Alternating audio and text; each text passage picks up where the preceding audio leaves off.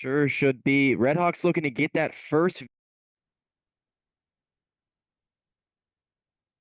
It's homecoming weekend in Oxford, Ohio, as the RedHawks look to snag their first one of the season. Welcome to the Red Hawk Radio Kickoff Show. I'm Gavin Stark, as always, joined by Sean Wiesemann. Sean, how are you doing?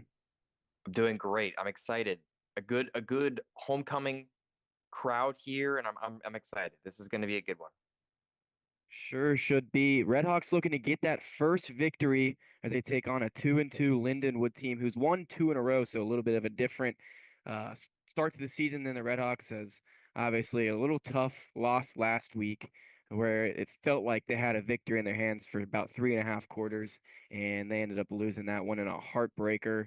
Just unexcusable, really. That loss is just unexcusable.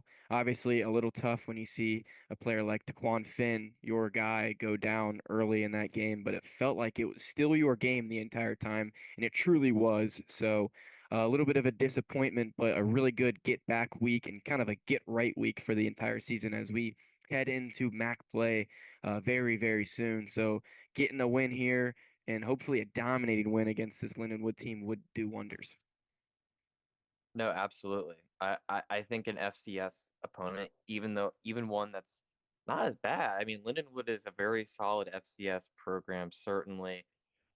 Even just the talent difference should still be fairly substantial, and so you certainly hope that you can use this kind of as an opportunity to kind of self-evaluate, but to, what you have, especially once you move down the depth chart, but also to really help kind of tee up some improvements for your own, especially on defense, some serious improvements that are gonna need to happen to get before you get into MAC play here. I mean, offense really proved something this past week.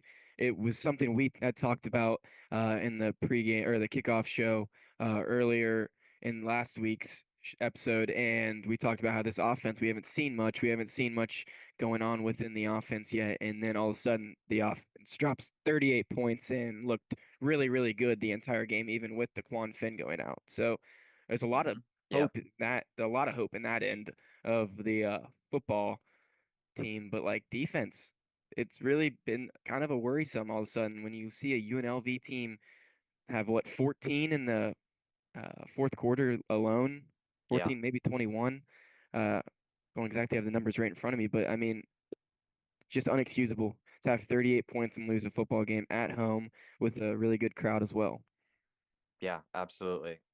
17 is the answer, by the way. 17. Uh, yeah, really, really just devastating loss, obviously. We'll get more into that later, but for now, we can give us the lowdown on this FCS squad Lindenwood. Yeah. So on August 28th, they opened up their season at St. Thomas. They lost 13-35, so a tough start for them. And then September 6th, they went on the road to Appalachian State, the FBS opponent, and they kept this one close, Sean. This is a game that I looked at, and I kind of looked at this Lindenwood team. They've already played an FBS school in Appalachian State, and they kept that one close. And probably a lot of people didn't think that was going to happen. They lost that one 13-20, kind of a heartbreaking loss for Lindenwood's program. And on September 13th, they hosted Charleston Southern, and Lindenwood completed a 21-point comeback to earn their first victory of the season, finally get off of that losing slide. And then September 20th versus Stony Brook, they got a 30-27 nail biter victory. And now they're on a two-game win streak, and they've got some momentum as they head into Oxford. Yeah, QB Noah Glantz has been just about everything for this entire offense. 1,030 passing yards, five passing TDs, 118 rush yards, and five rushing TDs. This guy's got 10 TDs accounted for already in 4 games. So he's been a real big bright spot for this team. He's returning from last year, and he's gotten just so much better for this Lindenwood team. And a lot of people have high hopes for him in that Lindenwood program. And then you go to the run game with Jared Rhodes. You talked about how Noah Glantz, the quarterback, brings that rushing ability with his legs.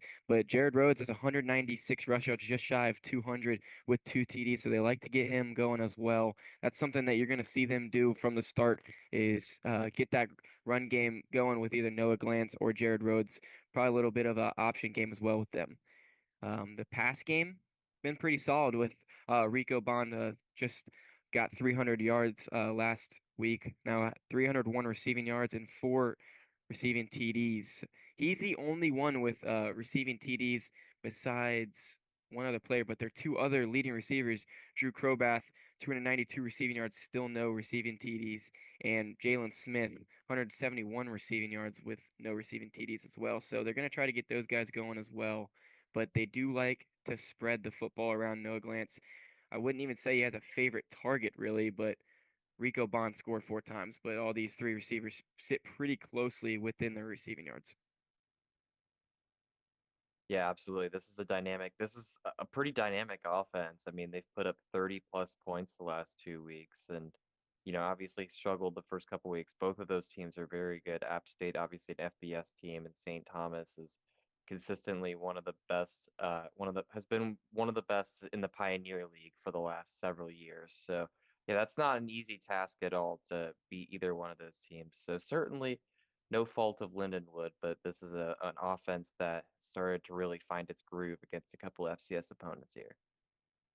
Sean, I think that's the perfect way to put it. Found their groove. They get that 21-point comeback. That gets you going offensively just right there. You prove that you can come back, you can battle back in a football game, and you prove that to yourself. That does wonders. And then the next week, they followed it up against Stony Brook with 30 points on offense, which is just can't really ask for much more than that. 30 points on offense after struggling, only scoring 13 in your first two games, those both coming with losses. So, I mean, obviously, the key for this team is just score as many points as possible. Sounds pretty Yeah, simple, but if they can do that against Miami, it feels like they're going to keep this one pretty close. And I think they should be a Lindenwood team that has some confidence within that because if you look at Miami's defense, it gave up 41 points last week. It's yeah, it's it's a defense that has honestly shown that they can give up a lot of points. They can give up the big explosive plays, and that's the type of things that Lindenwood's going to have to do. Sean, it's kind of funny because we're talking about a team that's coming in as an underdog to Oxford when last week it was the other way around. We've yeah, been the underdog for the first 3 weeks. Now we're uh 90. I saw on ESPN today 95 win percent chance they given us. So kind of an opposite storyline yeah. compared to the last 3 weeks. Yeah, I mean it's an adjustment once when you start when you start the season against, two power conference teams plus a really highly regarded group of five team as well. It's an adjustment, but that doesn't mean you should play down to the competition, certainly. You got to take advantage of this one, really. You need to go out there, show that you're supposed to do, show what you're supposed to do, dominate this game. Like it, these are the type of games where I think of like UMass last year. Miami was 0-3 at the time, and we hosted UMass, and it was a rainy game, and they won in overtime off of a field goal, and it just felt like, Yes. who is this team? We still haven't figured it out. Yes, they got the victory, but was it really a victory, or is it just going to go down in the win column and we're going to act like it's a loss? That's kind of how it felt. You can't have another one of those. You cannot go No. in to the further part of this season with just a snudge out of Lindenwood at home at homecoming. You got to dominate this one and win convincingly. Yeah, no, absolutely. Absolutely. So, I mean, so we can kind of get into what Miami looks like. We know, obviously we know the how devastating of a loss though that this was for Miami last week. I mean, a really good UNLV squad. Chuck Martin in his press conference emphasized several times how talented he thought this UNLV team was, which is why he said it was especially heartbreaking. But I mean, like, you get a fumble inside UNLV territory, 3.5 minutes by Kenny Tracy, and then you know, game-winning field goal, but then you give yourself a chance with 3 seconds left to potentially kick a game-tying field goal as Miami, but botch snap and just yeah, kind of summarize the day. It felt like you could get a lot going offensively, but defense and special teams just not able to get it done, especially when you hold a two-quarter lead in the fourth quarter. Yeah. Give up 17 unanswered in the fourth quarter. That's a tough ask, but I mean this isn't a hole that Miami hasn't been able to dig themselves out of before. I mean, last season they started against three power conference opponents, the only team in America that had to do that, by the way. Started 0-3, wound up with 9 wins and a MAC championship game appearance. I mean, so this is a team that certainly can bounce back and has shown capability to bounce back. Chuck Martin and his staff. knows that their conference schedules are, especially as a MAC school, are going to be tough every year, but they've shown the ability to bounce back, and this Lindenwood game is certainly a good starting point for that. One of the big stories coming out of that UNLV game, though, Gavin, was the injury of star quarterback Daquan Finn. Left middle of the second quarter after throwing a pick six. Chuck Martin said in his press conference that he thinks, quote, he'll be fine in the long run. It looks like that then, Daquan Finn is a seventh-year senior because he's had multiple season-ending injuries. The He's still worry. considered doubtful. Yeah, but so you have to be worried when a guy who's been hurt that frequently and had that many severe Yep. of injuries, especially a lower body injury, is what it seemed like initially, didn't look good. Uh, it seems like he's, not going to be out the whole season, which is honestly a huge boon for Miami fans. I mean, he's still considered doubtful, like I said, which means it's likely Henry Hessen's season. He'll be a starting quarterback for the RedHawks is what it looks like, and we won't have that information until everyone takes the field here. But Hessen was 8 for 17 last week with 141 yards and a passing touchdown in 2.5 quarters, and certainly looked capable. I mean, we saw last season when he came in relief of Brett Gabbert, he was really able to execute the offense. Same deal. He started to lose a little bit of steam after that first big play touchdown to Keith Reynolds, but you certainly saw a guy who could distribute the football. And in spite of his 8 of 17 stat line as far as completion percentage, he can certainly throw an accurate ball. He's more than capable of it. Just had a couple of unlucky throws, but regardless, yeah, certainly looks very good. Two guys around the building. I kind of ask why Henry Hessen? Why is he the starter? Just give me a quick rundown on him. And I've been told by multiple guys this is a guy who understands the offense, a guy who really has a good grasp on this offense, knows what needs to be done, knows where everyone's going to be at on the field. So that brings hope because a lot of times when you have these backup quarterbacks, there's a little bit of a bump in the road, a little bit of not understanding the offense completely, not understanding where the receivers are going to be at all the time. But I feel like with Hessen, you don't have that worry at all. And I feel like you also saw that against UNLV. He understood what needed to be done. Obviously, he doesn't bring in as much of a run threat as Daquan Finn, but nobody in the country is doing that. No one's going to bring in that run threat like him. So the offense looks a little different, but at the same time, props to Hessen for, coming into the UNLV game and still showing life within this team because a lot of times a quarterback's going to come in and the team just looks completely different. No big plays are Yeah, happening, but that just didn't happen, and that brings a lot of, hope as we head into this game against Lindenwood. If Henry Hessen's going to be the guy this weekend, I got a lot of confidence in him after what I saw at UNLV. He saw some flashes, like you said. yeah, absolutely. So that'll be something to keep an eye on is who ultimately ends up starting, as we don't, like I said, we won't have that information for until people officially go onto the field and the starting lineup is announced. However, there is something that you can keep an eye on as well, which is obviously the running game. We did highlight the Kenny Tracy fumble, but Chuck Martin in his press conference was really optimistic. I mean, he was really down on his offensive line the first week. He called it helter skelter, is actually what he said because he was really just displeased with the offensive execution. And this is a guy who's always built his teams around the line of scrimmage, especially in the offensive line. His best Miami teams have been the ones who have been able to put it together on the offensive line.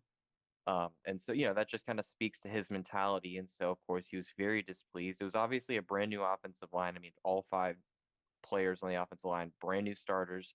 Um, so, I mean, so you're asking a lot for a lot of new faces to mesh.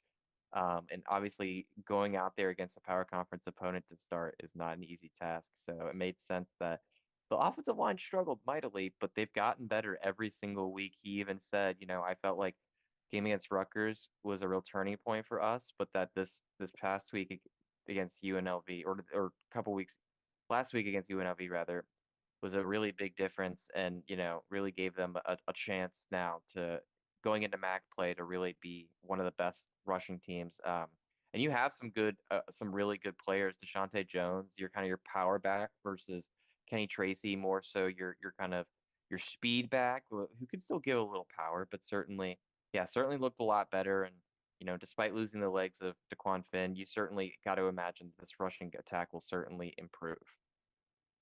And you talk about improvement, just seeing improvement every week.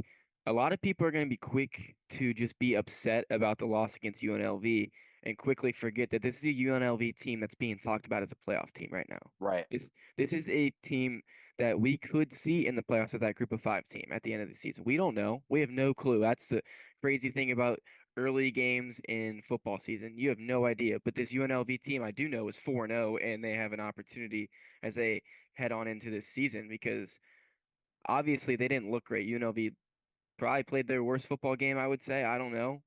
But Miami kept it. They had that game basically won. They had it in their hands and lost Yeah. this football game. So you got to look at the bright side of things. You can't just be the Debbie Downer. Oh, they're 0-3. They lost to UNLV when they should have won. But Well, it's this easy, team has gotten better every single week. right? I think is Yeah, the real highlight we can take away from this because Wisconsin, not a great team. Certainly, power conference team that really struggled. Rutgers, okay, they really played well with Rutgers for a lot of that game, and obviously it just kind of got away from them, especially in the second half. But now you're starting to see against maybe the group of five playoff team, and you played neck and neck with them. So it's like, okay, so right now you're clearly on an upward path as far as the trajectory of this team, and that bodes well for the RedHawks. So.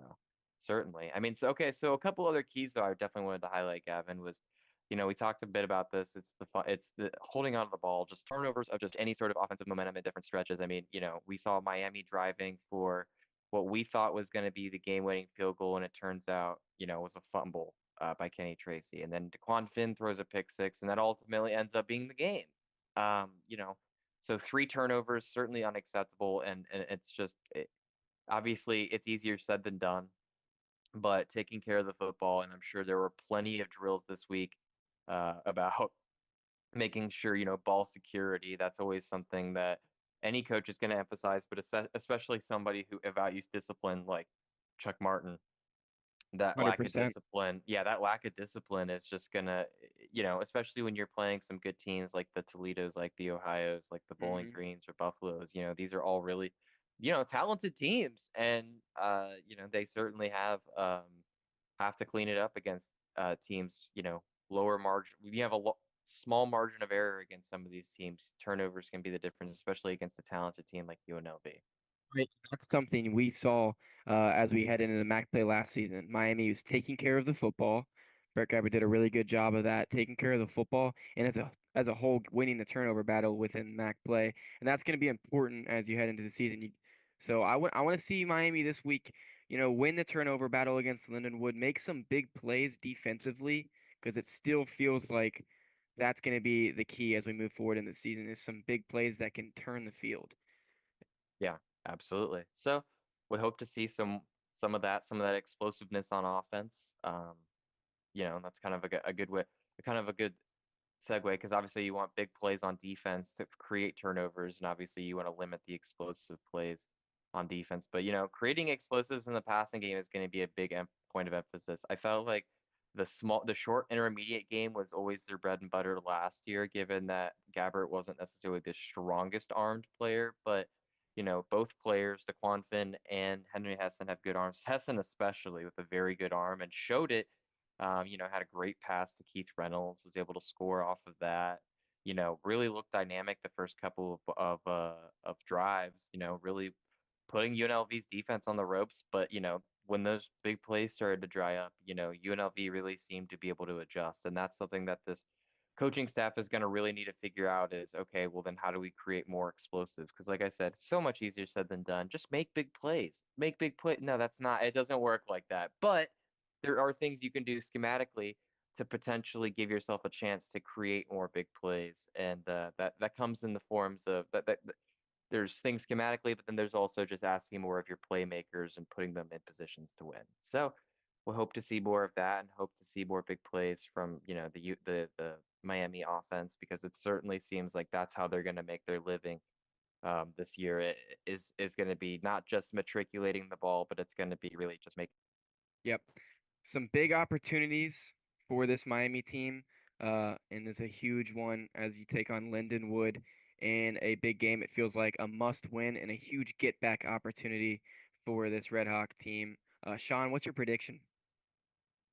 Well, right now, I think this is a very solid Lindenwood team. I think that especially given the injuries for this Red Hawk squad, I think they're not going to really press anybody who might be on the doubtful. I mean, they said they had several other players, including their starting center, Chris Manu, who they said was likely not going to play. Um, I I would wager that I think this is a Redhawks win.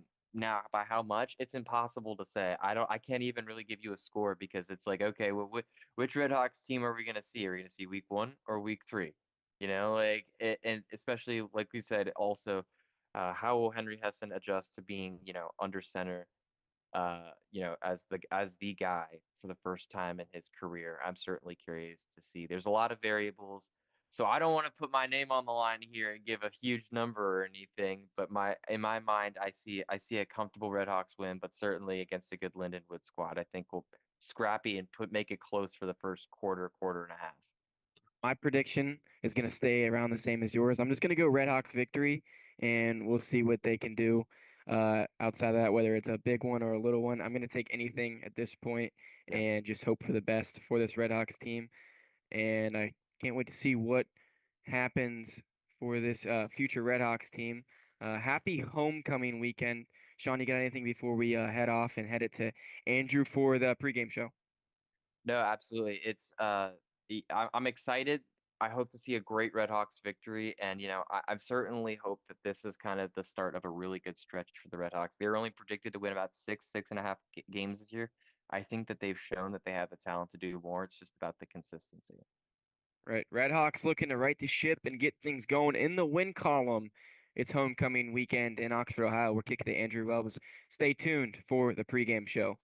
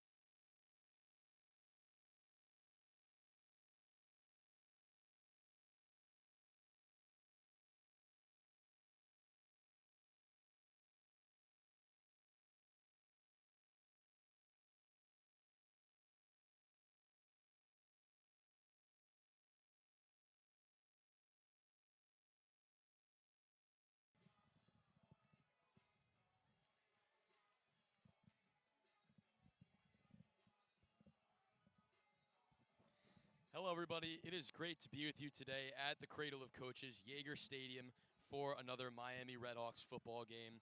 The homecoming weekend here in Oxford, Miami RedHawks will host the FCS Lindenwood Lions. My name is Jake Zirolli. I will be your host for the pregame, halftime, and postgame shows, and I'm excited to be here for another week of Red Hawk football.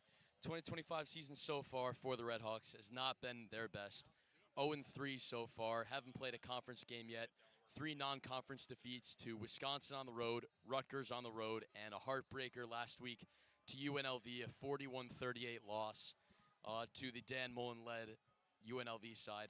They currently sit 11th of 13 teams in the MAC, Mid-American Conference, having not played a conference game yet, but still 0-3 in overall play. Currently averaging 18.3 points per game, 293.7 yards per game on offense. Head coach Chuck Martin leading the Redhawks for yet another season. As I said earlier, a heartbreaking loss last week to the UNLV Running Rebels, a 41-38 defeat in a game in which they led by more than 14 points 2 separate times, blowing both leads and unfortunately ending the game in a way that no Red Hawk fan wanted to see. Quarterback Daquan Finn, the 7th-year transfer from Toledo and then Baylor, exited the game in the second quarter with an injury on the return for a pick 6 that he threw. In his game, though, that first and part of the second quarter, he was 7 for 12 with 131 passing yards, 2 touchdowns, that interception, which unfortunately he was injured on the return of, adding 4 carries for 21 yards on the ground. And it's interesting to see how this RedHawks offense will operate, as he will not be available this game. He's been ruled out by Coach Martin. So his backup, Henry Hessen, will start this game for the RedHawks. Hessen played the rest of the game coming in for the injured Finn, going 8 for 17, 134 passing yards with a touchdown. However, it was clear from the offensive plays called by the offensive coordinator, Pat Walsh, that they weren't necessarily letting him throw the ball as much as they would for the 7th-year Finn, which does make sense. Hessen is still a somewhat experienced quarterback. He is still a redshirt senior.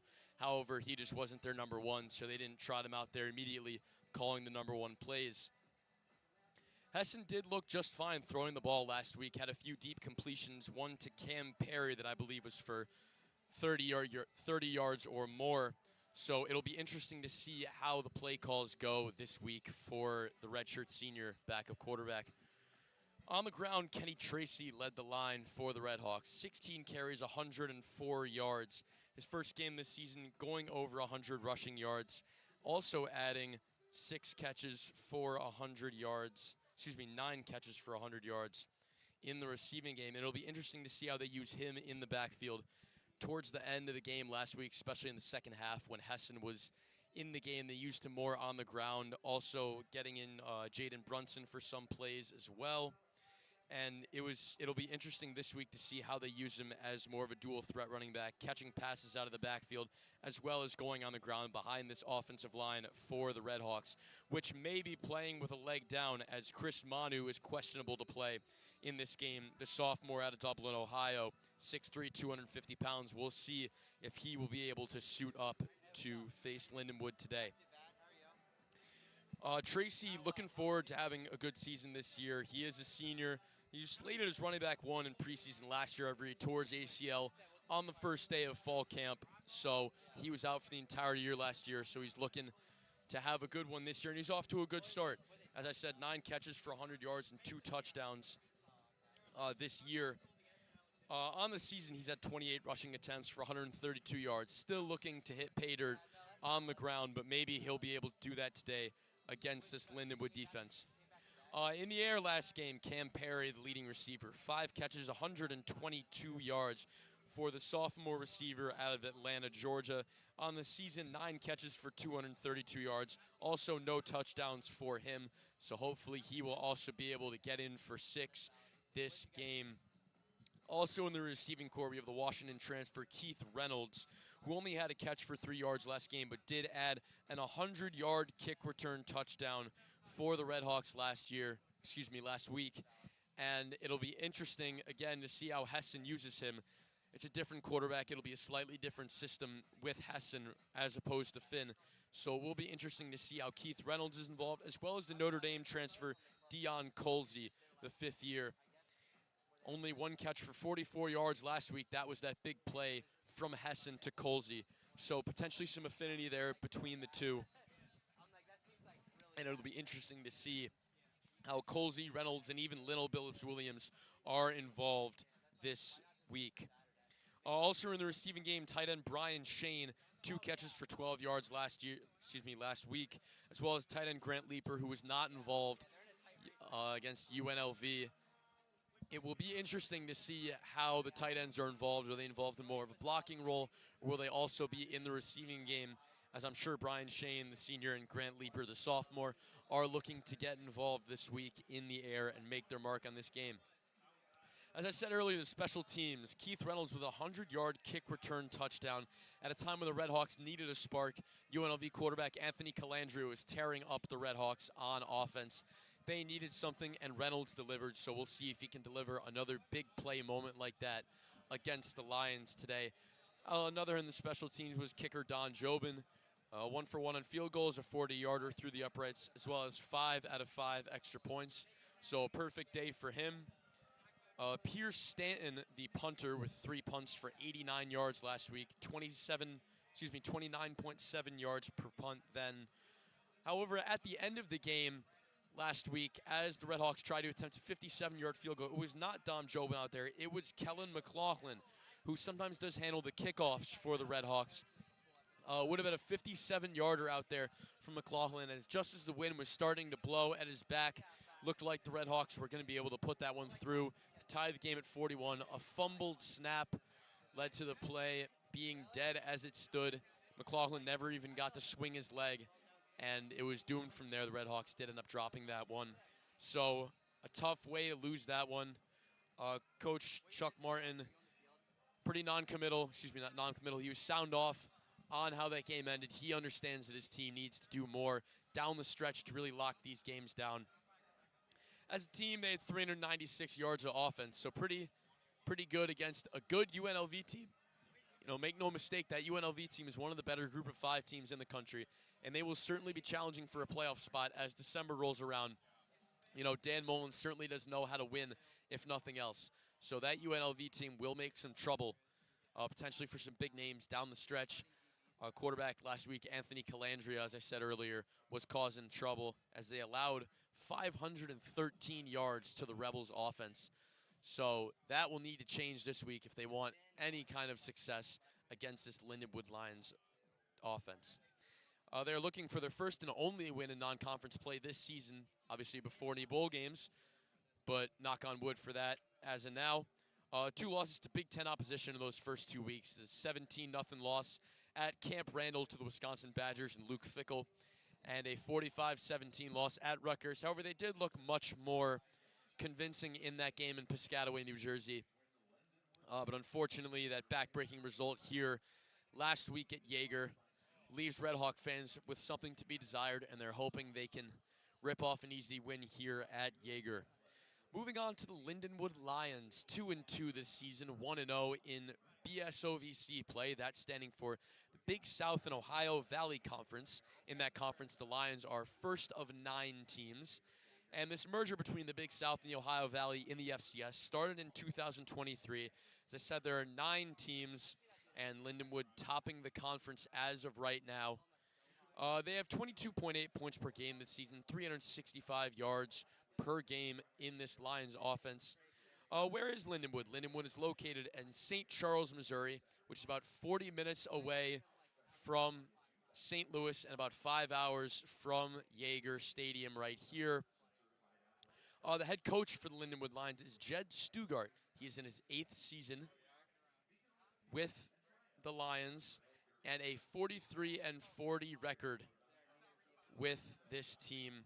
Their losses this year have come to at St. Thomas in Minnesota, the Tommies, and at Appalachian State, which would have been a big win for the program as the Mountaineers are one of the more recognizable FBS group of 5 names out there. They have wins at Charleston Southern, who is a conference opponent, and last week against Stony Brook at home, a game which they won 30-27.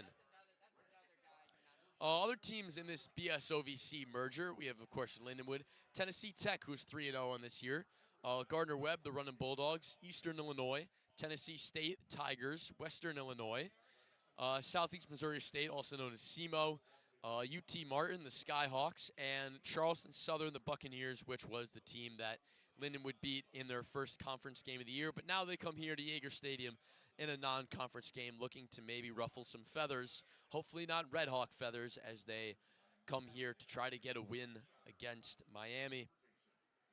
In that game last week against Stony Brook, which they won 30-27 over the Seawolves, their leader quarterback Nate Glantz went 20 of 29, 249 yards, and 2 touchdowns.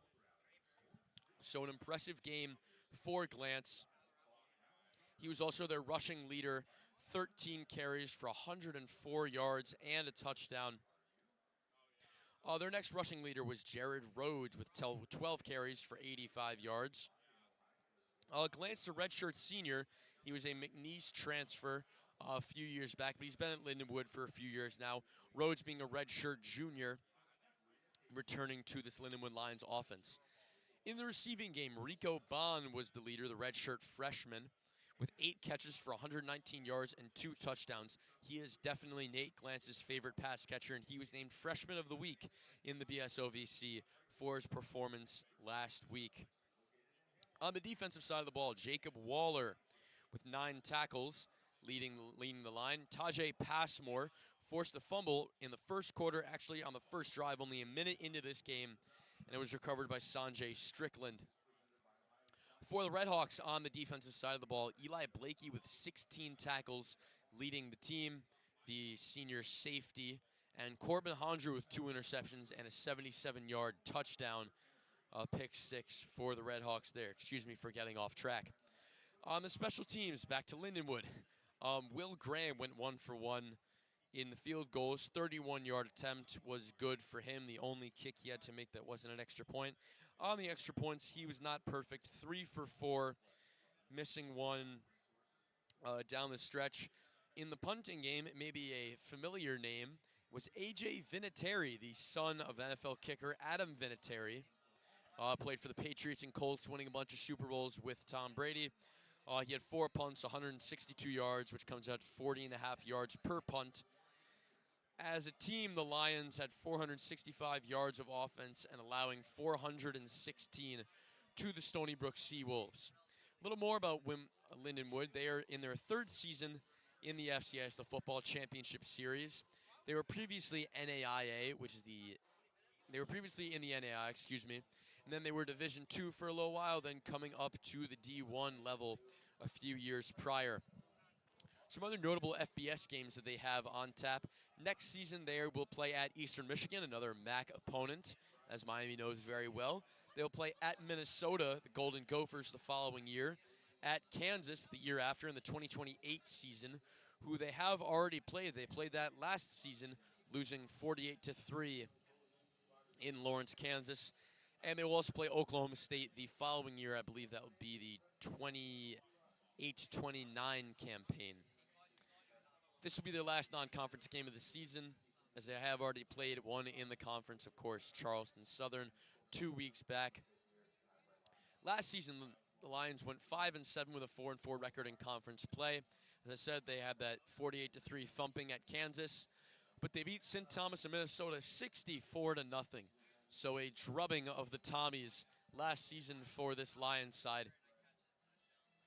And they also beat then 6th-ranked SEMO, Southeastern Missouri State, 24-12, which was one of the bigger wins in program history for this Lions team. Moving on to our stat leaders for Miami.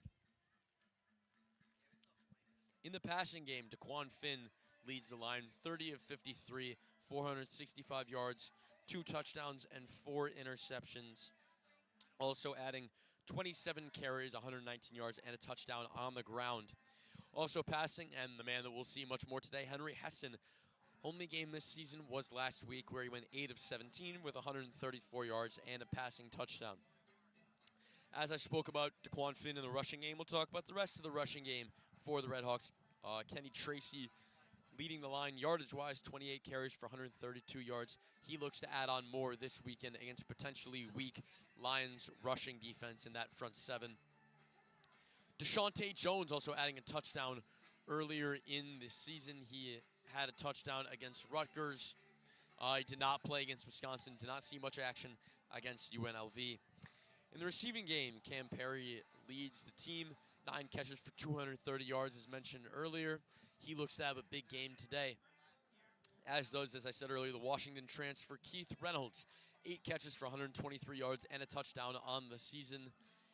And also eclipsing the 100-yard mark, actually exactly at that 100-yard mark, is Kenny Tracy with 9 catches for 100 yards and 2 touchdowns. On the defensive side of the ball, Eli Blakey leading the team in tackles, as he did last week. 34 tackles, 20 of which were solo on the entire season. Colton Hondrew after him, Corbin Hondrew after him with 21 tackles, 10 solo, and 2 interceptions actually. One of them which he, of course, ran back last week, 77 yards for a Red Hawk touchdown. And the defensive back Walters, the defensive back Silas Walters with 20 tackles, 10 solo tackles, and 1 interception for this Red Hawk defense. As on the special team side, Don Jobin is 7 of 7 from the extra point spot, 2 of 2 for field goals, actually, as it were, both of exactly 40 yards. Moving on to Lindenwood. Nate Glantz is their passing leader, their only quarterback who's thrown a pass this season. Glantz is 78 of 128, already attempting 128 passes in 4 games. 1,030 passing yards, already eclipsing that mark. And having 5 touchdowns and 2 interceptions for the Lions. Rushing, he's also done his fair share with 44 carries, 118 yards, and 5 rushing touchdowns, meaning he has accounted for 10 total Lindenwood touchdowns this season. However, leading the line for the Lions in this rushing attack is Jordan Rhodes with 52 carries for 196 yards and 2 touchdowns. In the receiving game, Rico Bond is the leader. 23 catches for 301 yards with 4 touchdowns as well. Drew Krobath after him with 16 catches for 292 yards. Jalen Smith after him, 12 catches for 171. And adding a touchdown is John Anthony, 4 catches for 90 and a touchdown. On the defensive side of the ball for the Lions, as the Miami Band comes out for a performance. On the defensive side of the ball, Jacob Waller, the linebacker leading the line with 39 tackles, 27 of those solo. Strickland after him, Sunday Strickland with 29 tackles, 16 of those solo, and a fumble forced and a fumble recovered for the linebacker. Waller also in that linebacker position, so a strong linebacking core for this FCS Lions team. Eric Gant leading the team in 3rd place, defensive back with 27 tackles, 23 of which are solo. So we'll see how he matches up with Perry and Reynolds and even Billups Williams in this receiving game. Kicking the ball for the Lions is, of course, Will Graham. He is 10 of 13 on the extra point side and only 1 of 4 on field goals. So kicking could be some trouble for the Lions today. We'll have to see how that pans out for them. The wind's not really blowing here, Yager. It's a beautiful day. Couldn't ask for a better day for football. Just a few clouds in the sky, but perfectly blue as the Miami Band makes their M on the field. It's a great day for football. We'll see if it's a great day for kicking as well. And we'll see who wins this kicking duel between Jobin and Graham. For the rosters, some veterans even today against a weaker side. Dom Jobin is a redshirt senior kicking the ball for the RedHawks from Frankfort, Illinois. 6'1", 200 pounds. So we'll see how he continues. He has had a perfect record kicking. As I said earlier, 7 of 7 extra points, 2 of 2 on the field goals. So he has had himself a pretty good season so far. And Eli Blakey is a redshirt senior leading the team in tackles. He's one of the leaders of this defense. And he looks to continue that streak of leading this defense, along with other seniors, Adam Trick, a linebacker, Oscar McWood, Silas Walters, mentioned earlier, Josh Lacusa, and Sear Washington. Fortunately, the injured Roosevelt Andrews, the junior defensive lineman from Barberton, Ohio, 6'2", 250, hasn't had too much impact on this Miami defense, but has been able to add some positive play, getting to the quarterback. So we'll see how they fill his absence. The transfer game, of course, Daquan Finn, having 2 previous schools before this. First at Toledo, where he was actually a MAC MVP, threw for 2,000 yards in 3 consecutive seasons with the Rockets and tore apart this Miami defense. Other transfers, we have Coy Beasley from Purdue. Another Big Ten side, getting from Keith Reynolds, as said earlier, from Washington. And Austin Uke, the offensive lineman from Stanford, the newly ACC side. The senior 6'2", 290 offensive lineman from Cedar Hill, Texas.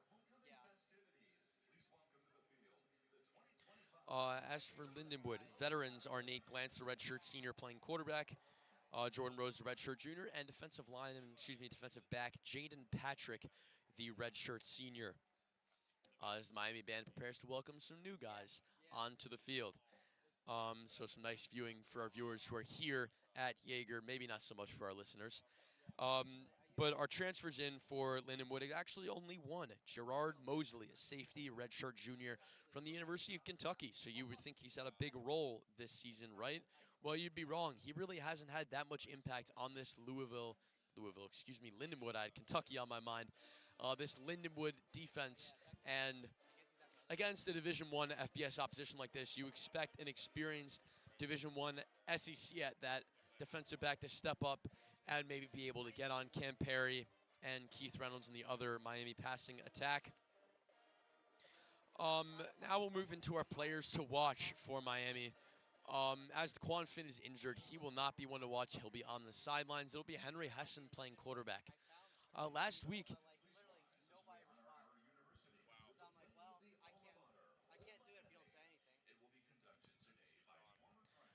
as the alma mater rings out here in Yager Stadium, we'll keep going with our players to watch.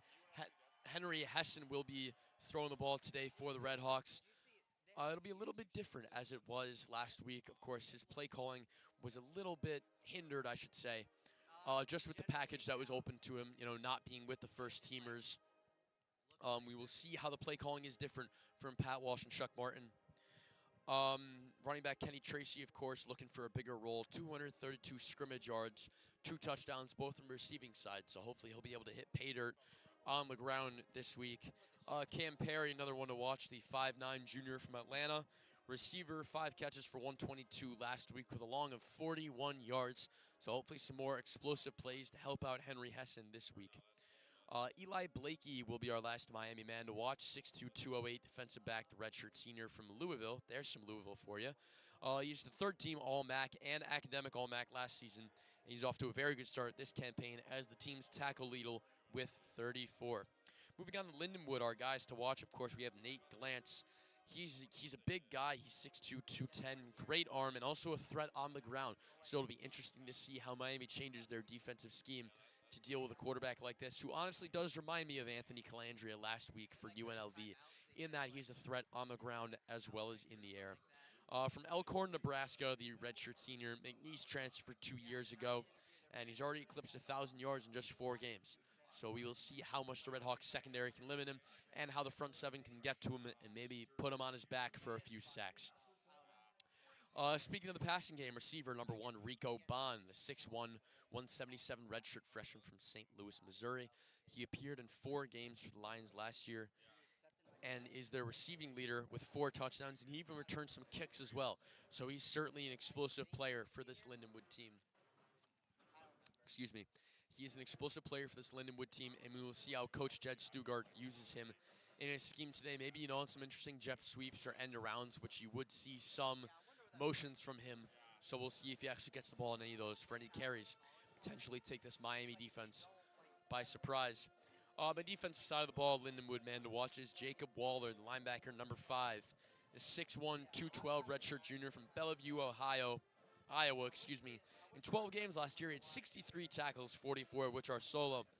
And a great start to the season for him this year with 39 tackles, 27 solo, meaning he's on pace for 117 tackles, 81 of them solo. So we'll see how much of an impact he has on this RedHawk offense today. We'll move to some other games going on throughout the nation. Today in the top 25, we have Georgia Tech losing to Wake Forest at the Demon Deacons. Wake Forest up 20-10 on the number 16 ranked undefeated Yellow Jackets. Illinois and USC in a matchup of ranked teams in the Big Ten. Illinois up 23-10 as the 23 ranked Fighting Illini look to get a big win over the Trojans. That game is in the midway of the third quarter, with Georgia Tech Wake Forest being in the same time frame. Notre Dame Arkansas. Notre Dame beating up on the Razorbacks in Little Rock with a 42-13 lead, commanding lead for the number 22 ranked Fighting Irish, who are 1-2 this season, but they're looking to bounce back, and it looks like they have with Cohen Carr playing a great game. 21-29, 340 yards and 4 touchdowns. There's just 139 left in the third quarter there. Utah State is at number 18, Vanderbilt, and they're putting up a pretty good fight at halftime, 31-21 for the Commodores. The quarterback Pavia with 15 of 17 passing, 170 yards and 3 touchdowns already. So we'll see if the Aggies can keep up with the Commodores. More games today. Ohio State, #1 team in the nation, is at Washington. Both teams actually 3-0, so we'll see if Washington can play spoiler for the Buckeyes this season. Big one, a heavyweight in the SEC. Hotty Toddy, Ole Miss is 4-0, 2-0 in the SEC. They're 13th ranked, playing host to #4 LSU. So big game down there in Oxford, even though I'm talking about this one from Oxford. Another 3:30 game. We'll have Auburn visiting Texas A&M. The 9th-ranked Aggies look to get a win over the Tigers, so we'll see how that goes for them. In Iowa City, Iowa, Kinnick Stadium, Indiana, the #11-ranked Hoosiers will go there with a 4-0 record, looking to make it 5-0 against the Hawkeyes, but you never know what can happen at Kinnick with that tough Iowa team. At 4:15, we'll have Tennessee at Mississippi State, the 15th-ranked Volunteers, 3-1 on the season. We'll see if they can get a win in Starkville. Arizona at Iowa State, 14th-ranked Cyclones looking to get a win at home. And the big one, Oregon, Penn State, 6th-ranked Ducks at the 3rd-ranked Nittany Lions, 4-0 and 3-0 for the respective teams.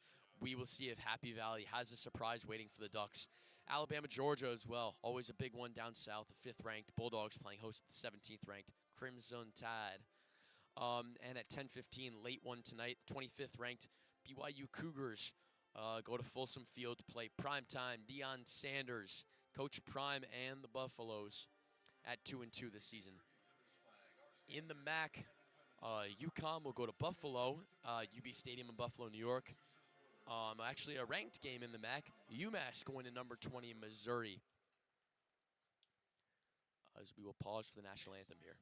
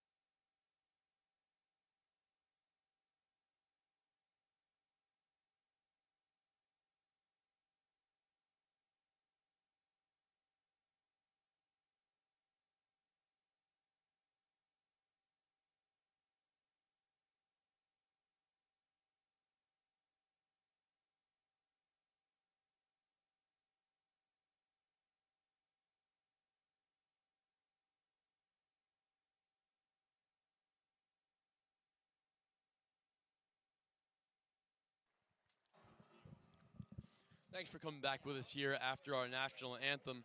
We'll pick up right where we left off, going over MAC scores for this week. As I said, the UConn Huskies will go to Buffalo to play the Buffalo Bulls, as well as Miami here playing host to Lindenwood.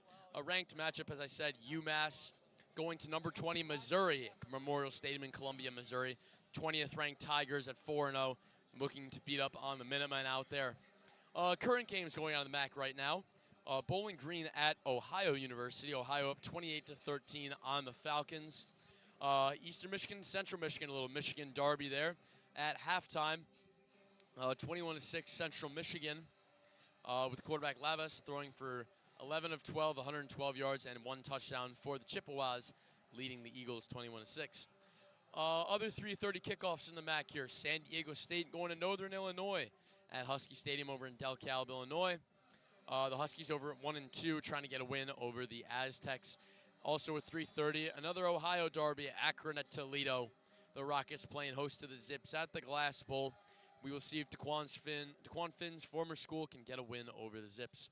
At 6:30, closing out the MAC slate, that Mass-Missouri game is at 7:30, so that will close in the MAC slate. But before that, at 6:30, the undefeated 4-0 Rhode Island Rams will come to Western Michigan in Kalamazoo, and we'll see if the Broncos can dethrone the Rams, the FCS Rams, out of the Colonial Athletic Conference. That'll do it for our scores around. Let's get to our keys to the game before I let you go here, before we get on the air. For Miami, it's really just to make defensive stops and to limit penalties. You know, last week there were a lot of penalties on both sides, and the last thing the RedHawks want to do is be undisciplined against a team that by all rights they should beat in this FCS Lindenwood Lions team. As teams are coming out here, I'll finish up with the Lindenwood keys to the game. They just need to limit the big chunk plays. Miami can certainly be explosive, even with Henry Hessen at quarterback. They have to get their defense off the field on third down. When they do get Miami to those third and medium, third and long situations, they have to get off the field. And they have to be efficient on offense. You know, they have to limit the 3 and outs, chew clock, shorten the game, and just try to keep this one a close game with the RedHawks here. That's going to do it for the pregame show here. Thank you for listening to a presentation of Miami football on Red Hawk Radio. My name is Jake Zirolli. I'll be back with you at halftime. Thank you for listening.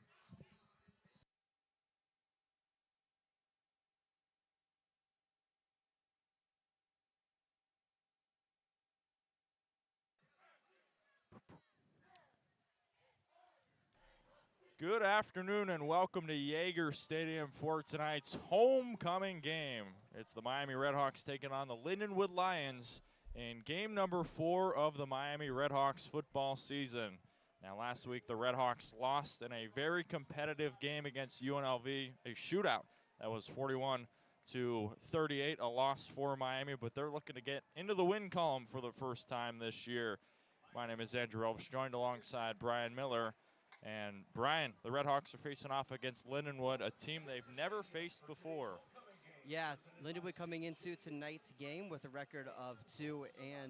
A shootout last week for the Lions as well, a 30-27 win over the Stony Brook Seawolves. Had to pull off a late second half comeback and hold off the Seawolves late in that game. Lindenwood looking to get to a winning record for the first time this season. They've won their last 2. Now this Lindenwood team, back-to-back wins, of course, beating Stony Brook, but the storyline for this team, it's been the defense. They've given up over 400 yards in total offense last week. The defense has struggled against FCS opponents. They nearly came away with a victory in Boone, North Carolina against App State, but fell 20-13. And for Miami, the storyline, again, is the defense. They struggled in that UNLV game against a really good offense for the Rebels, but today they will be looking to get their first victory against the Lions. And Andrew, the big story for Miami last week, especially on defense, was on third down. Gave up 12 third downs on 17 attempts. It was a pretty big difference in how that game went and how it ended up being a loss for the RedHawks. It was a bit of a struggle against Rutgers as well. Really would like to see this RedHawk defensive unit get big stops on third down and get off the field. A lot of those came at crucial times, but the red and white will hope to do better today. The RedHawks will be wearing their home reds, a jersey we haven't seen this season, with the red helmets and the white shorts. Meanwhile, for the Lindenwood Lions, they're wearing their traditional road whites with the gold numbers and the white pants for today's game. Happy to have you with us. Sit back for what should be an exciting matchup between the Miami RedHawks and the Lindenwood Lions. The Lindenwood, a team from the FCS and the OVC Big South Football Conference.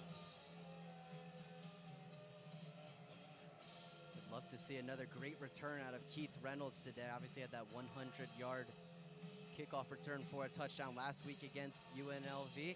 Hope to have more success tonight with Keith. Miami will receive first. They'll move from left to right.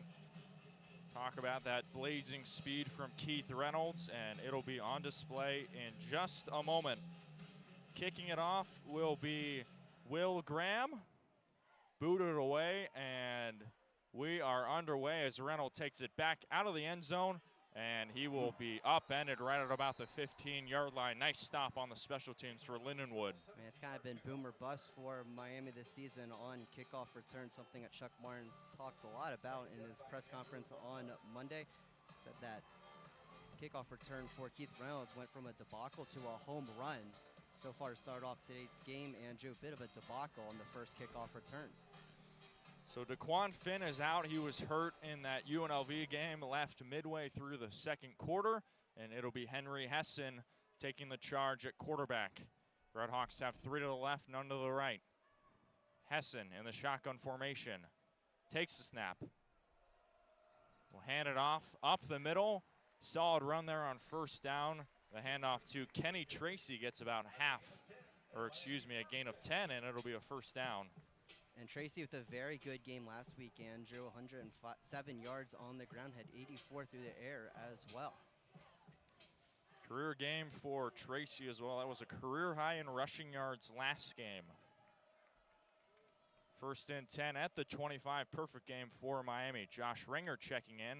Hessen takes a snap, a fake handoff. Hessen rolling to his left, escapes out of some traffic. Hessen sliding over, gets past the 30-yard line and gets close to the 33. Really solid gain of 6 on the play.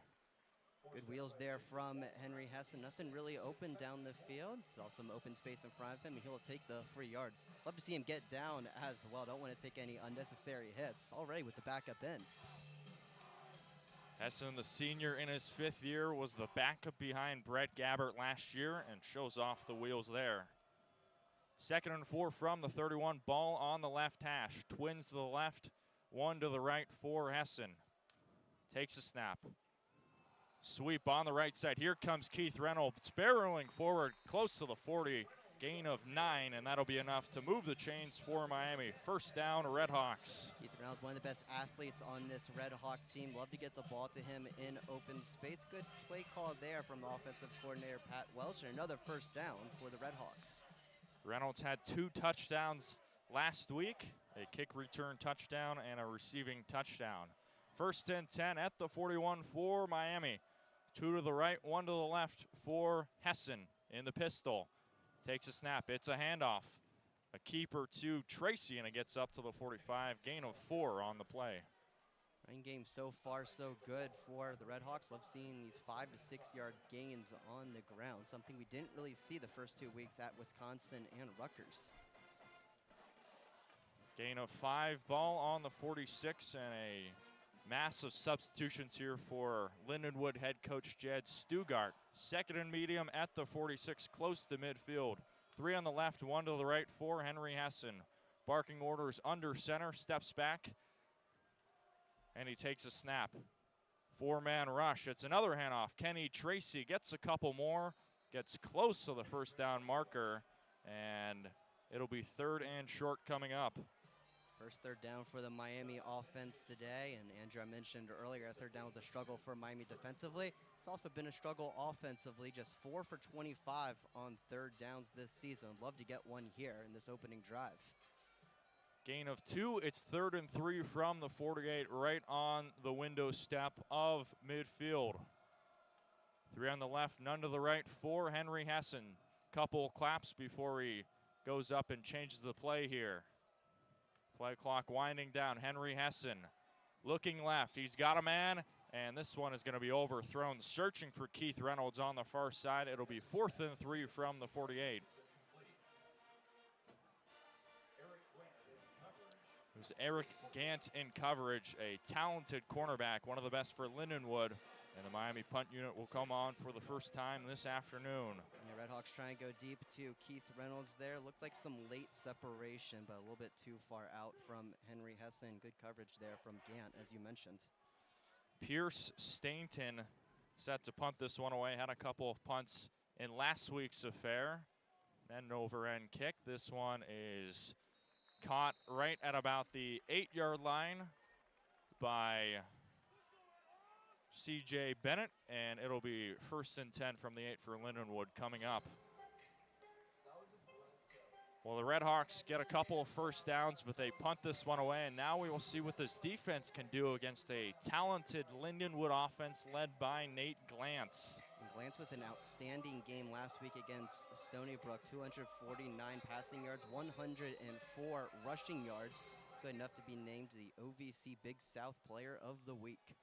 Glantz standing at 6'2", 210, a redshirt senior in his second year with the Lions. Glantz fakes the handoff, rolls to the right. This pass is intercepted. It's caught by Silas Walters, taking one away, and Miami sets up shop right in the red zone. A great play there from the veteran Walters, his second interception of the year. He really just jumped the route. Didn't look like Glantz really saw him, and Miami with outstanding field position.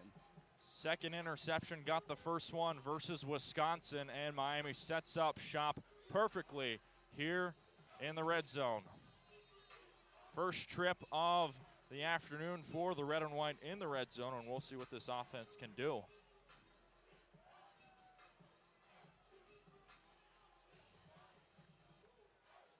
Six yards on that pass, so it'll be 1st and 10 from the 14 for Miami on the left hash.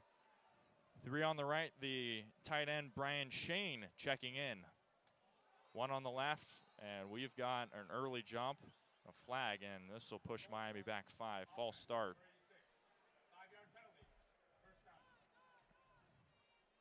Looks like it was a false start on the tight end, Shane. The last thing you want to see there if you're Chuck Martin and the Miami RedHawks, already in great field position, really don't want to go the opposite direction. 1st and 15 from the 19. 2 on the right, 1 to the left for Hessen. Single back right next to him.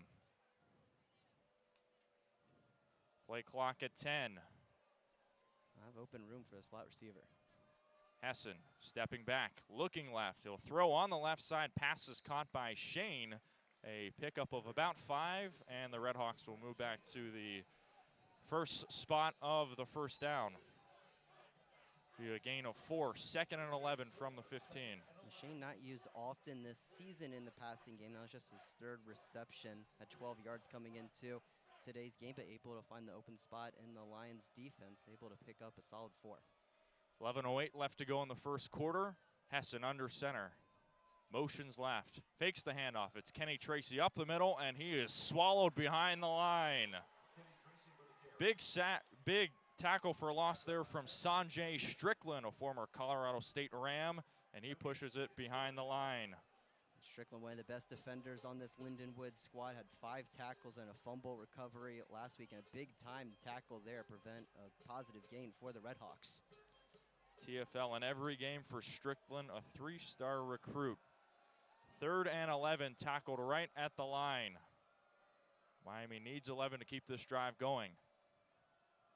4 receiver set, twins on both sides. Hessen standing on the 20-yard line, stepping back. He'll throw on the left side. This pass is caught right at about the 5-yard line. Complete to Cole Weaver. Haven't called his name much this season. And it'll be 4th and 1, so decision time is coming up here for Chuck Martin. Yeah, it looked like Weaver took an extra second to secure the football. Looks like he was looking upfield as the ball approached his hands, but he's able to corral it in, thankfully for the RedHawks to allow this 4th and 1 opportunity. I like the decision here from Chuck Martin to go for it. RedHawks staying aggressive. Hessen takes the snap. It's a handoff. Oh, boy. Run forward, and he is engulfed.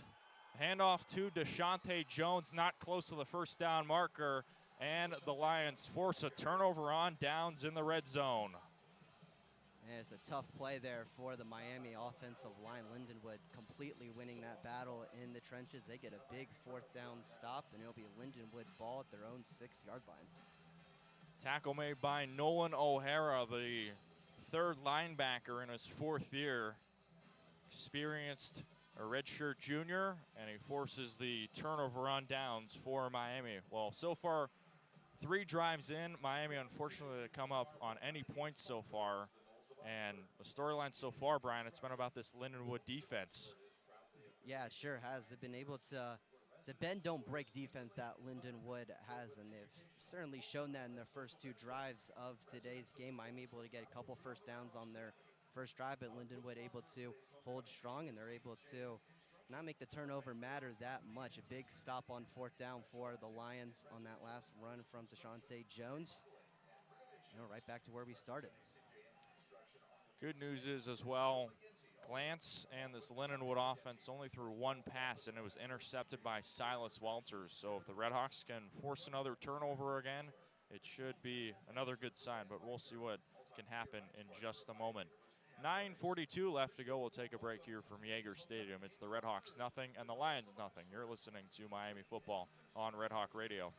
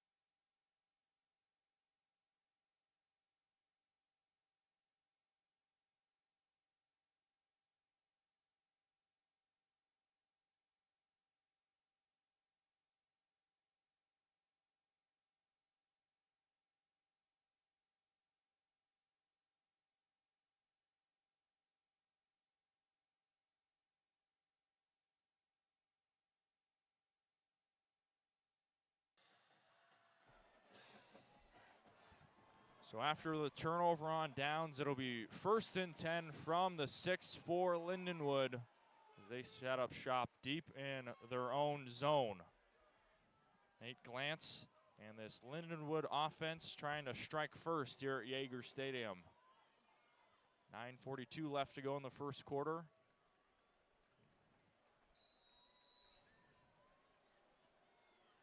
It'll be 2 to the left, 1 to the right for Glance in the shotgun formation. Glance looking right, has a man. It's caught by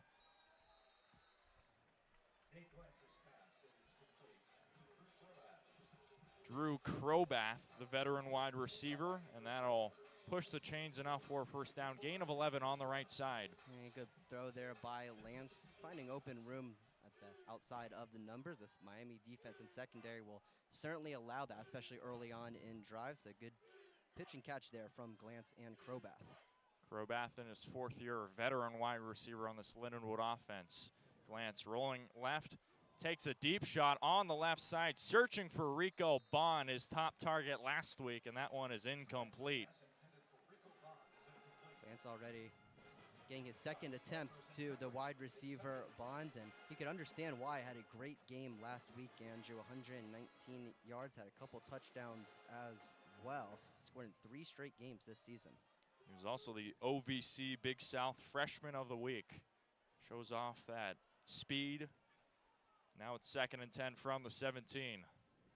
2 on the left, 1 to the right in the shotgun for Glance. It's a handoff on the right side. It is Jared Rhodes, the top running back, and he gets about 3, call it 2, and it's 3rd and 8 coming up. And a couple good plays there from the Miami defense, forcing the Lindenwood Lions to get to a 3rd and 8 situation. These are the plays that are really going to decide this game today, and just Miami defense has to do a better job of getting off the field on 3rd down. We'll see if they can do it here. 3rd and 8 from the 19. 8:41 left to go in the first quarter. See if Miami can force another stop on this drive. 4 receiver set, Glance in the shotgun, going deep on the right side. This pass is overthrown and incomplete. Looking for Bond again, opposite side. It's 4th and 8, and the punt team will come on for Lindenwood. And Miami bringing some extra pressure there with their linebackers. Had 5 guys rushing the quarterback. He was able to rush the throw a little bit from Glance, and a little bit of an overthrow to his man Bond. And Miami able to get off the field on 3rd down. So they force a punt for the first time today. And out comes the punter, A.J. Vinatieri, son of Adam Vinatieri, legendary NFL kicker. Oh. And this punt is blocked, and it's going to be scooped in for Miami. Touchdown! Punt was blocked, and it was picked up by Miami's Jermaine Agee. A scoop and score for 6, and the RedHawks lead 6-0. A touchdown, a special teams touchdown for the RedHawks. Really nice start here in the first quarter. 2nd special teams touchdown in as many weeks, Andrew. Last week it was the kickoff return from Keith Reynolds, and this time the block on the punt. And Agee right there to scoop it up. Right place, right time, an easy 6 for Miami. Special teams has been special for Miami, and it's Dom Jobin set to kick this one away for the extra point. Kick is up, and it is good. Miami leads 7-0 in the first quarter. 8:21, a scoop and score punt block that Miami takes advantage of in the opposite end zone. Well, really nicely done for Miami. The special teams made a play so far. We've already seen a couple of miscues by Lindenwood offensively, and Miami takes advantage in the first quarter. And we saw Miami bring a couple extra guys up on the line of scrimmage right before that punt. And they were all coming at that punter, Vinatieri. A great block there from Coy Beasley. And Agee right there to scoop it up and get the easy touchdown for Miami. Just what they needed. Well, the RedHawks, they haven't scored any points from their offense, but they'll take any points that they can get, leading 7-0, and they strike first in this opening quarter. Now it'll be Lindenwood's another chance for them to go on offense. But so far, the way this defense has been playing, you got to feel really confident about this group, especially after struggling against UNLV and, of course, the Big Ten teams before that. Yeah, absolutely. Definitely a strong start for this Red Hawk defense. Only 13 total yards of offense for Lindenwood so far today. Nate Glantz, after an outstanding game last week against Stony Brook, just 1 for 4 today with an interception as well and just 11 yards. It's been a really, really good start for Miami, especially up front. Their defensive line has been dominant today. Taking advantage of Lindenwood, and with 8:21 left to go, we'll take a break here from Yager Stadium. It's Miami 7 and Lindenwood nothing. You're listening to Miami Football on Red Hawk Radio.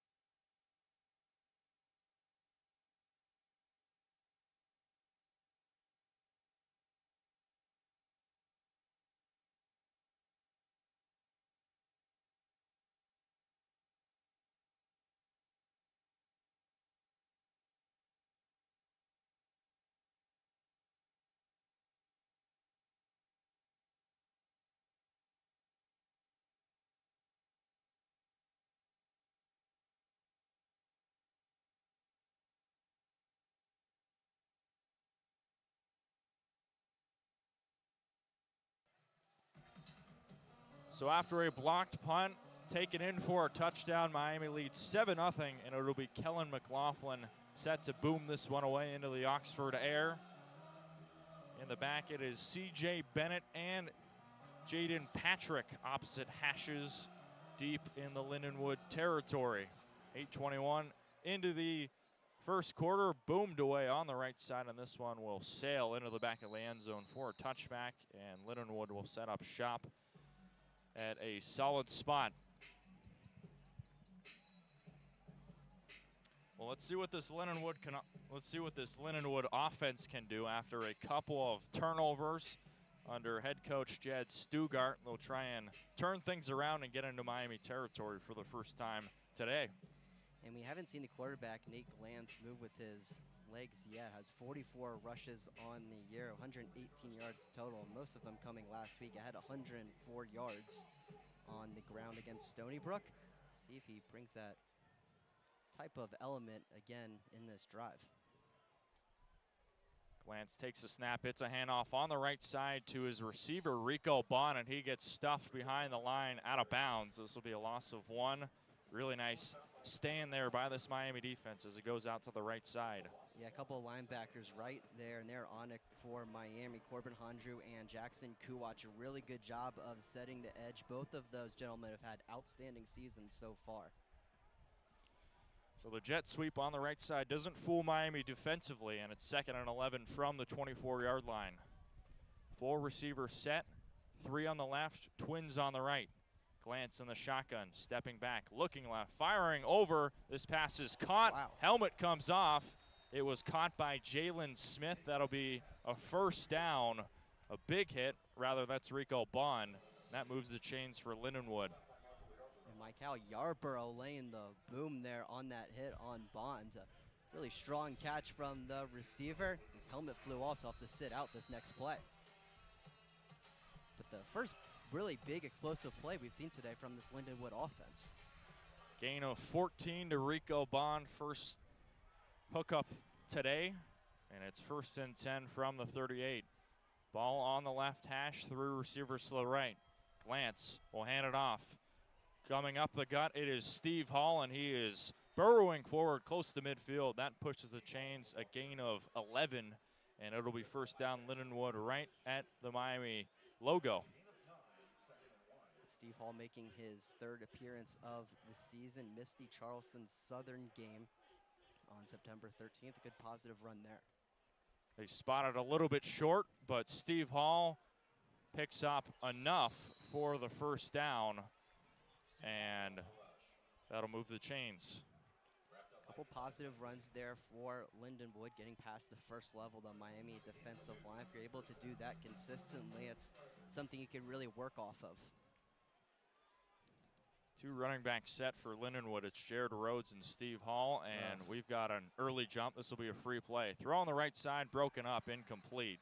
And this will push Lindenwood forward a little bit. And it looked like Adam Trick jumping the gun a little bit too quickly. Obviously, you love the aggression that he plays with. He's had an outstanding year so far, but certainly don't want to have any penalties there, as was the case on that last play. 1st and 5 from the 46, so now officially into Miami territory.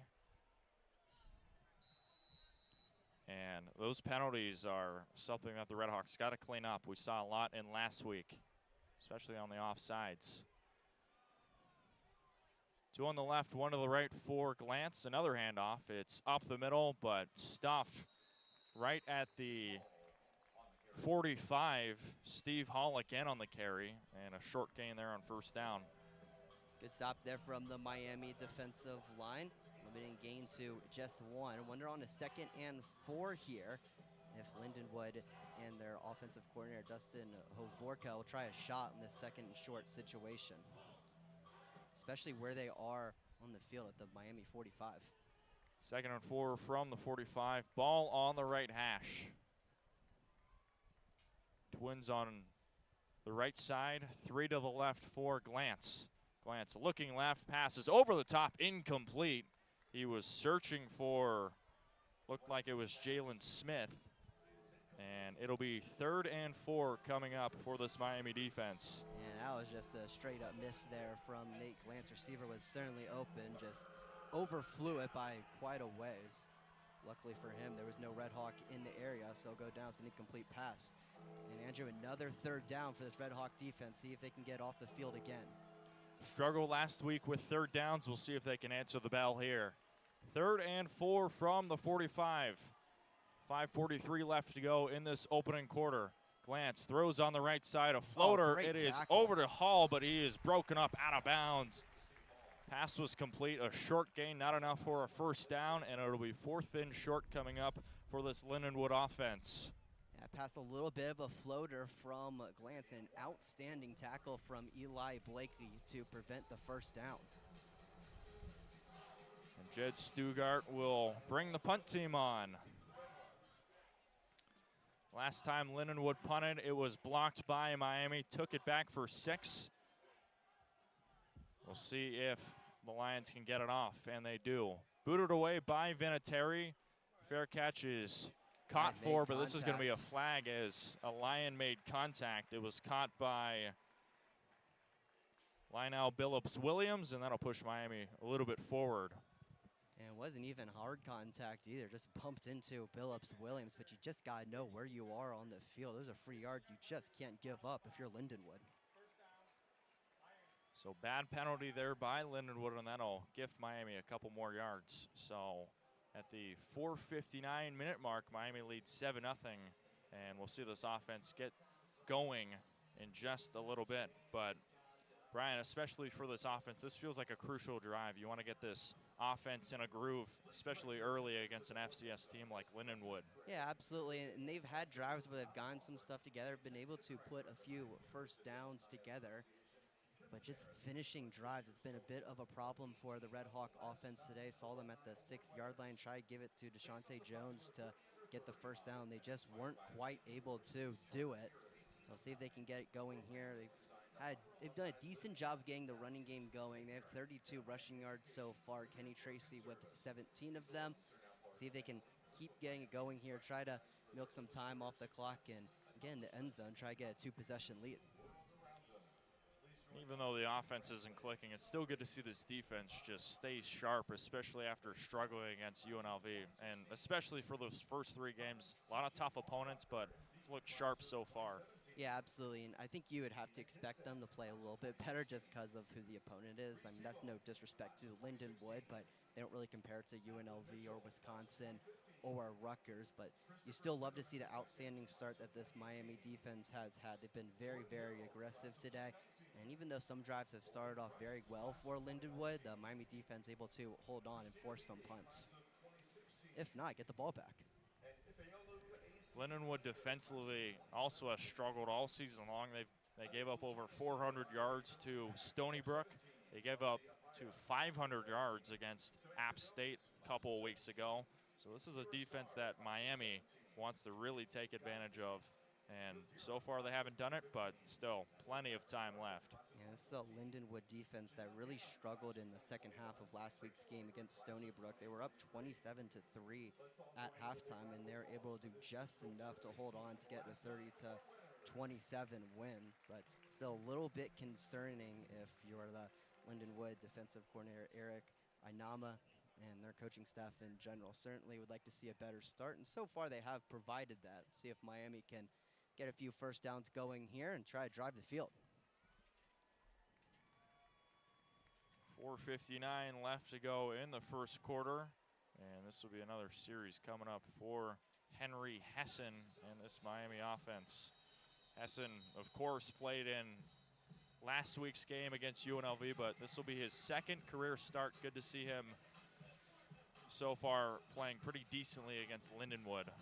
And his first start came a couple seasons ago at the end of the season, the Cure Bowl against Appalachian State. And for those that watched that game, you really can't tell how good of a quarterback he is, considering he played pretty much in a hurricane that game in Central Florida. So far, 14 passing yards for Henry Hessen, but he's got a cannon, threw for 134 last week against UNLV. 1st and 10 at the Miami 25 as Henry Hessen sets to go. Takes a snap. It's a handoff on the right side to Kenny Tracy, who barrels forward, shows some space, and he pushes forward enough for a first down. Gain of 12 on the play. Really nice run there from Kenny Tracy. Yeah, great start to the drive for the Miami RedHawks. Seen a few plays where Kenny Tracy starting to get going, starting to heat up a little bit. Already up to 29 yards in the day today. Try to feed him the ball a few more times. And a career high in rushing yards last week. 1st and 10 from the 37. 3 to the left, 1 to the right for Hessen. Sweep on the right side. It is Steen. Hessen will throw on the right side to Kenny Tracy. Pass complete right at about the 43-yard line. And this will be a gain of 6. It'll be 2nd and medium coming up.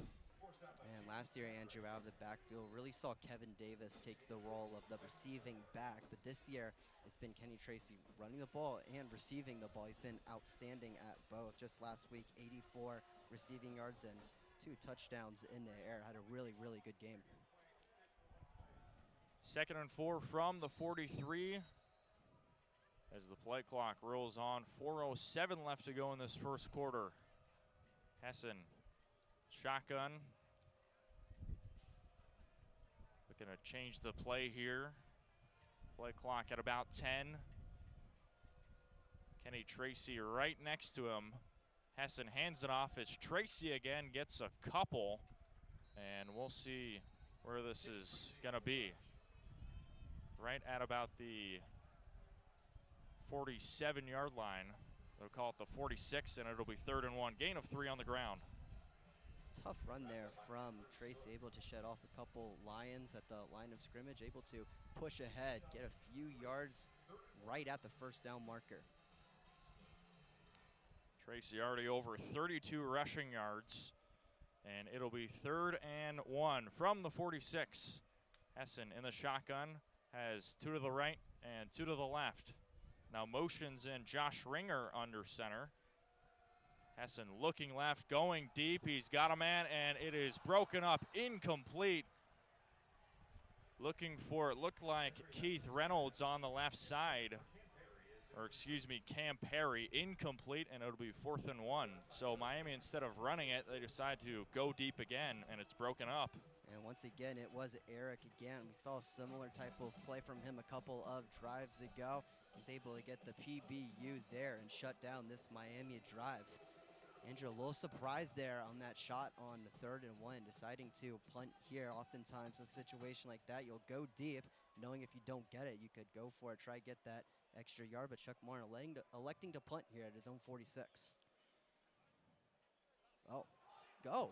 Almost had a fake punt, but instead Miami will officially punt this one away. Little relay getting close to the 1-yard line, and they knock it down right there.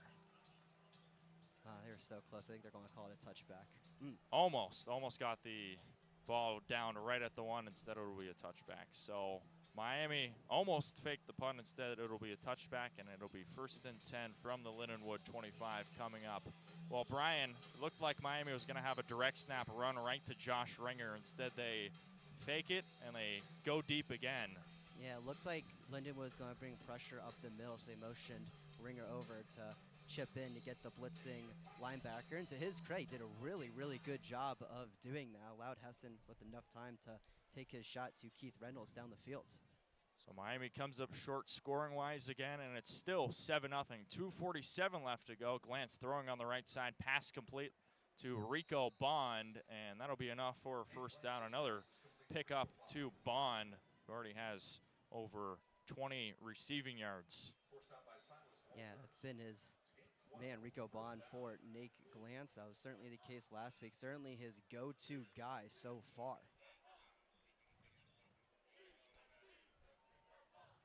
So it'll be 1st and 10 from the 32-yard line for Glantz in this Lindenwood offense. Glantz looking right, has a man, it's caught. This is Jalen Smith right at about the 45-yard line, and that's enough for a 1st down. So 2 passes, 2 1st downs. This Lindenwood offense starting to get into a groove, Bryan. Yeah, and each of the passes from Nate Glantz to start off the drive coming outside of the numbers. I know I've mentioned it a few times today, and I know I mentioned it a few times last week as well, but opponents love to drive the ball outside of the numbers against this Miami secondary, and if Miami keeps giving them room, they'll certainly allow it. Under 2 left to play in this 1st quarter. Fake handoff. Glantz trying to escape, and he is brought down. Tackle right at the line. And this will be 2nd and 10. Gain of none. Tackle made by Devin Bell. Yeah, great tackle there from Bell. The first designed run we've seen for Nate Glantz today. It looks maybe a little indecisive as soon as he kept that ball. Could be the difference between a gain and a loss. Good play there for Miami. 2nd and 10, throw on the right side. This pass close, and it looks like it's complete right close to the 1st down marker. Jalen Smith again, a gain of 8, and it'll be 3rd and 2 on the right side. And almost a spectacular closeout there from the true freshman Adrian Walker Jr. with a couple of starting Miami defensive backs out, and Caleb Martin and Luke Evans. Walker will have to step up today. 3rd and 2. Glantz fakes the handoff, going deep, over the middle, pass is incomplete, but we've got a flag searching for Jalen Smith, a tug on Miami's Coy Beasley, it looked like, and that'll certainly be defensive pass interference. Looks like it was actually Adrian Walker there. Yeah, and right after Walker almost made that really good closeout on that last play, Lindenwood going right at him, trying to be aggressive and pick up a big game. And the freshman making a little bit of a mistake there with the pass interference. May not be the worst penalty in the world. Looks like the receiver had a step or two on him, so you'd much rather get the 15-yard penalty than give up that big game, which potentially could have been a touchdown, but regardless, a learning lesson for Walker. 49 seconds left to go in this first quarter, and it's a handoff, 1st and 10 from the 33. A short gain there. Looked like it was Steve Hall on the carry, and it is. Gain of 2. So a few shots from Lindenwood to get the ball down the field. And once again, they're in Miami territory, but the RedHawks so far have been able to do a good job of shutting down the Lions' drives. See if they're able to do it again here. So another drive in Miami territory, second of the afternoon, and we'll see if Lindenwood can get points for the first time today. Miami leading 7-0 as this first quarter is blazing by. 30 seconds left to go.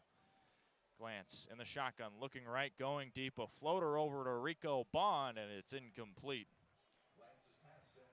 Really nice coverage there from Eli Blakey, the veteran DB, and it's 3rd and 8 coming up. And Blakey's going to have to play a massive, massive role today in the Miami secondaries. I mentioned Caleb Martin and Luke Evans, both typical starters for Miami in the secondary. They're both out today, so a lot more on the veterans' plate, and Eli Blakey makes a good play there to force 3rd down.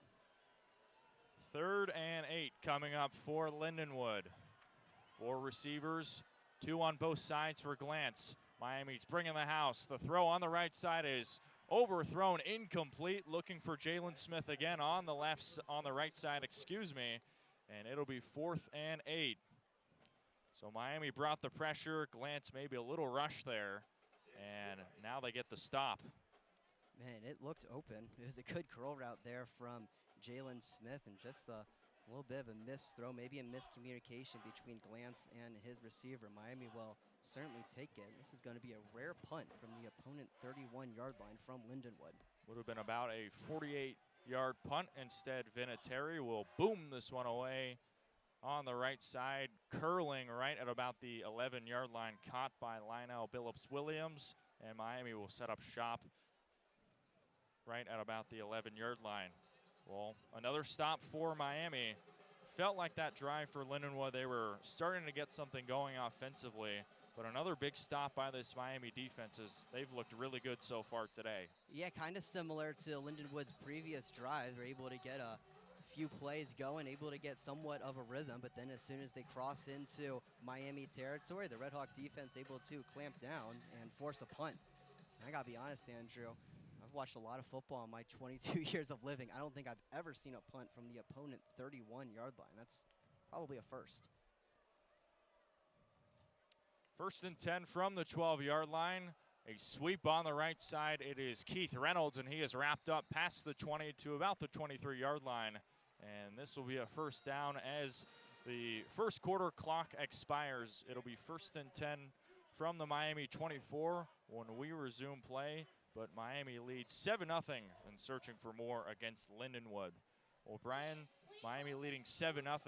Offense has been a little sluggish, but the defense has certainly been the star of the show today. Yeah, absolutely. After a little bit of a struggle last week against UNLV, Miami really stepping up defensively, especially when Lindenwood gets into their territory. Just need offense to finish this drive here, try to get up 14-0. We'll take a break as the mascots take the field. See Mr. Redlegs and a couple more taking the field. We'll take a break and be back in a moment here from Yager Stadium. Miami leads 7-0 over Lindenwood. We'll be back for the second quarter.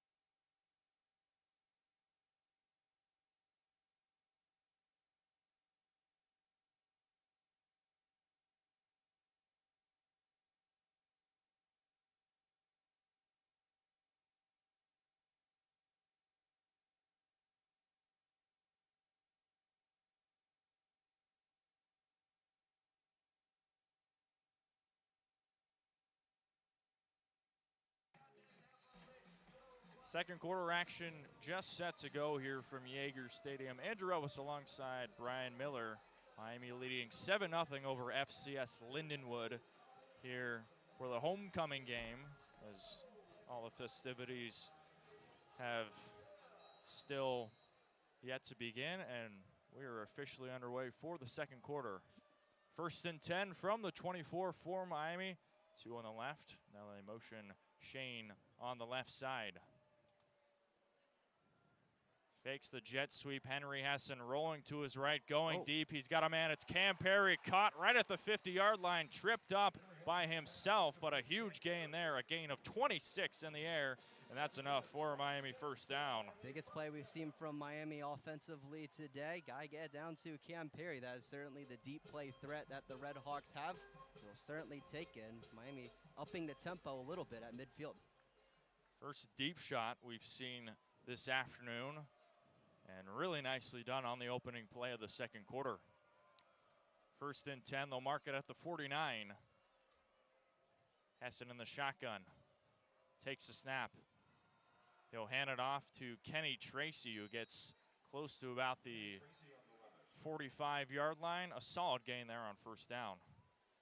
And so far the connection between Hessen and Tracy on their handoffs has been really, really good so far.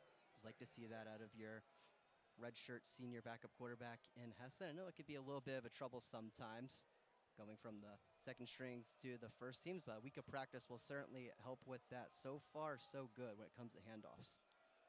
2nd and 6 from the 47 for Miami. Ball on the right hash, 2 on the right, 1 to the left. Hessen rolling right, he's got a man, it's Kenny Tracy, caught into stride, and he steps out of bounds, tiptoeing on the right side, past the 30-yard line and gets to about the 33. Yeah, everything on that play for Miami was floating towards the left side of the field. Besides Kenny Tracy, he scored it to the right and a lot of room in front of him. It's an easy first down. This Miami offense starting to roll again. Gain of 15 in the air. 1st and 10 from the 31 for the red and white. 3 receivers on the left, none to the right for Miami.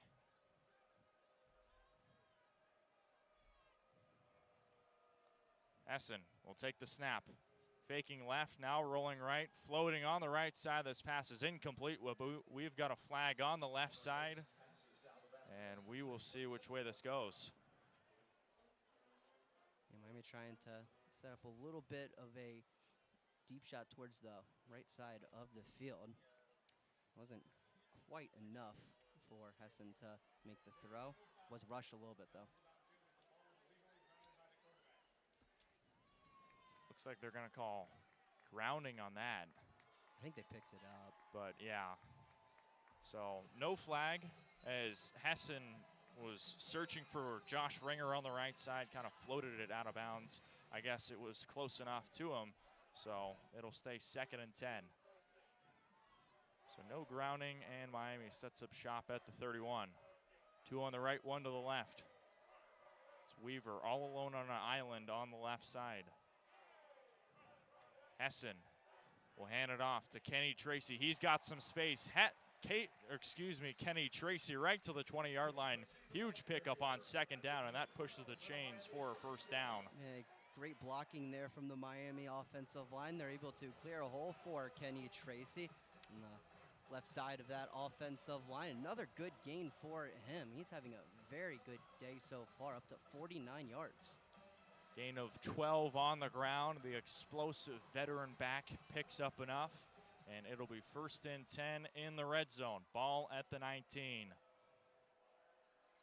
2 on the right, 1 to the left for Henry Hessen. Take the sweep. Hessen picks it up. He throws on the right side to Keith Reynolds, who gets stopped right at the line, and it'll be 2nd and long. So I was just saying that was a really good tackle there from Alex Dawkins. That could have been a big gain for Miami if he didn't make that nice open field tackle. Dawkins, the Itawamba Community College transfer, making the jump to Division I, makes a nice tackle in stride against Keith Reynolds. 2nd and 10 from the 19, gain of none on that pass completion. Hessen and the RedHawks trying to cash in offensively for the first time this afternoon. Play clock at 1, and they get it off right before it expires. A handoff to Kenny Tracy, who pushes forward in traffic for a little bit. And again, it'll be a gain of 3, and it's 3rd and 7. And 3rd downs for Miami offensively have been a bit of a struggle. 0 for 3 today. It's a 3rd and 7. Gonna be less room on the field to scheme guys open. Just have to trust your receivers here if you're Henry Hessen. 3rd and 7 from the 16. 4 receiver set for Miami. Hessen on the right hash, ball at the 16. Miami leading 7-0 here in the 2nd quarter. Hessen looking left. He's got a man, it's Cam Perry, and it is incomplete, a little bit underthrown there. And Lindenwood gets the stop on 3rd down. So Miami unable to hook up with Cam Perry for the 2nd time this drive, and this will bring the kicking team on with the ball at the 16-yard line. Yeah, trying to hit the fade route to Cam Perry. Certainly a good receiver for that route, and once again, it was Eric Gant for Lindenwood making the play. A little bit of an underthrow from Hessen as well. Dom Jobin set to kick this one away. This will be about a 33-yarder. Kick is up, and it is good. And Miami now leads 10-0 in the 2nd. A former first-team All-MAC kicker last year makes his first kick of the afternoon, and Miami puts on points for the 2nd time today. Certainly wish that could have been a touchdown if you're a Miami RedHawk fan, but glad to get points on the board and make it a 2-possession game officially. Well, you'll take what you can get. Points are points, and for Miami leading 10-0, it's again been the defense doing the heavy lifting, but feels like the offense, especially with that Cam Perry pass on a couple of other plays like that Kenny Tracy run, feels like this offense is really starting to chug in the right direction. Well, it started with the biggest play for Miami today, really their first explosive play today, the 25-yard pass to Cam Perry down the right side of the field. Take any drive that starts that way it's very, very likely it ends in a positive fashion. So getting more explosive plays going. We saw a ton last week against UNLV, saw a few plays like that against Rutgers as well. If you're able to get more of those kinds of plays to Perry or Keith Reynolds, will certainly take it if you're the Miami RedHawks. It's really just a matter of finishing drives at this point. Certainly so. And with 10:32 left to go, we will take a break here from Yager Stadium. It's 10-0 Miami over Lindenwood. We'll be back in a moment.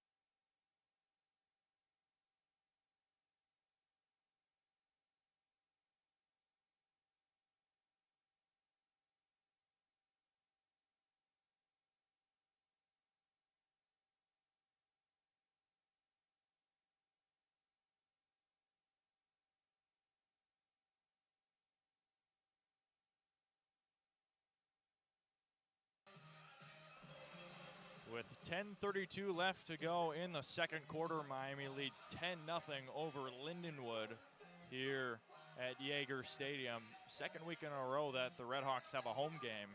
And with the homecoming game on tap today, it's good to see Miami continuing to play at home and searching for some home cooking. Yeah, a lot of alumni here. I believe it is alumni weekend this weekend, with it being homecoming. A decent crowd today, a decent student turnout as well. A lot going on in Oxford, especially with the Uptown Madness last night.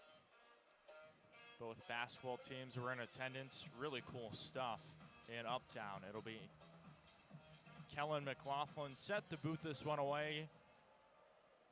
And he punches one, a line drive kick that floats into the back of the end zone for a touchback, and it'll be 1st and 10 at the 25 for Lindenwood. They'll set up shop at a solid spot. Now for Nate Glantz. He's trying to get this Lindenwood offense into the scoring column for the first time today. They've had a few drives where they've threatened Miami, especially that last one, but deciding to punt it on the 31-yard line, a little bit interesting. And we'll see how aggressive Jed Stugart and this Lindenwood offense can do.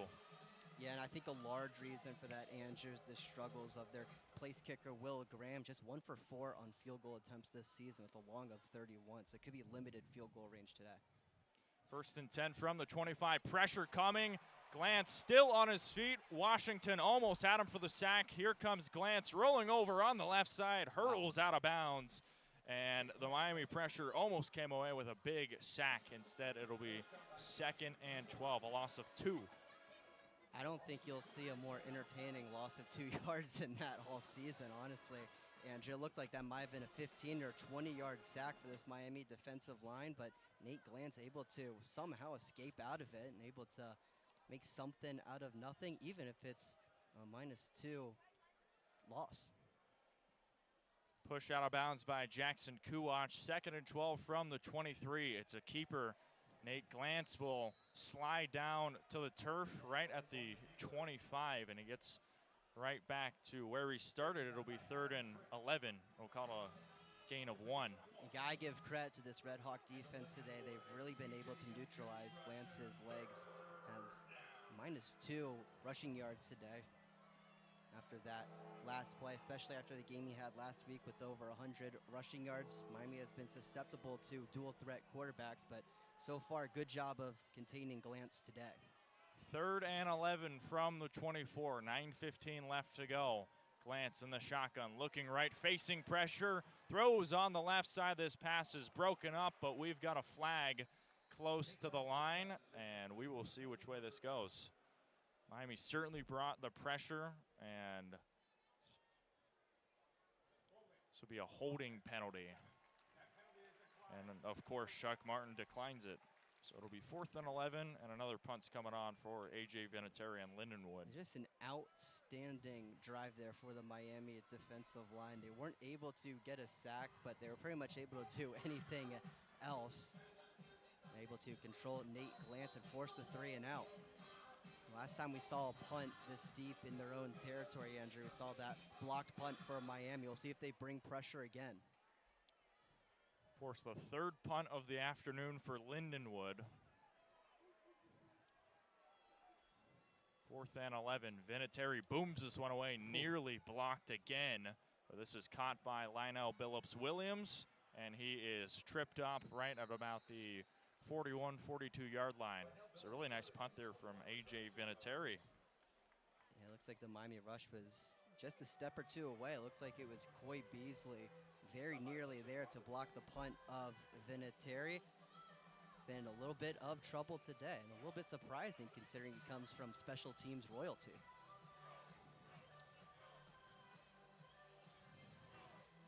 So Miami will have the football 1st and 10 from the 41, leading 10-0. But again, Bryan, it feels like we've been talking for a while. This feels like a drive that Miami should score on, and for sakes of momentum, they have to, especially against a scrappy FCS team like Lindenwood. Yeah, it really feels like Miami has dominated this game, both offensively and defensively. It just seems like the only problem. I know I've mentioned it a few times. I don't want everyone to get annoyed by it, but I'm just saying it seems like Miami's just having trouble finishing drives today. You're able to find the end zone here for the first time today as an offense, make it a 17-0 game. Feel really, really good as this first half starts to wind down. And that kind of felt like an issue in that UNLV game. You know, first half, Miami was cruising offensively, putting up, I believe it was 24 points. And then in that second half is when the offense kind of hit a lull. It was struggling to finish drives. They almost finished off UNLV, but a Kenny Tracy fumble at a crucial time stalled it away. The RedHawks are trying to get that first half offense in that UNLV game back today. And the biggest difference between the first and second half last week was obviously the change in quarterback going right from DeQuan Finn to Henry Hessen still developing that chemistry with his receivers and running back Tracy. Could take a little bit of time, but I think it's starting to progress as this game's going on. I'd love to see them reach that milestone of getting a touchdown together here against Lindenwood. And of course, no Daquan Finn today. Gotta be a precaution, especially against an FCS team. You don't want to risk the health of your star quarterback anymore. You know, give the reins to your backup Henry Hessen, who's an experienced guy in his 5th year. And Miami, once again, trying to get this offense on a roll, but they lead 10-0. Special teams was big. They came up with a scoop and score touchdown in the first quarter. And now let's see if this offense can put up points on a touchdown drive potentially. Yeah, special teams certainly doing their job, giving the Miami offense great field position here, starting at their own 41. Had a really good special teams in 2023. Really big game against Cincinnati where they blocked a potential game-winning field goal. And under Chuck Martin, they've always had a special teams unit. 8:56 left to go. 1st and 10 from the 41 for Miami. 2 on the right for Hessen. Shane motions on the right side, and Hessen will roll to the right.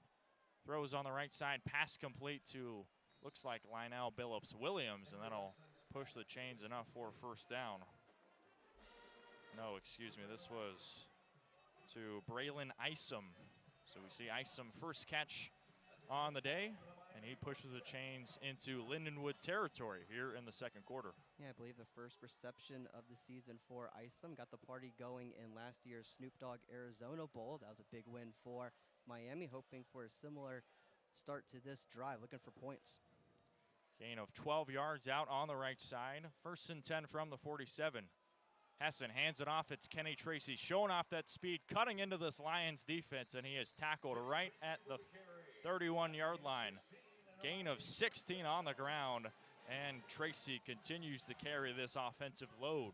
Man, I got to give a shout out to the quarterback Hessen on that one. That looked like a option kind of play, and as he was handing the ball off to Tracy, he took a shot, but you have to be willing to take some hits sometimes if you're the quarterback in a situation like that, especially if it results in a 16-yard gain. Tracy on pace for over 100 yards, already 68 rushing yards in this first half.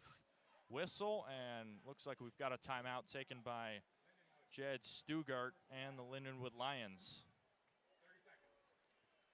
Yeah, Stugart must have not liked the formation that Lindenwood was in. And with Miami getting a couple of 1st downs to start off this drive, kind of gives the defense a little bit of a rest and a chance to reset. You really don't want to give up a touchdown here if you're Lindenwood, make it a 3-possession game, especially with the way their offense has been playing. And although Lindenwood's kind of threatened, they haven't really been able to finish off drives. Miami's defense has been really good today. They made some plays in last week's game, but just feels like the momentum so far is with Miami. And it's good to see Tracy really getting going, especially after tearing his ACL last year. 6th year guy. He's certainly earned all of his reps, and it's nice to see him getting on a roll here.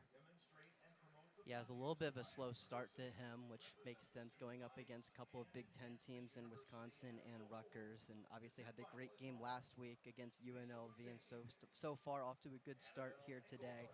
10 carries, 68 yards. Just love to see him get in the end zone. Feels like he really, really deserves it to get in the end zone for the first time today.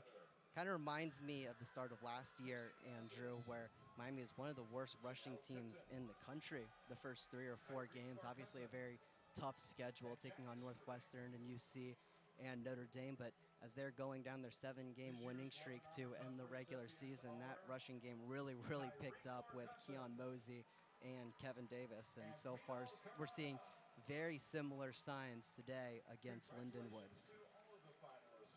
Yeah, and that was kind of the story in the 2023 season, too. It was Rashad Amos, who took a little bit to get going, but right in the heart of the season, he was a big rusher for this Miami offense. That's kind of the story for this Miami team over the years. It takes a little while for this team to get going, but once they get going, they're a dangerous team to stop. Yeah, certainly a theme with Chuck Martin.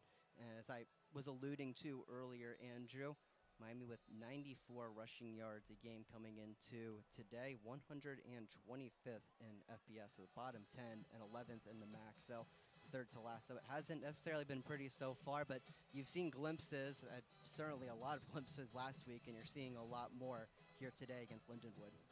Those numbers are definitely going to tick up, especially since you don't have any more Power 4 teams on the schedule.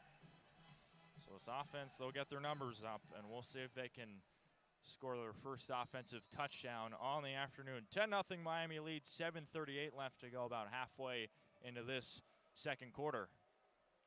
Ball at the 31, middle of the field here. Hessen changing the play under center as he switches Isom out on the right side. 4 receiver set, twins on both sides. Pressure coming, Hessen going deep on the left side. The pass is caught by Cam Perry, and it is into the end zone for a Miami touchdown. A 31-yard strike, Hessen to Cam Perry, and Miami leads 16-0 here in the second. Cam Perry, the big play threat for the Miami RedHawks. Saw a 25-yard catch for him earlier today. Another fade route for the Indiana transfer. This one ending up in a touchdown in Miami, finally in the end zone for the first time today, at least offensively. Extra point coming up. Dom Jobin set to boot this one away.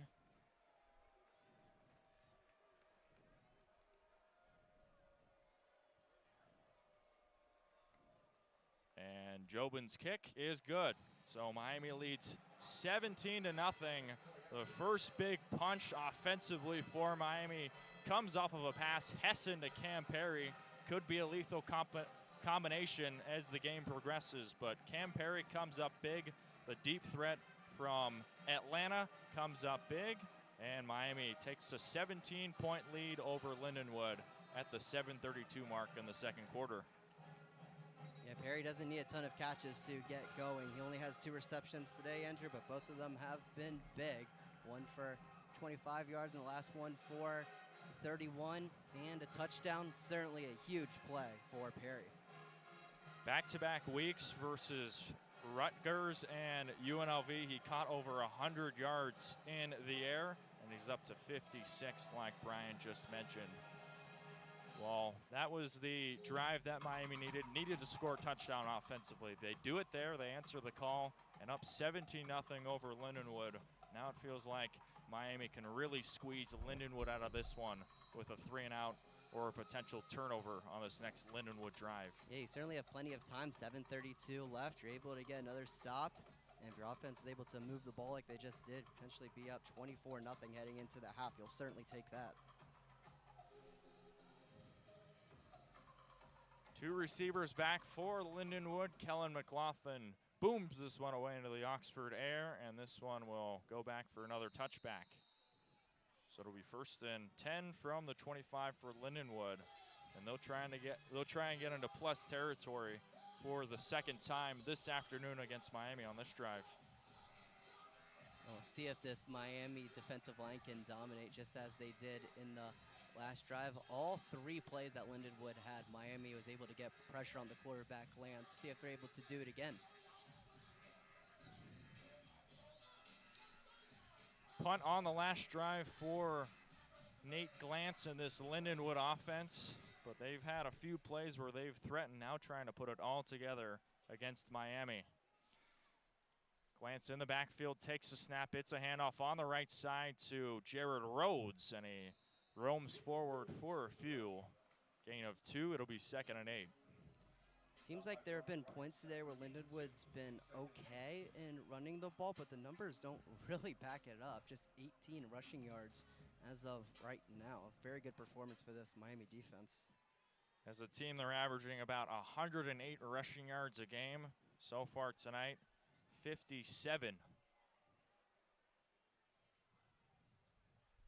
3 on the left, none to the right for Glantz. He throws on the left side, pass complete to Jalen Smith. Breaks out of a tackle, breaks out of another before he is pushed out of bounds right at the 30-yard line. Another short gain. It'll be 3rd and medium coming up. Yeah, setting up the screen there for Jalen Smith. Throws a little bit high from Glantz. We've seen some accuracy issues from him today. If that hits him around the chest, that could be an easy gain, but instead had to struggle a little bit. And it's another third down for this Lindenwood offense. 6:30 left to go in the second quarter and the first half. It'll be the ball at the 31 for Nate Glantz in this Lindenwood offense. 5 receivers set, 3 on the right, 2 to the left for Glantz. Looks quickly over to Crobath, and the pass is broken up, batted down, incomplete. Taken down in stride here by Miami's Coy Beasley. Forces the incompletion. It's 4th and 4, and out comes the punt team again for Lindenwood. Beasley having a heck of a game for Miami. Obviously, defensively, he's able to get the PBU on that last play and has the blocked punt earlier in this game as well to give Miami their first points of the day.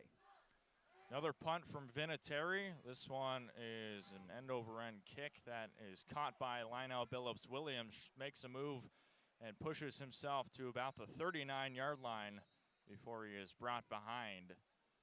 So another drive, another punt for this Lindenwood offense after putting up 27 points last week. It's a little bit frustrating, especially if you're a Lindenwood fan, to see this offense struggle like this. Yeah, past few drives have been a little bit rough for the Lions. Yeah, good job for the Miami defense getting the ball back to their offense rather quickly. Have more than enough time to work with 6 minutes left in the half. Certainly enough time for another touchdown drive, and Miami got all 3 timeouts, so they've got all the room to work with here in the second quarter. And the way Cam Perry's been playing, you really don't need that much time at all. You could do it in one play. 6 minutes left to go, ball at the 40, play clock at 10. Hessen motions Reynolds on the right side, and instead will hand off to Kenny Tracy, who gets about 1, maybe 2, and he's brought up quickly. Sanjay Strickland on the tackle, former Colorado State Ram. It'll be 2nd and 8. Gain of 2. The 2nd and 8, as you mentioned, Andrew. Few options for Miami. You've been running the ball all right. You could try to throw it here as well. Really, anything in the playbook is open. 2nd and 8 from the 42, ball in the left hash for Henry Hessen. 6th-year quarterback. It's a handoff to Keith Reynolds. Breaks out of 1 tackle, shows off the brakes, shows off the speed, and he makes something out of almost nothing on that play. Yeah, that could have really been something there for Keith Reynolds, but one of the Lindenwood Lions in a bit of a spin cycle, but able to, or sorry, I should say not able to get out of the way from the second chance tackles from Lindenwood. So only a gain of 1 and a 3rd and 7 for Miami. Former Washington Husky there making a nice play, gain of 1. 3rd and 7 from the 43. 2 on the right, 1 to the left for Hessen. 4:42 left to go in the first half. Hessen claps once, receives it, looking left. He throws on, searching for Keith Reynolds, close to the Miami sideline, incomplete. It'll be 4th and 7, and the Miami punt team will come on once again this afternoon. Man, not a ton of room there for Henry Hessen. I mean, just a little bit too far into the sidelines, but Keith Reynolds getting a little bit of separation. Would have taken a nearly perfect throw from Hessen, though. Ball falls incomplete, and it will be a 3 and out for Miami. Tough drive there for the RedHawks. They still lead 17-0, and this one is kicked away by Pierce Stainton. Fair catch is called for by C.J. Bennett, and it'll be 1st and 10 at about the 10-yard line for Lindenwood. 4:26 left to go. Miami leading 17-0, but another stalled out drive. Would be worse if you didn't score a touchdown, but you scored the touchdown. Offense feeling pretty good about themselves, and that's something you just got to kind of move forward quickly here. Yeah, just kind of want to bury that last drive if you're Miami. I guess the positive thing there is that you had good field position, so if you're able to pin back Lindenwood inside of their own 10, you get another quick stop here defensively. Should have another short field to work with. Lindenwood's had the ball in the Miami side of the field only once in this game, and they're trying to push it for the second time. First play, a handoff on the 10-yard line. It is Jared Rhodes who gets about to the 12-yard line. And it is 2nd and 8. Gain of 2. And Rhodes having a little bit of a tough outing so far. Just 7 yards on the day today. And once again, the Miami defensive line getting a good stop. Rhodes had a season high in rushing yards last week, 85 yards on the ground against Stony Brook, and Miami has kept him quiet so far. 2nd and 8 from the 12. Fakes the handoff, glance, trying to make something out of nothing, and he is tackled down by Jackson Kuwach, the former Ohio State Buckeye. Gain of 1. It's 3rd and 7, deep in Lindenwood territory. And Kuwach having a great season for this Miami defense. Had to sit behind a couple of outstanding linebackers in Matt Salopek and Ty Wise, but just waiting for his opportunity. He has gotten it this year, and he has certainly made the most of it. The former Lakota West High School alum and Marymount Junior High alum. I see you, Jackson. 3rd and long from the 13 for Lindenwood. 3:11 left to go in this first half. Play clock at 5. Glance waiting for this one to go all the way down, and he receives a snap. Glance under pressure, and he is swallowed up by a sea of RedHawks. 5 RedHawks were there. They take him down. A sack, loss of 2 on the play, and it'll be 4th and long. 4th and 9. First sack of the afternoon for Miami. Great play on 3rd down. Man, and this Miami defensive line is really just starting to dominate the Lindenwood offensive line. Looks like Adam Trick was the first to get there. We haven't called his name a ton today, but he's always a threat to make a great play defensively. He's able to do it there on 3rd down. Gets his 3rd sack on the season. Got the first 2 versus Wisconsin. 4th and 9, loss of 2 on that play. And it'll be Lionel Billups-Williams tracking this one down as he has to sprint back at about the 35-yard line. He'll pick up past the 40 and get close to the 45, right at the 44-yard line. So nice reception there from Billups-Williams, and Miami will set up shop at a nice spot close to midfield. A very good return there for Billups-Williams. As mentioned, Andrew had to sprint back to receive that punt, kind of like a center fielder getting a ball in the left center gap, but he's able to do it and make a nice return out of it. A lot of people say that punt returning is the toughest thing to do in football, just because you never know how that ball is going to spin around, and could be tough to retrieve from the air, but a great job there from Billups-Williams, making it look easy.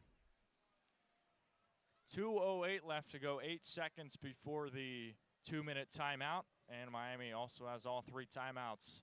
1st and 10 from the 44, a rush up the middle, and it'll be Kenny Tracy.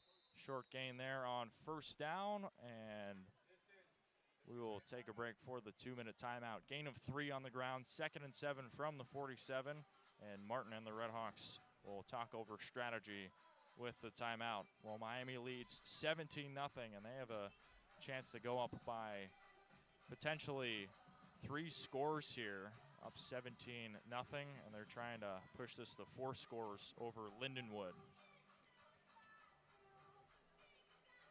Yeah, one more chance for this Miami offense to get some points on the board before heading into the half. Lindenwood with 2 timeouts. They wasted one a little bit earlier in this quarter on defense.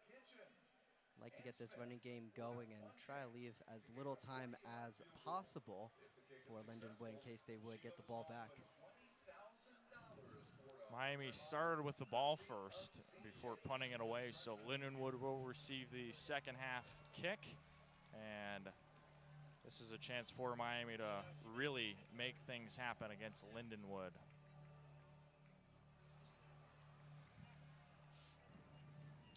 As a reminder, at the halftime break, we'll turn it over to Jake Zirolli for the Red Hawk Radio halftime show. He'll give you stats and analysis, a look at the loaded top 25 slate, along with a full max slate, along with some keys to the games and many more. So stay tuned for that. Should be an exciting listen at the halftime break.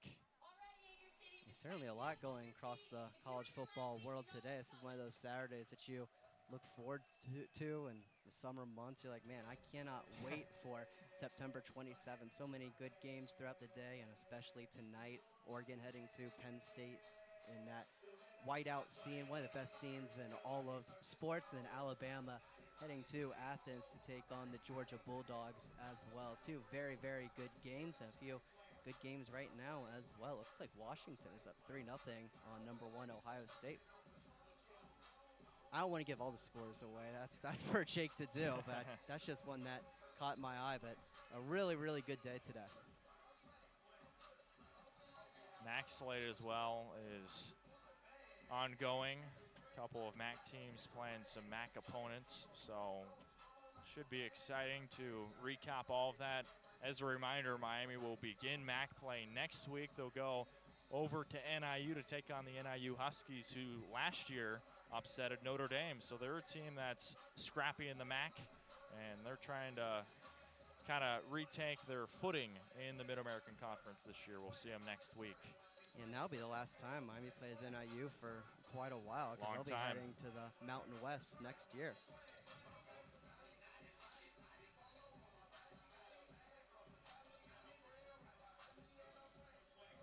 They call it a gain of 4 on the ground, and we are officially back into play. 2nd and 6 from the 48 for the red and white.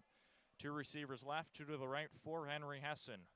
Tracy in the backfield with Hessen in the pistol. Hessen claps once. He hands it off to Kenny Tracy, who bulldozes on the right side to about the 48-yard line. And he gets close to the first down marker. So it'll be 3rd and 2, gain of 4, or excuse me, a gain of 2 on the ground. And Lindenwood and their head coach Jed Stugart now electing to use a timeout there just in case they were to get the ball back. If they get stopped here on 3rd down, we'll see if they try to. They have 2 left. 1:28 left to go in the second quarter, 3rd and 2. Hessen throws on the right side, passes incomplete.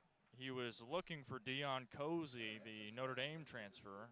Incomplete. 4th and 2. Play clock, or excuse me, the game clock at 1:20, and Miami will have to punt it again. Yes, and try and go up the sideline for the former Irish player Dion Colsey, but just a little bit late in getting it to him. And you see a guy wide open down the sidelines. That might mean it's too late, actually. Just get him 1 second earlier, and then it might be a completed pass, but another bit of a disappointing drive for this Miami offense. Another punt here for Pierce Staten, the former USF Bull. Boots this one away inside the 10-yard line, and it is fair caught for right at about the 9-yard line, maybe 10 for Lindenwood. They'll have the ball. They'll have to march the entire way with about 73 seconds left. It'll be a tall task, and we'll see if Miami can get one more stop before we head into the halftime break. Well, looks like we have a flag on the field. So this will push Lindenwood back a little bit. It'll be holding on the return team, so it'll push Lindenwood back even more. This will make life even tougher. Ball at the 5. Went from the 10 to the 5, so yeah, as you mentioned, Angelo, it'll be even more difficult for the Lions. Only have 79 yards of offense coming into this play, so they'll have to more than double their output to find the end zone. And with the kicker and Graham that has struggled this season for the Lions, they might have to go the entire length of the field. 1:13 left to go in the first half. Backs against the wall here for the Lindenwood Lions and Nate Glantz. Glantz going deep on the right side, searching for Crobath, and it's incomplete. Coverage there, Silas Walters. Trying to go deep again. Walters just covering up Crobath there. He's having a very, very good game so far. 5 seconds go off on that play, and it's 2nd and 10. 1:08 left to go at the 5-yard line. Ball on the left hash here for Glantz. Fakes the handoff, will keep it himself. Glantz right at about the 10-yard line, brought down by a couple of RedHawks. And it'll be 3rd and medium coming up, under a minute left to play. And Miami will use their first timeout off of that run. The thing about Lindenwood going deep on that first play is that was an incomplete pass. Miami doesn't have to use one of their 3 timeouts. So assuming they get a stop here on 3rd and 5, you could have 1 extra timeout to use in your last drive to try to get some points on the board. Potential to get into the 20s, and with the way this Miami defense has been playing, you almost want to reward this defense with some more, since they've done such a good job limiting this Lindenwood offense to under 100 yards. They put up 465 total yards of offense in last week's game against Stony Brook, where they won 30-27. This week it has been quiet. It's been really night and day for this Lindenwood offense. 3rd and 5 at the 10. Ball back at the original spot before the flag. Glance throwing on the left side. Pass is popped up in the air, incomplete. Searching for Jalen Smith on the far side, and it'll be 4th and 5. Another punt coming up for Lindenwood. And another incomplete pass, so Miami will not have to use a timeout. They'll have 58 seconds left to go down the field, and a couple of timeouts as well. Tony Coleman Jr. breaks up the pass, 4th and 5 from the 10. And A.J. Vinatieri, son of Adam Vinatieri, will be asked to punt it away again. He's been busy in this first half. Vinatieri, high punt. Bounces at about the 50, scooped up by Lionel Billups-Williams at about the 45, 40-yard line, and Billups-Williams steps out of bounds right at midfield. And Miami bringing some pressure from the right side of the line of scrimmage on that punt.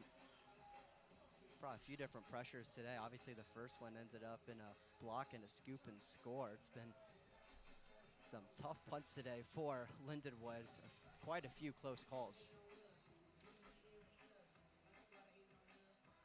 6 punts for Vinatieri. He has been a man on a mission here for Lindenwood. 1st and 10 from the 54, Miami. 49 seconds left to go. Ball on the left hash. Henry Hessen looking right. He throws on the right side. Pass complete to Brady Simmons as he pushes it into plus territory, and Chuck Martin will take a timeout. Gain of 9 on the play. 30-second timeout for Martin. Yeah, not quite a first down for the RedHawks, so the clock would have been running, so smart timeout there for Chuck Martin. And for Brady Simmons, his first reception of the year, the Indiana transfer making his first reception as a RedHawk.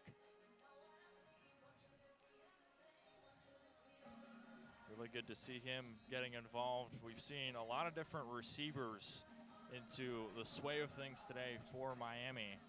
Saw, of course, Perry, but we saw Isom, we saw Weaver, we've now seen Simmons, we've also seen Shane. So a lot of cast of characters getting involved offensively for Miami. That's good to see, especially with conference play coming up. You want all those guys to get some experience. Yeah, absolutely. Looks like 7 RedHawks have caught a ball today, and 8 have been targeted, with Dion Colsey getting a target earlier in the game. 2nd and 1 from the 41. 43 seconds left to go in this first half. 3 on the left, 1 to the right for Henry Hessen. Claps once, claps again. Receives it for the 3rd time. Hands it off right side. Kenny Tracy makes a man miss. Surging forward on the right side, past the 25-yard line, close to the 20.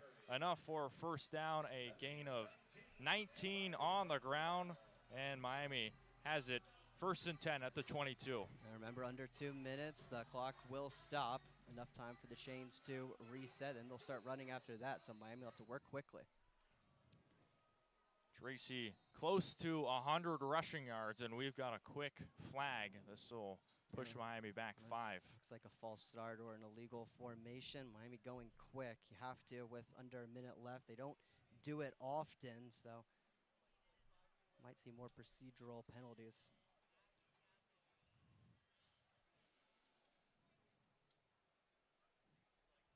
Doesn't look like Chuck Martin is very happy. I'm not sure if it's at the officials or his team.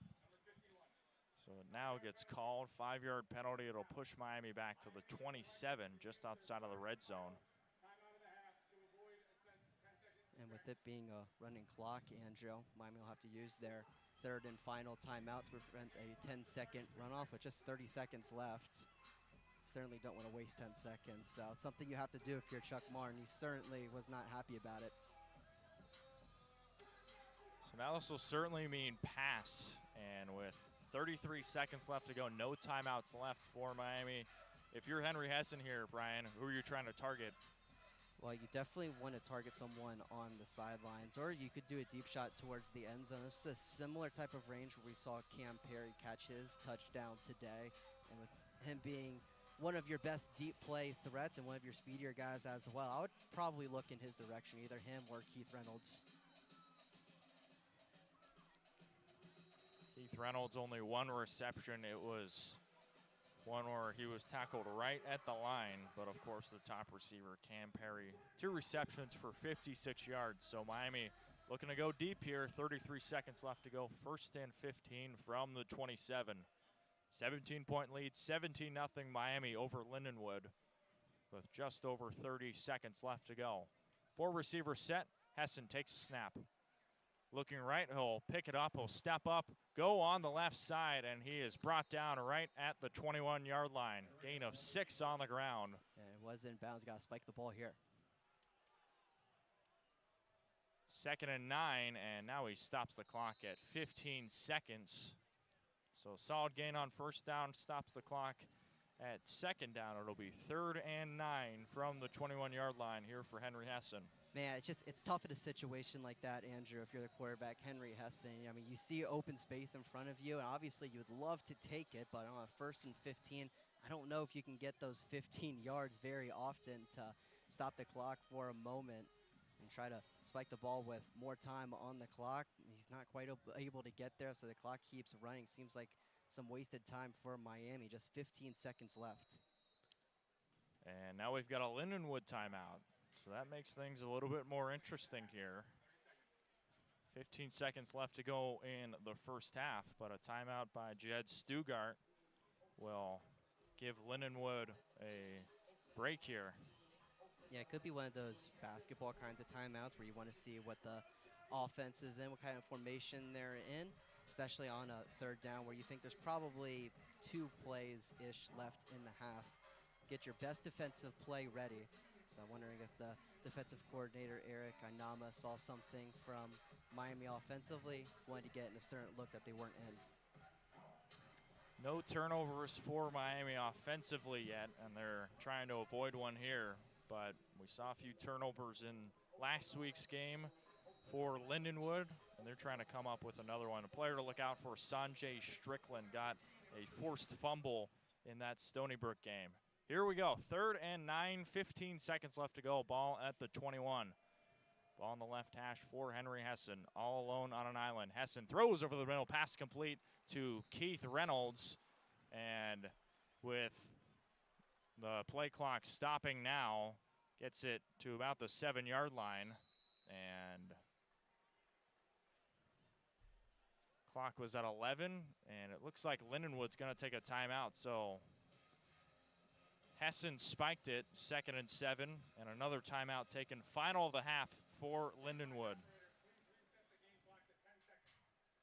And now they'll take off a second, go from 11 to 10 for Miami. A really, really good job there from the RedHawk offense to get everyone up to the line of scrimmage quickly. Saw 3 receivers towards the near side of the field, lined up parallel to the sidelines. Doesn't really matter how it looks as long as you get set. And now we've got one more timeout for Lindenwood. So everybody's used all their timeouts with 10 seconds left to go. Likely 2 plays here for Miami, 2nd and 7, 2nd and goal at the 7. Good spot to be for Miami, but you got to make these plays count. Yeah, it looks like you have 2 plays to get it to the end zone if you're Miami. I think you're well within Dom Jobin's field goal range. So just take 2 shots at the end zone. Try to get it to your best playmaker. I'd try to get 2 shots to Cam Perry here. I think that slot fade for Perry has been very effective today. I'd run it 2 more times, see if it works again. Eric Gant, the safety for Lindenwood, has stepped up huge 2 or 3 times today. We'll see if he could do it once more to try to force a field goal here for Miami. San Diego native, he has been a star for Lindenwood all season long. 2nd and goal at the 7, 10 seconds left to go for Miami. Kenny Tracy was in the slot, then moves to the right. Hessen looking right, 2nd and goal. Hessen throwing on the left side, pass in the back of the end zone, dropped by Dion Colsey. Would have been a sure touchdown if he caught it and got 2 hands on it. Instead, he drops it. And it will be 3rd and goal coming up. Man, just a great play there from Henry Hessen, moving around in the pocket, forcing enough space to make a throw, and he found Dion Colsey wide open in the end zone. Everything was there but the catch, and Miami will have to settle for a field goal. 5 seconds went off of that, so 5 seconds left, and it'll be another kick for Dom Jobin. Jobin has been good today, already made 1. Kick is up, and it knocks off the right bar, and Miami can't make the easy field goal. Would have been a field goal of 24 yards. Instead, they missed the field goal wide right off the right bar, and with 1 second left to go, that'll surely end the first half. And it looked like it was not a clean hold from Carter Holden. I don't know if it was an issue on the snap or just a clean botch on the hold. We saw that the last play of last week's game against UNLV, a missed hold from Mr. Holden that ended the game and ruined the potential 57-yard field goal attempt to tie up the game, and more special teams trouble on the field goal operation. Tough there for Miami. Would have given them a 20-point lead. Instead, it's 17-0 Miami over Lindenwood. And as Lindenwood kneels it, that'll end the first half. A first half that Miami feels like they could have had a lot more, opportunities offensively, especially with points. That missed field goal certainly not helpful, but the RedHawks leading 17-0. Bryan, it's felt like this Miami team has controlled all aspects of the game so far. They just need to clean up a few things in this second half coming up. Yeah, I definitely agree with that assessment. Miami really dominated the first half offensively, defensively, and on special teams. And as you mentioned, Andrew, it's really just a manner of finishing drives, whether it's turning field goals into touchdowns or making field goals when you have the opportunity to. But gotta give credit to this Miami defense, man. They've really stepped up today after a tough game last week against UNLV. Obviously, third downs were very tough for Miami last week. They are last in the FBS in giving up third downs, but today, Andrew, they have not allowed a single third down conversion on 7 attempts. So just an outstanding job for this RedHawk defense on third down. First half for Lindenwood, they had over 50 passing yards in the second quarter for Miami. They keep them to 3 and only 7 rushing yards on the ground. This Miami defense really stepped up in that second quarter. Well, we'll take a break. We'll hand it over to Jake for the RedHawk Radio halftime show. Stay with us. You're listening to Miami football on RedHawk Radio. Miami leads 17-0 over Lindenwood.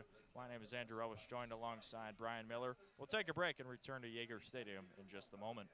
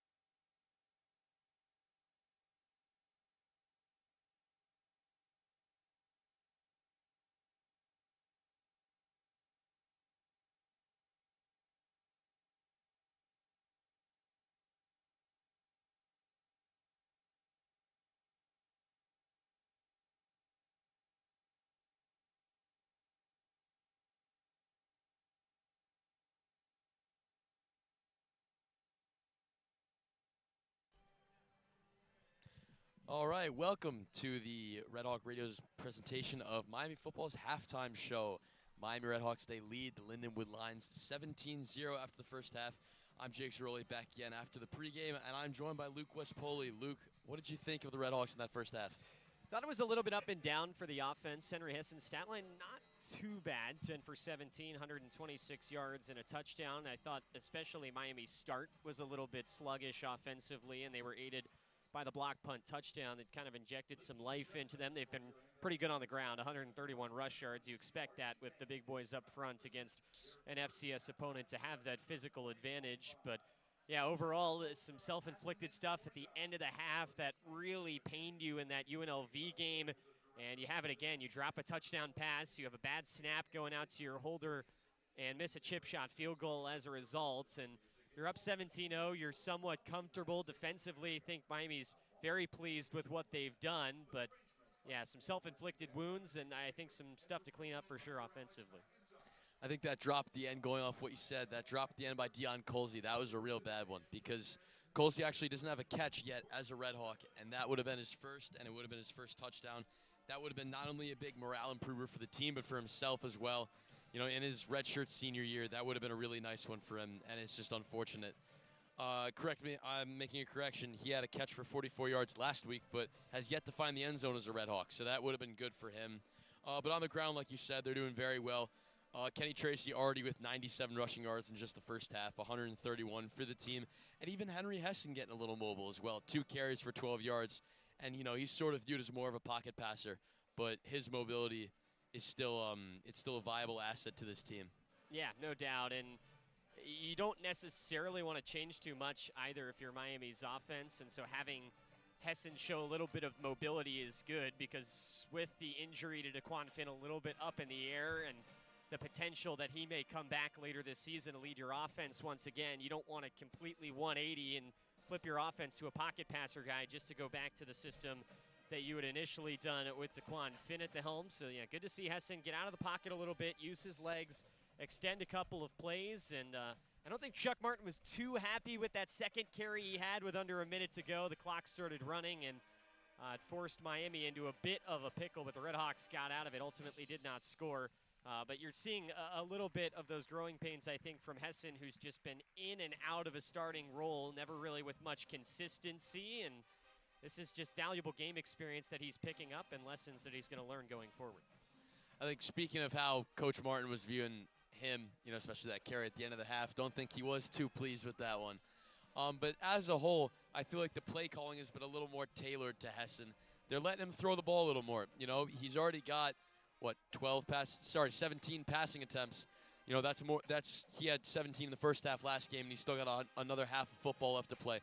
They're definitely more comfortable with him throwing the ball than they were last week, and I think that's not only a sign of him settling into the offense as the new starter for however long DeQuan Finn will be out, but it's also a mark of Coach Martin's trust in him and offense coordinator Pat Walsh being comfortable with, you know, letting him throw the ball, letting him uncork a deep one every now and then. He had that long catch for Cam Perry for 31 yards earlier on.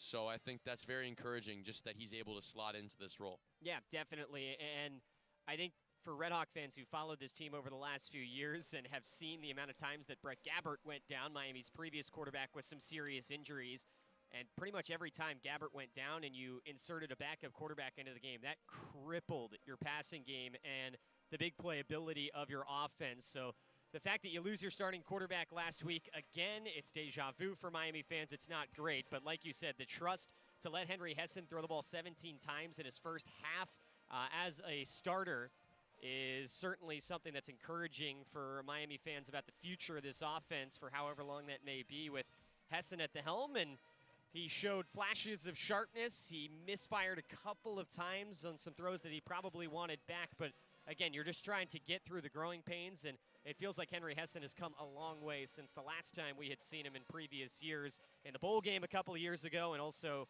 in some garbage time situations last year, he looks much, much more comfortable and much sharper. Moving on to the defensive side of the ball. Miami's star tackler today is Jackson Kuwatch with 6 tackles, 4 of them solo, and even a tackle for loss solo.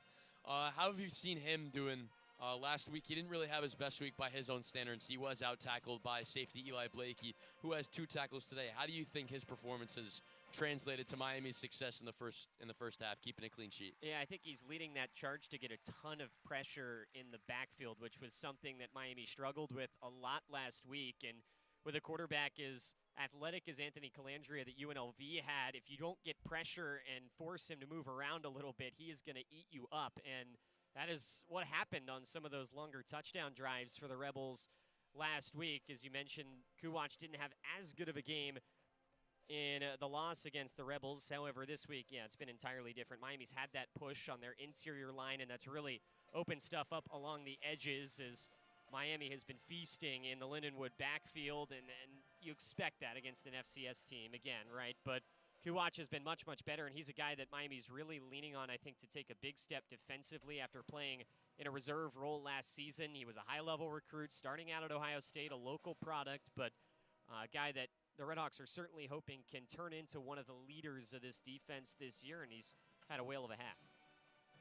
I think sort of what you're saying about the comparisons between Anthony Calandria last week, who RedHawk fans have nightmares of, and Nate Glantz. You know, Glantz last week had 13 carries for 104 yards and a touchdown. He's got 5 rushing touchdowns this year, which is the same amount of passing touchdowns he has. He has 10 total touchdowns this year. Just because he's playing for FCS Lindenwood does not mean that he's not going to be an explosive player. And I think that Kuwach leading the charge and getting pressure to him, and not only flushing him out of the pocket, but just shortening the amount of time he has to make decisions, that's been key in keeping Lindenwood scoreless. Kuwach actually adding a sack as well as McWood as well. Oscar McWood with a sack as well. The loss of Roosevelt Andrews. Roosevelt Andrews out today. How do you think that's impacted their front seven? It doesn't look too much different. You know, they're still getting to the quarterback.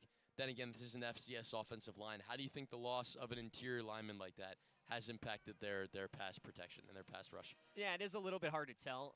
You know, like you said, against an FCS team, I think you just have such a tremendous physical advantage that has certainly been palpable through the first 30 minutes of the game. But it is a big loss for a Miami team that has kind of had a revolving door of really good interior defensive linemen over the last few years. And RedHawks have caused a lot of havoc in opposing backfields over the past couple seasons, and that's what's led to a defense that really thrives off forcing turnovers. And another side of that is Miami's secondary is really beat up headed into this week. You're without Luke Evans, of course, and you're losing a couple DBs. And for the RedHawks, they did get the interception from Silas Walters in that first quarter. You ultimately weren't able to do anything with it, but you're still causing havoc. You're showing a little bit of that defensive depth, both on the interior and along the outside. And I think that's very promising because, to a certain degree, that first quarter is indicative of how Chuck Martin teams play. If your offense has not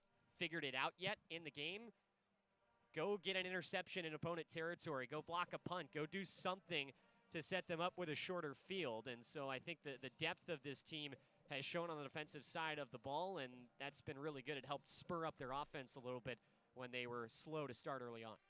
Right, that early pick six from Silas Walters was absolutely huge.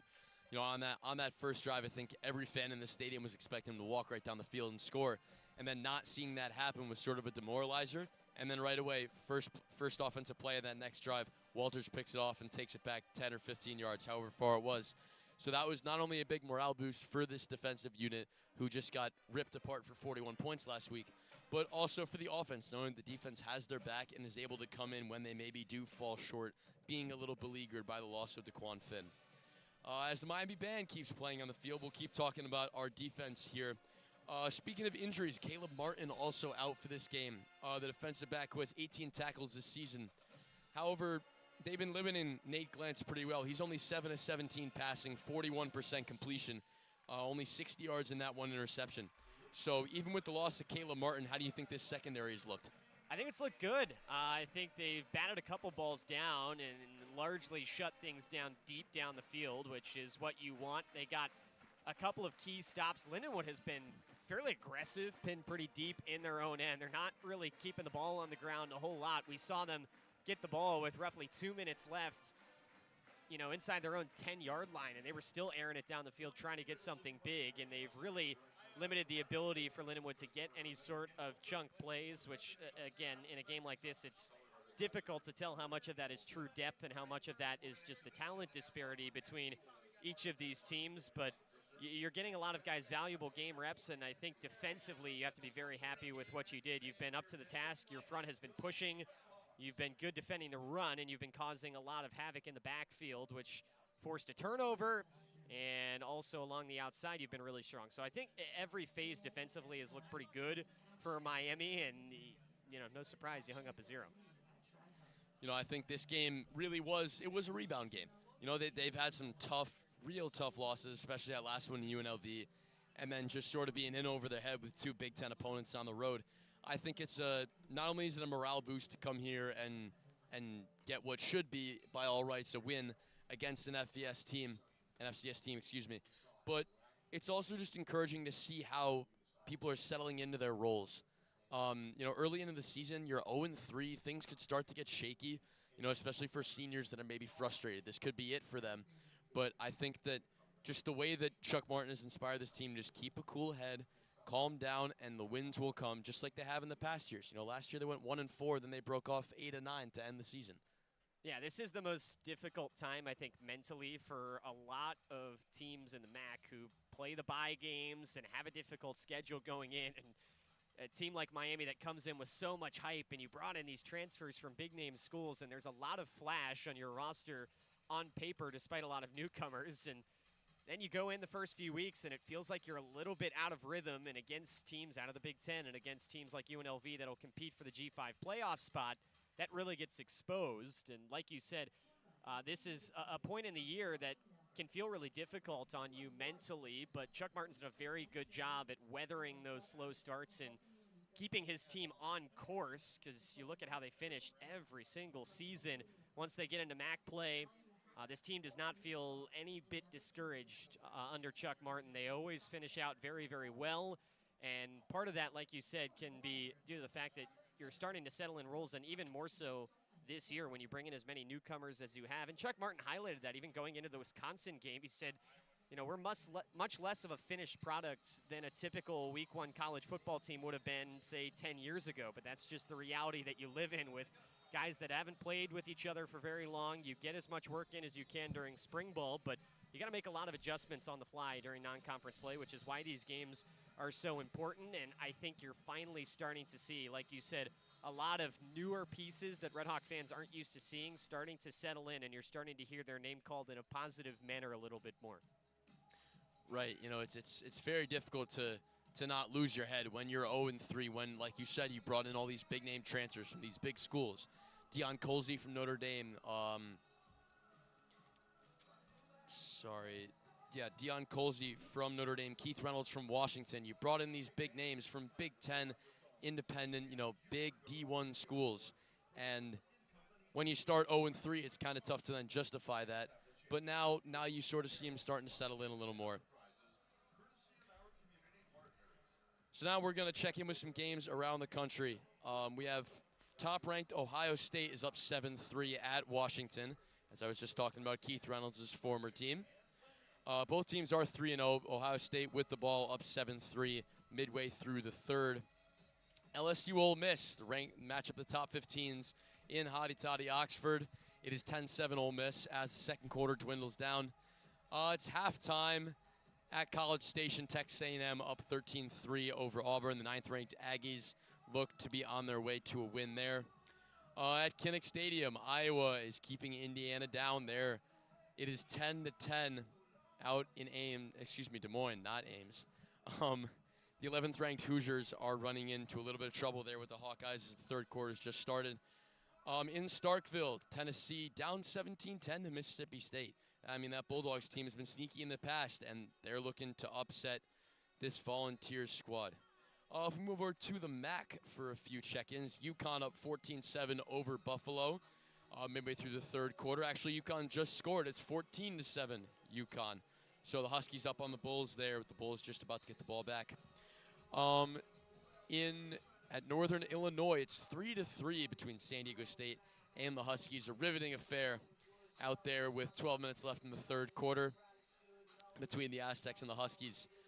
In the Ohio Derby, Akron and Toledo. Toledo having their way over there at the Glass Dome. They are up 35-3 over the Zips. So a big MAC game there. between two MAC stalwarts. Bowling Green, Ohio went final. Ohio winning 35-20 over the Falcons, getting to 1-0 in the MAC and 3-2 overall. Bowling Green dropping to 2-3 and 0-1 in the conference. And the last finished game here in the MAC is the Michigan Derby. Eastern Michigan falling to Central Michigan 24-13. The Chippewas getting a win, getting to 3-2. Eastern Michigan drops to 1-4. As the second half's about to get started here, Luke, any final thoughts before we get into our third quarter? I think defense is trying to just keep doing what they did in the opening 30 minutes. And offensively, I think halftime came at a good point. You like the effort that you saw from your team, but I think they're a few small tweaks away from really blowing this game open and get in the locker room, get to watch some stuff on film and make those necessary adjustments. I think that if the RedHawks execute and the effort is as good as it was in the first half, we will see Miami have no issues in the second half. All right, we are about to get started here in the second half. It is 17-0 RedHawks, and we will see you again at postgame. Going to hand it over to Andrew and Bryan now. You're listening to a presentation of Miami RedHawk football on RedHawk Radio. Stay tuned.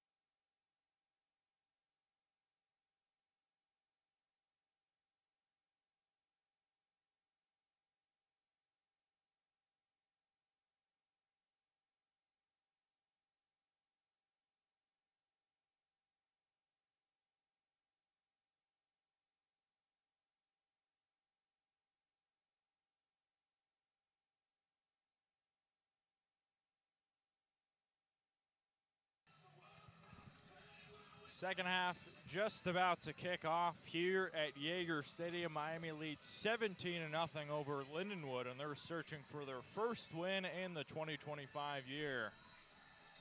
It'll be Lindenwood set to receive it as Miami received the first kick of the game, and the RedHawks will work on defense to start things off. My name is Andrew Relvas, joined alongside Bryan Miller. Miami leading 17-0. Wasn't the prettiest half of football, but overall a pretty good start for the red and white. Booted away in the air by McLaughlin, and this one is in the back of the end zone for touchback on the left of the red M of Miami. First and 10 coming up from the 25. And overall in this game, Bryan, this Miami defense has been relentless. Yeah, they've been really, really good, especially on rush defense. This is a Lindenwood squad that has been pretty good at rushing the football, especially last week at Stony Brook. Came into today's game averaging over 100 yards on the ground and 257 through the air. They're top 25 in the FCS in passing yards, and really nothing going so far for the Lions. Nate Glantz takes the snap. He hands it off to Jared Rhodes, who goes past the 25-yard line, picks up a few on first down. It'll be 2nd and 7, gain of 3 on the ground. And somehow, I mean, it's just a gain of 3, but that's been one of the more positive rushing attempts that they've had today. They had 15 rushes in the first half, Andrew, for just 23 yards. And if you're not able to get anything going on the ground, it just really handicaps the rest of your offense. Short gain, 2nd and 7 from the 28. Nate Glantz in the pistol. Will fake the handoff, he'll keep it himself. Breaks away from a tackle, and he gets close to the first down marker. It was the defensive lineman, Josh Lucusa, who almost got a sack, but he was tugging on his jersey, and he was able to escape away from that one. It'll be 3rd and 2, gain of 4. And Glantz with just 3 rushing yards in the first half, Andrew. Something he's usually very, very good at, especially last week. If anyone wants to get back into this game, you gotta get Glantz's legs going. 3rd and 2 from the 33. Glantz hands it off, and a line is swallowed up right at the line. Looked like it was Steve Hall. And this will be short. Jared Rose, the ball carrier. Gain of 1. The Miami defense was ready. The front 7 there, led by Lukusa. 4th and 1, and that forces a 3-and-out for Lindenwood as the punt team comes on. And yet another 3rd down stop for this Miami defense. It has really been night and day for the Red Hawk defense in that department. They have had 8 chances to get off the field on 3rd down. They have succeeded in every one of them. Another punt for Vinatieri. Had 6 in the first half, and this one is booted at about the 20-yard line. Really good punt there from Vinatieri in his 4th year, and Miami will have the football at about the 20-yard line. 3-and-out for the Miami defense. Andrew, that's pretty much a picture-perfect start, getting the ball right back to your offense who, I mean, they've had their struggles today, but we've definitely have seen glimpses of them trying to get going, especially in the running game. They've had a few deep shots as well. That just feels like they're right at the doorstep of breaking through and making this game a complete blowout, but you just have to get there, just a few plays away. Almost had another touchdown to Gian Colsey, but he dropped it in the back of the end zone at the expiration of the 2nd quarter. Rush on the left side past the 25-yard line. Nice gain there from Kenny Tracy, who bulldozes forward for 6. It's 2nd and 4, ball at the 26. And that run for Kenny Tracy will get him over 100 yards on the day. He's up to 103 already. Just got to keep feeding him. Had 104 last week, and that's now back-to-back weeks with 100 rushing yards. 12:29 left to go here in the 3rd quarter. Hessen takes the snap. Thought about keeping it, but hands it off to, it looked like, Tracy. We've got a flag. Short gain on that one, and we will see which way this goes. Certainly looks like the type of the field where it'd usually be a holding, but Miami is indicating that it is on Lindenwood. Drew Terrell pointing in that direction. So it'll be holding on Lindenwood on Andrew Zook, and that'll push Miami forward.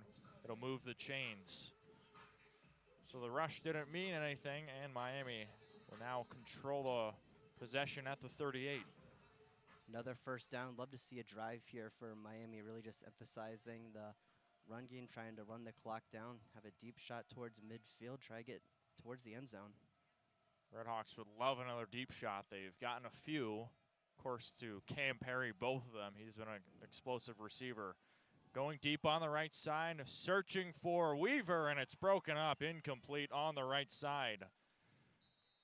RedHawks were going deep, and Weaver, unfortunately, was not able to make the catch, and we've got an injured Lion, Jaden Patrick, on the near side. Yeah, Hessen trying to hit up the big-bodied Cole Weaver down the near side sideline, and it's just a little bit underthrown from Hessen. Seen a few underthrown balls from him, and Weaver really had to play DB there at the end. It looks like that got into the hands of the defensive back, Jaden Patrick, but Weaver able to strip it away from him, and Patrick still on the ground. Patrick also has been on the kick returning unit, so he can play kind of both ways, and now he's getting some attention from the Lindenwood staff, and out comes the trainers for Miami. We certainly want Patrick to be okay, and as I was alluding to earlier, Andrew, it just seems like there were a few throws from Henry Heston in the first half, of just like right there. You have an open receiver, you have somewhat of an opportunity, but just not quite able to get it to him, just a little underthrown or a little in front or behind. He's not missing by very much, but if you change just 1 or 2 of those throws, it could be a much, much better offensive output for Miami today.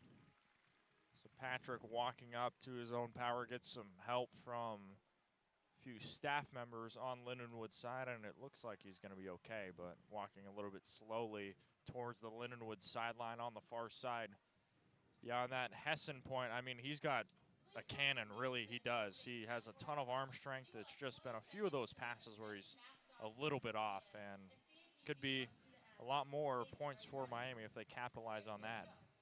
Yeah, and you kind of wonder how much of that is like how much time Henry Hessen has had with the number ones throughout the Right. entire season. Because obviously with DeQuan Finn coming in, he's new to the offense, so he needs as much time as possible to adjust with the new guys. So that doesn't mean a ton of reps for Henry Hessen, even though he's been here his entire college career. He doesn't necessarily have the reps with the new guys because a lot of those guys are new as well. So everyone's kind of has to figure this out together. So obviously, when you have to make a quarterback change due to the injury of DeQuan Finn, you throw Henry Hessen in there, don't have a ton of time to adjust with the offensive line and the receivers and the running backs. Just got to get more time for that all to gel together. And I think as this game goes on, they're doing a little bit of a better job of doing that. I'm sure with more time, they'll just keep getting better and better. You don't need them to hit the home run every time either. Just some small passes, a little dink and dunks, that does the job perfectly fine. Hessen so far has 126 passing yards, 8 fewer than he did all of last week. Played about 3 quarters, so he is certainly on pace to break that. And I think the best thing about Hessen so far, he hasn't made that critical mistake. We still haven't seen that interception out of him as I'm knocking on wood or trying to find wood. 2nd and 10 from the 38. It's a handoff. Breaking 3 on the left side is Keith Reynolds. He's got a lot of green grass in front of him. Breaks into Lindenwood territory past the 40-yard line. A huge rush on the ground for Keith Reynolds. Showing off the speed. Gain of 19 on the keeper. And Reynolds certainly showed off his speed the past couple weeks for Miami, obviously with the kickoff return for a touchdown last week. That one pretty much a straight run. Reynolds doing a lot of damage on the ground, up to 43 yards today. 1st and 10 at the 42. Miami in plus territory once again. Twins on the left, one to the right. Hessen in the shotgun will take the snap, hands it off to Tracy right at the 40-yard line, and he is stopped right there. Kenny Tracy's been involved a lot with this offense. Gets another carry, his 17th of the game. It's been pretty effective so far, even though it was a 2-yard rush. Really would have liked to see a gain of 4 or 5 there if you're Miami, especially where you are on the field at the Lindenwood 40. Seems like a good opportunity to take a shot, but on a 2nd and 8, we'll see if they do it here or not. Shadows in the opposite way of which Miami's going, moving from left to right. So we'll see if this plays any factor. Shadow on the right side. Hessen takes the snap, a pitch to the right side. Kenny Tracy gets it past the 35-yard line. Really nice gain there on 2nd down on the pitch, and it'll be 3rd and short coming up. Gain of 6 on the play. Another solid run there for Kenny Tracy. Sets up a 3rd and short, and maybe the biggest weakness for Miami to this point, Andrew, has been 3rd downs on offense. They have converted just 1 of them on 7 attempts. It's been a struggle for them all season. See if they can convert here. 3rd and 2 at the 34. Ball on the right hash for the red and white. Hessen in the pistol. Lone receiver to the left. Play clock winding down. Hessen will hand it off to Kenny Tracy, who gets right at the marker. We'll see which way it goes. He was very close, and it looks like he's going to be about a yard short. It'll be a gain of 1. Tackle made by Dawkins, and now it's decision time for Chuck Martin. Ball's at the 33. If you want to kick a field goal, this would be 50 yards, and the offense is staying on here. I like the aggressiveness. With the way your defense has been playing, I think you can rely on them if you didn't get it, but you just got to keep working on getting short yardage. I'd go for it. 4th and 1. It's a handoff. DeShante Jones stopped right at the line, very close to a 1st down, and I think he got it. He did get it.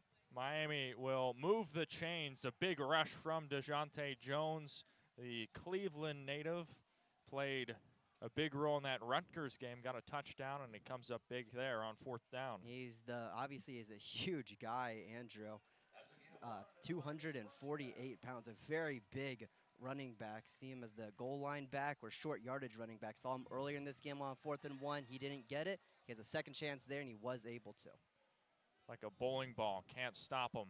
1st and 10 from the 32, Miami on the edge of the red zone.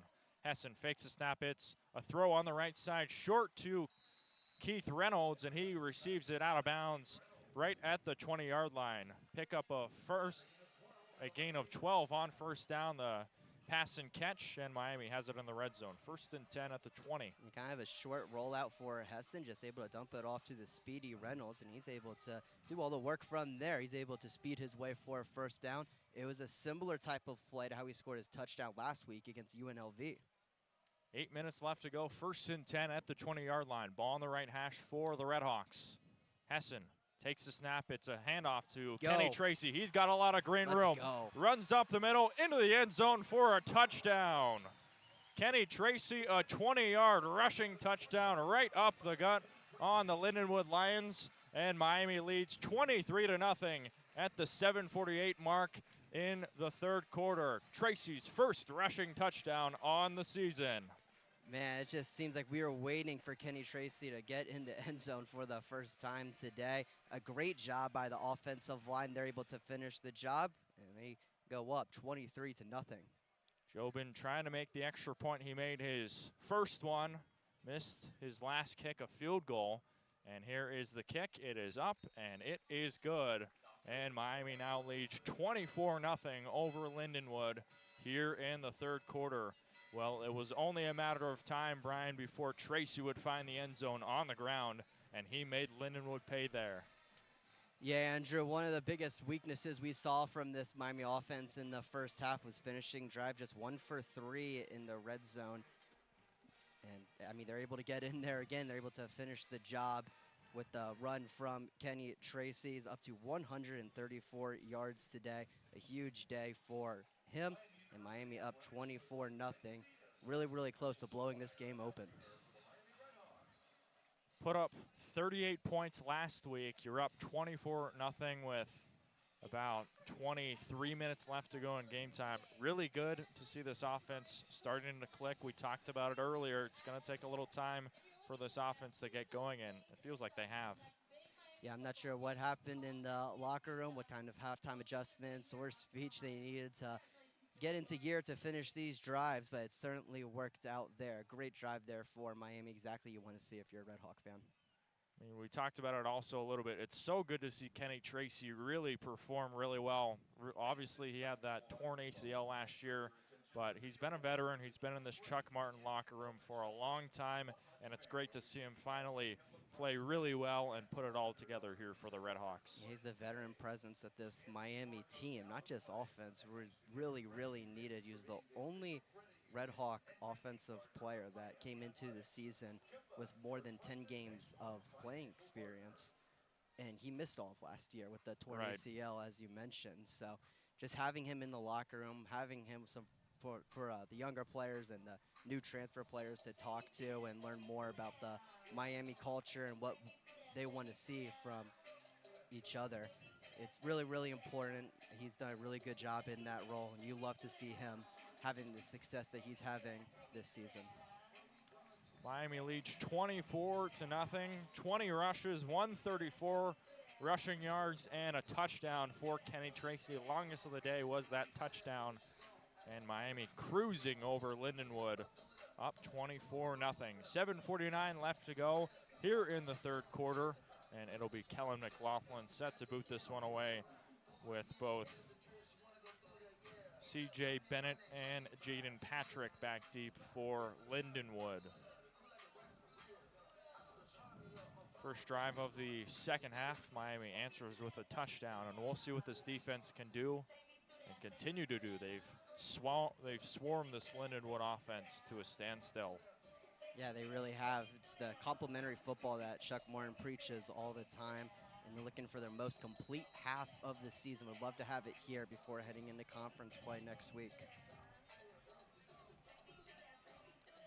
The officials whistle it, and we will continue play here at Yager Stadium. McLaughlin ready to boom this one away into the Oxford air. Both receivers back for Lindenwood. High arcing kick over the back, and it bounces into the end zone for a touchback on the left M of Miami. And it'll be 1st and 10 at the 25 for Lindenwood again. Yeah, it's just been tough sledding for this Lindenwood offense, really all game long. Only 32 rushing yards up to this point and 60 passing yards for Nate Glantz, who's been one of the better quarterbacks in all of FCS, has over 1,000 passing yards coming into today's game, 10th in all of FCS. Also the offensive player of the week in the conference last week. 1st and 10 at the 25 for Glantz and the Lions. It's a handoff. Jared Rhodes, he breaks away from a couple of tackles, bulldozes forward to about the 34-yard line, gain of 9, and it'll be 2nd and 1. That's really the first big rush for Rhodes. Yeah, it certainly appears that way. He's able to split a couple of Red Hawk defenders at the defensive line, able to break through for 9. 5 carries for 18 yards for Jared Rhodes, the 4th-year man. 2nd and 1, another handoff, Jared Rhodes, and he breaks it past the 35-yard line, gets to about the 37-yard line, and that'll be enough for a 1st down. Washington on the tackle, the veteran defensive lineman. It's the Lindenwood offense that really wants to run the ball and keep the ball in their hands. Average over 32 minutes of time of possession a game, 2nd in their conference. 1st and 10 at the 37, a play fake. Glantz going deep. He's got Crobath, and he overthrows him by about 2 yards. Almost hit on the home run ball. He burned one of Miami's DBs, and it'll be 2nd and long. Tough play there for Glantz. Yeah, it looks like Crobath had a couple of steps on the defensive back Yarborough. Could have been a huge play for Lindenwood to get back into this game, but seen a few overthrows from each of these quarterbacks today. That one a little bit of an overthrow from Glantz. Really calling Rico Bond's name in that first quarter, or excuse me, that first half. We haven't really heard of him yet so far. 2nd and 10 at the 37. Glantz will fake the handoff, pitch it out right, and it goes over on the far side. We've got a flag, though. The pitch over to Christopher Bennett Jr., the wide receiver, gets close to the marker. Flag on the far side. We'll wait and see. Yeah, just a straight option play there from Lindenwood. Haven't seen that ton today, and it looks like that was a horse collar on Miami. So a little pitch on the right side to Bennett will benefit Lindenwood. A horse collar on Miami pushes Lindenwood all the way at the 40-yard line. Tough penalty there for the RedHawks, but on this side of the field, Miami has shined against Lindenwood. 1st and 10 at the 40, ball on the right hash. Glantz in the shotgun, fakes the handoff, looking right. He's got a man, and it is incomplete. Looked like it was Crobath again, but the throw was offline again. Yeah, again, another deep shot towards Crobath. That looked like a little bit of a broken play from Lindenwood. I don't think that's how that play was designed. It looked like there were 3 RedHawks around him, but yet still enough space for Glantz to get the ball there. He was certainly open, but the throw just a little bit off, and Glantz on the run when he was making that throw just hasn't been that accurate in those situations today.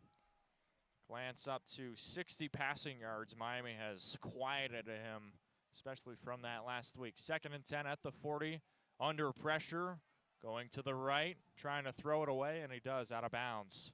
This Miami pass rush continues to make life tough for him, and it'll be 3rd and 10. Yeah, they absolutely have. And it looks like Glantz was looking for a receiver on the left side of the field, near side to us. Kind of pump fake, looked a little hesitant, had to escape right to try to make a throw down the field, but nothing really there. This Miami defensive line, Andrew, as you mentioned, really, really dominating since the 2nd quarter.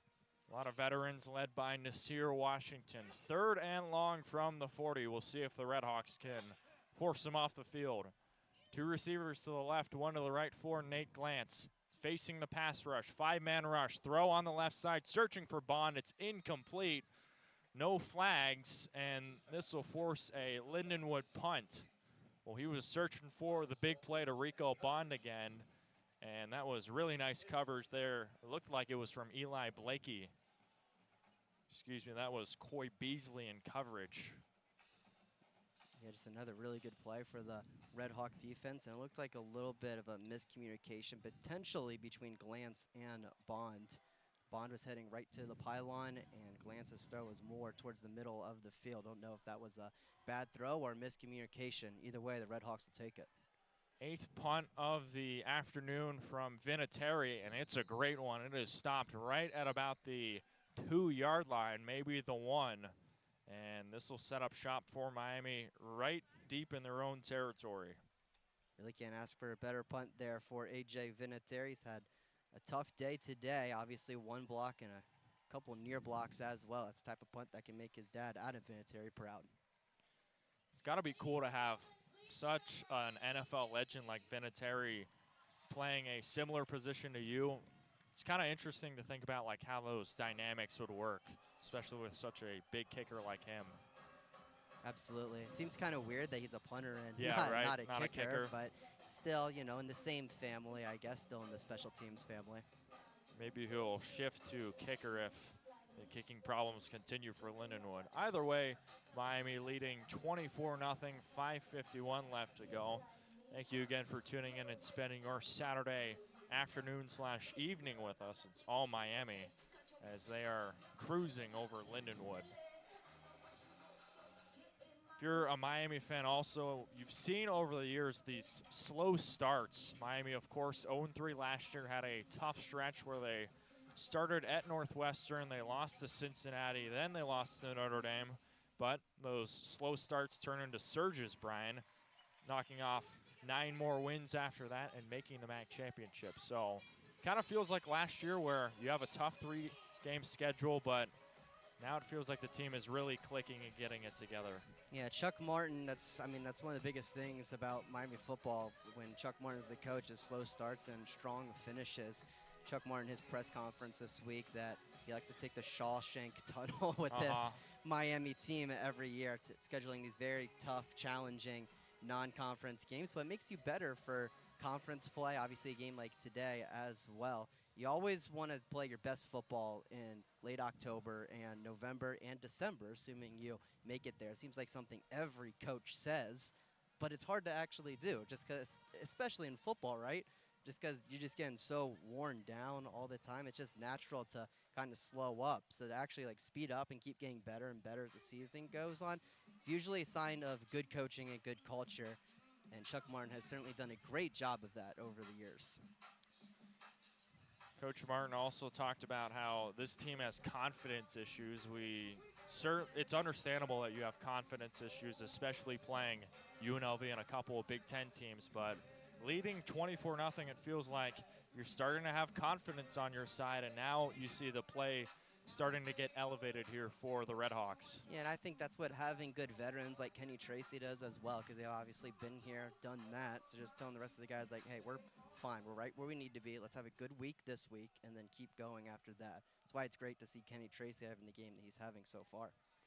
Miami pinned deep in their own territory. 1st and 10 at the 3-yard line. 2 receivers on Hessen's left, 1 to the right. It's a handoff. Looks like it's Josh Ringer, and he does not get much. Gains 1, 2nd and 9 coming up. And Josh Ringer's really taken the role of the RB2 position. His first rush here tonight, but we've seen glimpses of him so far this season. He's been somewhat effective. Really good high school player, too. Won the Indiana Mr. Football, along with holding school records at East Central in Indiana. 2nd and 9 from the 4-yard line. It's a handoff on the right side to Lionel Billups-Williams, who goes over the top and is stopped right at about the 10-yard line. Really nice play there on 2nd down. We'll make it 3rd and 5 coming up. We've seen quite a few of those outside runs for Miami today to those receivers. It usually goes to the speedy Keith Reynolds, that one going to Lionel Billups-Williams, and very nearly broke free. I think he was telling the official that he stayed up the whole time, but the official disagreed. Billups-Williams also playing on the kick return unit. Saw that speed there on the jet sweep. 3rd and 5 from the 8-yard line. 2 receivers on the right, 1 to the left for Henry Hessen. Hessen claps once, and he will hand it off to Josh Ringer, who goes forward for a couple, but not enough for a first down.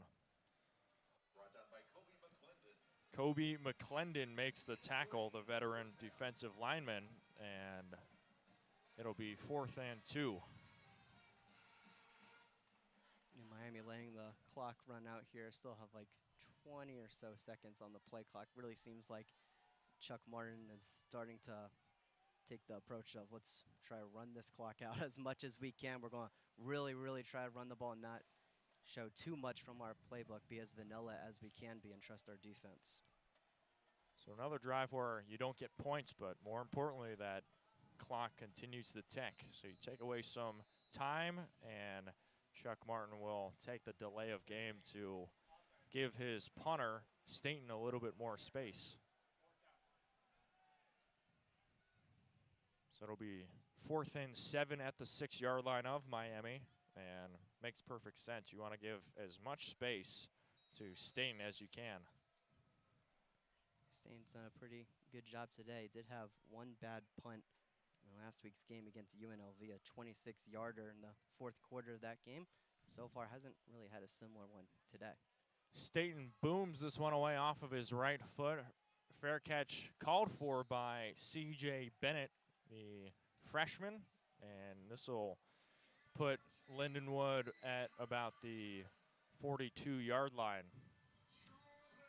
So good drive there from Miami in terms of taking time off the clock, and this will set up Lindenwood for another drive. Now, if you're a Lindenwood fan, it feels like you need this offense to get going, and it hasn't really all game against a stout Miami defense. Yeah, I mean, just no big plays for this Lindenwood offense, one that had a ton last week. Nothing really explosive here today. Just want to get 1 or 2 big plays the rest of the game. 1st and 10 from the 42. It's a handoff to Steve Hall, who bulldozes his way forward to the 50-yard line. And Hall will get close to the first down marker. 2nd and 1, gain of 9 on the ground. One of the better runs for Steve Hall today, now up to 26 on the day so far, leading the Lindenwood Lions in rushing yards. Talented rushing attack. Hall was a freshman of the year in the Big South OVC last year. 2nd and 1 at the 49. 3 minutes left to go. Dumped down on the left side by Hall. And Hall is tackled behind the line. Tackle made by Corbin Hondrew, who was ready for that one. Goes head hunting, a loss of 6, and it's 3rd and 7 at the 45 coming up. Hondrew with a spectacular game last week against UNLV, had 9 tackles and a couple of interceptions, one of them being a pick 6.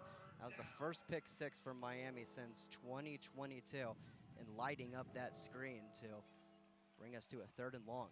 3rd and 7 from the 45-yard line. 2.5 minutes left to go. Steve Hall in the backfield, 2 receivers right, and 1 to the left for Glantz. Glantz stepping back, facing the pressure, and he will throw this one incomplete on the left side, close to the 40-yard line. That Miami pass rush was ready once again. Brought the house. And Adam Trick right there in the middle of it. Haven't called his name a ton today, Andrew, but obviously a very talented player. Was able to bring the pressure there. There's a late flag on the field, it appears. Could potentially be grounding, as it didn't look like anybody was there. And it will be. So intentional grounding on Nate Glantz, and with this punt coming up, this will certainly benefit Miami's field position. The only receiver that was close to that was Darren Fugit, the tight end, but not close enough according to the officials. 4th and 20 from the 32. Vinatieri bobbled the reception. Instead, he booms this one away at the 30-yard line. Goes to about the 28 now. Takes a Lindenwood bounce, and Miami will set up shop just outside the 25-yard line. And it really looked like Miami had their regular defense out there, and Phillips Williams in the very back to return the kick. Seen quite a few looks from the Miami punt return group today. Seen pressure from the left side, right side, everyone going at once, giving their opponents a lot to look at in the film room. That's now the 9th punt for A.J. Vinatieri. It has been all him today. Forced a lot of kicks, and this Miami defense has been unreal. Blanking Lindenwood, and they're trying to keep up that shutout. 1st and 10 from the 29. It's a keeper for Hessen, and it gets out past the 30-yard line, maybe a gain of 2. They'll call it a gain of 1. 2nd and 9 at the 30. Yeah, I'm not sure how many more passes and just overall aggressive plays we're going to see from Miami the rest of the way. Seem very content with their 24-0 lead, and with the way their defense is playing, you could certainly understand why. It seems like they're just going to try to sit on this lead for as long as they can. Would love a long drive that ends in a touchdown, but even to take time off would be good. 2nd and 9 at the 30-yard line, ball straight away. And looks like we've got a timeout. Yeah, it looks like there were a few motions, and the players overall were just pretty confused. It might be running some newer stuff that they're trying to run, get ready for in conference season. So something that Chuck Moore and company wasn't particularly pleased with, and they called the timeout there. So it'll be 2nd and 9 at the 30-yard line. 1 minute and 18 seconds left to go in this quarter, and we will take a break here from Yager Stadium. Miami leads 24-0 over Lindenwood. Stay with us for a fun finish between Miami and Lindenwood.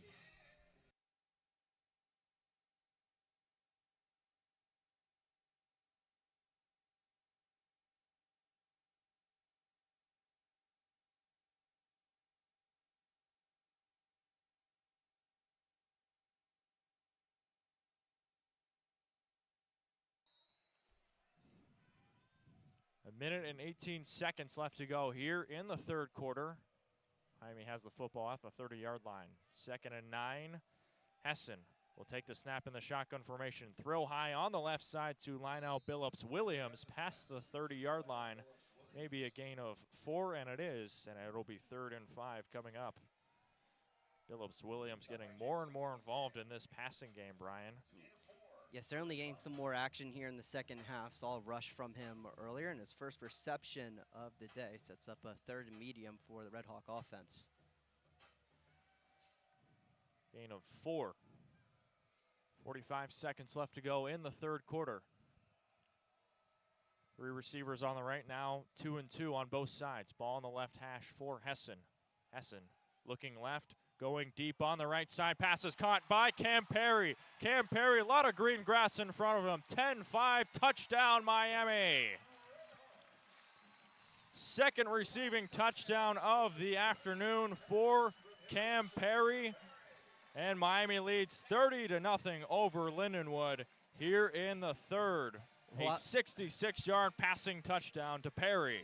Man, I was just saying, I don't know how aggressive Miami's going to be the rest of the way. I was proven very, very wrong there. Deep shot to Cam Perry, and no better guy to go to. A long tutty to him, and Miami has officially blown this one open. 30-point lead for the RedHawks. Extra point coming up. Jobin's kick is good. 31-point lead for Miami, and it was the strike from the strike from Henry Hessen to Cam Perry. He's up to 122 receiving yards, 3 receptions, and 2 touchdowns. The 66-yarder was the longest of the afternoon. Well, Bryan, Miami once again hitting on the home run ball, and they answer with a Cam Perry touchdown. And it seems like they've just been getting better and better at that each week with those deep shots and just overall explosive plays. And Cam Perry has been the main guy for that this entire season for the RedHawks, up to 2 touchdowns today. And as you mentioned, doesn't take a lot of receptions for him to get a lot of yards. 3 touchdowns, 122 yards, and 2 touchdowns. A really, really good performance for Cam Perry. Kind of reminiscent of those old Randy Moss stat lines where he'd have 4 receptions for a bunch of yards and 4 touchdowns. Not calling him Randy Moss by any means, but a similar stat line for sure. Got blazing speed, and that's now 3 weeks in a row where he's over 100 receiving yards. 27 seconds left to go in the third quarter. It's all RedHawks, 31-0. And McLaughlin hammers this one away. And this one will hit the left center of the end zone for a touchback. Another one for Lindenwood, and they'll take over at the 25. Let's see if this Miami defense can keep up their hot streak. Seems like they're just getting 3 and out after 3 and out. Just try to get the ball back to your offense yet again, especially this defensive front. It's really hard to put into words how great they have been today. And it absolutely feels like this confidence continues to climb here for Chuck Martin's crew. First and 10 at the 25 for Nate Glantz. Glantz only 54 passing yards. Rolling to the right, escapes the tackle, escapes a sack, and gets it all the way past the 25-yard line, close to the 28-yard line. Gets a short gain on that, gain of 2 on the ground. And once again, pressure from the Miami defensive front. They're very, very close to getting their 4th sack of the day, but instead it'll be a short gain for Glantz and the Lions instead. And that will signal the end of the third quarter. So a quarter that Miami dominated. They put up a couple of touchdowns, and they lead 31-0 over Lindenwood at the end of 3 quarters. We saw that home run ball from Hessen to Perry. It's all Miami, and with 15 minutes left to go, we'll take a break here from Yager Stadium. RedHawks are cruising over Lindenwood. We'll be back in a moment. You're listening to Miami Football on RedHawk Radio.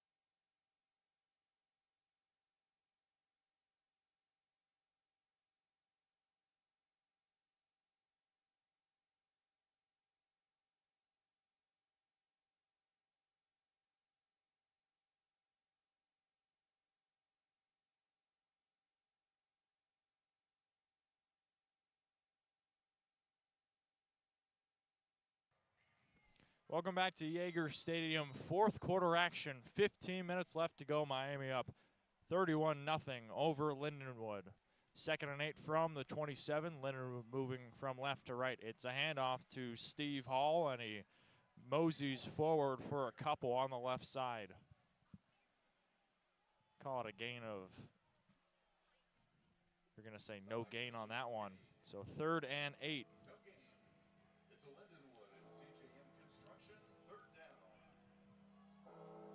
Miami has answered the call on 3rd down plenty of times this afternoon. We'll see if they can answer on it again. 3rd and 8 from the 27. Pressure coming for Glantz, going deep on the left side, and he's got Crobath for a reception past the 40-yard line. A home run hitter for Glantz to Drew Crobath, and he pushes Lindenwood into plus territory. And Andrew, we saw a few attempts to get the ball down the field to Crobath off of the arm of Nate Glantz. Just a little off, a little too far out, or not quite far enough, but able to make that connection there for the big gain.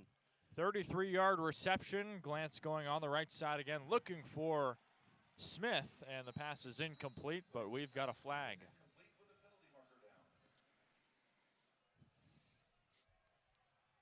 Flag is in the backfield, usually in the zone of holding. So there was an argument for roughing the passer, and the ref picks up his flag. So it'll stay 2nd and 10 and not benefit Lindenwood in any way. And with it being the 4th quarter of a game that Miami is firmly in control of, have to expect some younger players to get some good experience out in the playing field. Shout out to Corey Moss in that last play, covering up the receiver. 2nd and 10. It is a handoff to Hill, and he is brought down behind the line. Really nice tackle at the line for the RedHawks. That was by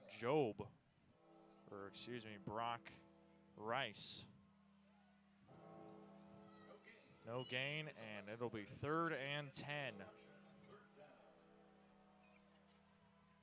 RedHawks have been swarming the ball all afternoon long, and we'll see if they can get another stop here. Gave up the long pass on 3rd down a couple plays earlier, and here is Lance going deep on the right side again. Rico Bond, and the pass is intercepted by Miami. Taking this one back down the sideline on the left side for the red and white. It is Eli Coppice.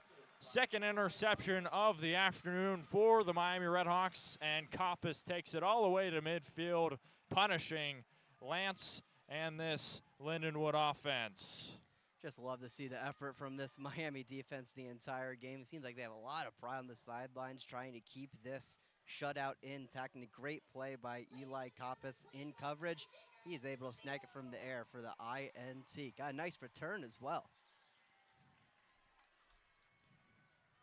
RedHawks defense comes up big again. 2nd interception for Miami. First it was Silas Walters, then it was Eli Coppice who brings it back for 40 yards. So refreshing to see just everything clicking for Miami. Obviously we knew of how good they were coming into the season. They were picked 2nd in the MAC preseason poll. Had a couple of tough weeks, especially playing on the road in some hostile environments, but putting everything together here, and you get another turnover on Nate Glantz. And again, with an offense with a new quarterback with Henry Heston, you'd love to see the defense step up and try to help them out, make it a little easier for the offense to get points on the scoreboard, and they have done exactly that with a couple of interceptions. Shout to the special teams as well. The punt block for a touchdown, that gets you a free 7. They've done an outstanding job today helping out their offense. They're going through a little bit of growing pains, but this Miami team in general starting to round into form here against Lindenwood. And with Miami up 31 points right now, might be getting close to the time where you sub all the backups in and give them some reps. Yeah, certainly seems like it's that time of the game. We'll see if that happens or not. Still have, you would think, 1 or 2 more drives potentially for Miami, so would not be surprised to see that at all. Miami, so far in this game, they're out rushing Lindenwood 198 to 50 in terms of passing, 208 to 87. And they have dominated on all three facets of the game so far, but still plenty of time left. About 13 minutes left to go in this fourth quarter.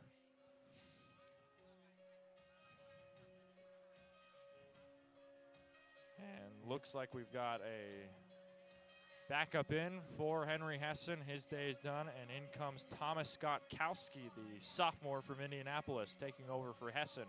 Gotkowski is the quarterback that this coaching staff is very, very high on. They've talked about him repeatedly doing very, very well in practice last year, finally getting some game action here today. So it'll be Gotkowski in for Hessen, and Miami will take over at the 47-yard line. 1st and 10 at the 47 on the left hash. It is a handoff to Brunson, and Brunson pulls forward close to the 50-yard line, maybe a gain of 2 on that play, and it'll be 2nd and 9, gain of 1. Really excited to see Gotkowski command the offense here. Remember, obviously, with Daquan Finn being a senior, Henry Hessen obviously doesn't have that much eligibility left either, so he could be looking at the future face of the program here in Thomas Gotkowski. Jordan Brunson as well checking in. He was kind of the backup to Keon Mosey last year. It was him and Kevin Davis, both about 2A, 2B. Good to see him back in the fold here. Gotkowski, 2nd and 9 at the 48. He will fake the handoff and he'll go left. Gotkowski past the 50-yard line and close to the 45-yard line. Nice carry there. The keeper for him gets it close to a 1st down. Gain of 6. It'll be 3rd and 3. Gotkowski, a little bit of a smaller body than we've seen from Daquan Finn and Henry Hessen, standing at 6 foot, 189 pounds. But as we saw in that last play, has a little bit of speed to his game and jittering his way for a good gain. 3 more yards for a 1st down for Thomas Gotkowski. Gotkowski will hand it off. Jordan Brunson bullying his way forward, and looks like he got enough for a 1st down, and the chains will be moved. And Brunson, obviously someone that got some playing time last year as well, a transfer from Virginia Tech. Another one of those bigger running backs, standing at 233 pounds. Can get those tough yards, especially in a 3rd and short situation, as we just saw. Gain of 3 on the rush from Jordan Brunson. 1st and 10 at the 43 for the red and white. Rolling against the Lindenwood Lions. 4-man rush here for Gotkowski. He hands it off to Jordan Brunson. Brunson bowling forward right at the 30-yard line. Picks up the 1st down on one play. A gain of 12 yards, and that pushes the chains forward for the RedHawks. Brunson just trucking one of the Lindenwood defensive backs. Looks like it was Josh Newkirk just standing in the way, and Brunson just ran right through him. Love to see a tough running from him. Last time Miami played a FCS school, it was Delaware State 2 seasons ago. They had, I believe it was 300 or 400 rushing yards. So we're starting to see that rushing attack play well here. Handoff right up the middle to Jordan Brunson. Gets about half of what he needed. More than that. Gain of 7, and it's 2nd and 3. Brunson's just running angry right now, it seems like. Andrew, someone that hasn't gotten a ton of playing action this season, trying to make the most of his opportunity and make a bid to the coaching staff to get some more carries for him. So far, he's doing a great job of doing that. 299 rushing yards last year for Brunson, and he's making it count in this Lindenwood game. Another play and another handoff to Brunson as he scoots on the right side, and he gets it inside the 20-yard line, right at about the 11-yard line. Big carry from Brunson on the far side. A gain of 11 on the ground. Another big rush for Brunson, and the RedHawks set up shop at the 13-yard line. We saw a lot of inside runs from Brunson to start off this drive. That one, he bounced to the outside, was able to show off his speed a little bit there. 31-0 Miami over Lindenwood. Got 9 and change left to go in this game. Miami looking for their first win on the year. Getting closer and closer to having it. A keeper for Gotkowski. He'll take it himself, go right to the heart of this Lindenwood defense. Gets a medium gain there, and it'll be 2nd and 5. Gain of 5 on the keeper. Really seen the good rushing offense from Miami on this drive, whether it's been Gotkowski or Jordan Brunson. All runs so far, but yet still very effective. Got Simmons on the right side, Isom on the left, and Antoine Thomas closest to Gotkowski. 2nd and 5 from the 8 for the RedHawks. It is a handoff left side to Brunson, and he won't get anywhere. Swallowed right at the line. This Lindenwood defense was ready for the rush. Yeah, really the first negative play we've seen from Miami on this drive forces them in a 3rd and 8 situation, and could be a really good rep here for Thomas Gotkowski in a 3rd and long situation. See if he could make a good throw here if they want him to do that. Loss of 3 on the run. 3rd and 8 for Gotkowski. We'll see what the sophomore can do here in a crucial down. Play clock at 10. Gotkowski has 2 on the left, 1 to the right. Ball at the left hash on the 11. Motions a man. It's Thomas. Thomas will take it. Go on the right side. Stopped right at about the 5-yard line. So he gets 6 of what he needed was 8. 4th and 2 coming up, and decision time for Chuck Martin. It looked like a good run there from Thomas, able to get past the first level of the Lindenwood defense, but stopped just short of the line to gain. It will be a 4th and 2 for Miami, and as of right now, Andrew, the offense staying out there. Might as well. You got to give some confidence in your quarterback, younger player. 4th and 2 at the 5-yard line, right on the doorstep of the goal line. Ball on the right hash at the 5-yard line. Thomas in the motion. Handed off to Brunson. Brunson up the middle, close to the line, and it looks like he was stopped right at the 1-yard line. And Brunson again getting those tough yards, able to convert the 4th and short, and would have to expect him to get the ball again. Feels like he's really earned this touchdown. 4-yard rush to Jordan Brunson, and it's 1st and goal at the 1. Miami leading 31-0. 6.5 minutes left to go in the game. It is Brunson in the backfield. We have one extra guy on the field. He's got to get off. Big boys up front here for Miami, and we've got a timeout. Looks like Miami was going to take the timeout, but there's a flag on the field as well. Potentially a delay a game penalty. We'll see if that flag gets picked up. So, well, it looks like Miami got the timeout before, so they're able to save themselves the penalty. Could have been a delay game. It also could have been 12 men on the field. We saw a lot of Miami guys running on and off the field. I don't think they were on the same page on who was going to be in for that play.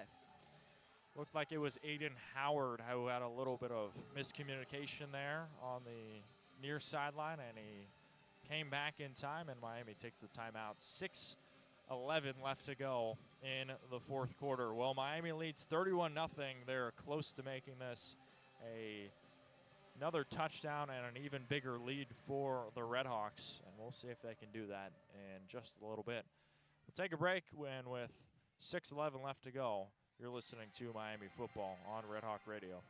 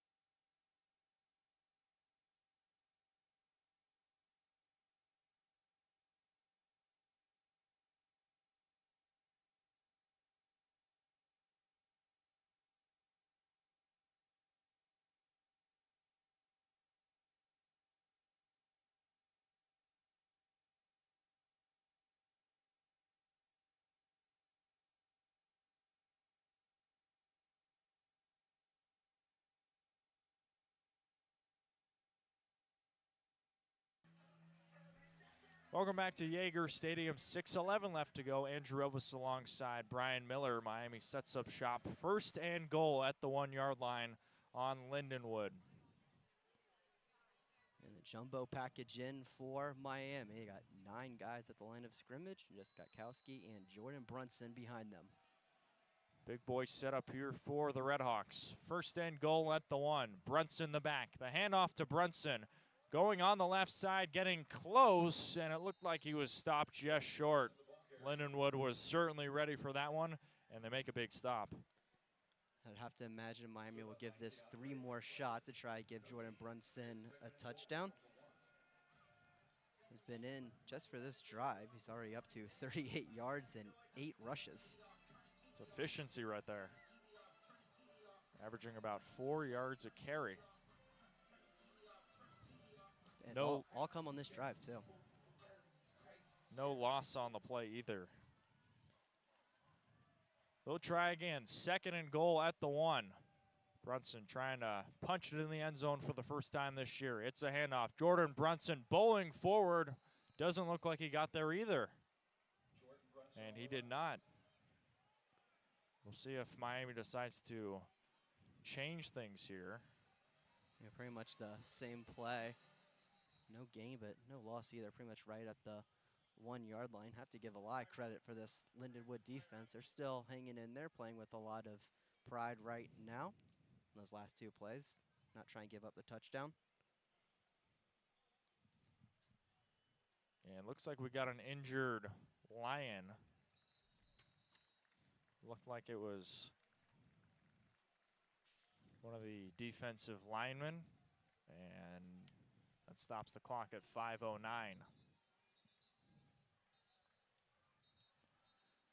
Well, it'll be 3rd and goal at the 1 here in the 4th quarter.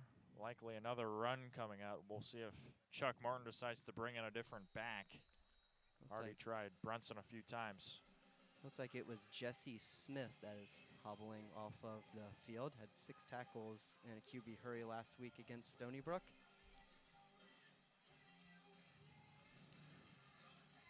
So unsurprisingly, Miami will have the spread offense. A couple of wide receivers. 2 on the left, 1 to the right here. 3rd and goal at the 1. We'll see if Kowski can lead this drive to a touchdown. And Brunson once again by his side. Less players in the box now. 4:30 left to go in this one. Ball at the 1. 3rd and goal. High snap. It is a handoff. Jordan Brunson barreling forward into the end zone for a Miami touchdown. 3rd tries the charm for Jordan Brunson. Gets his first rushing touchdown in the 2025 year. And Miami leads 37-0 in the 4th quarter.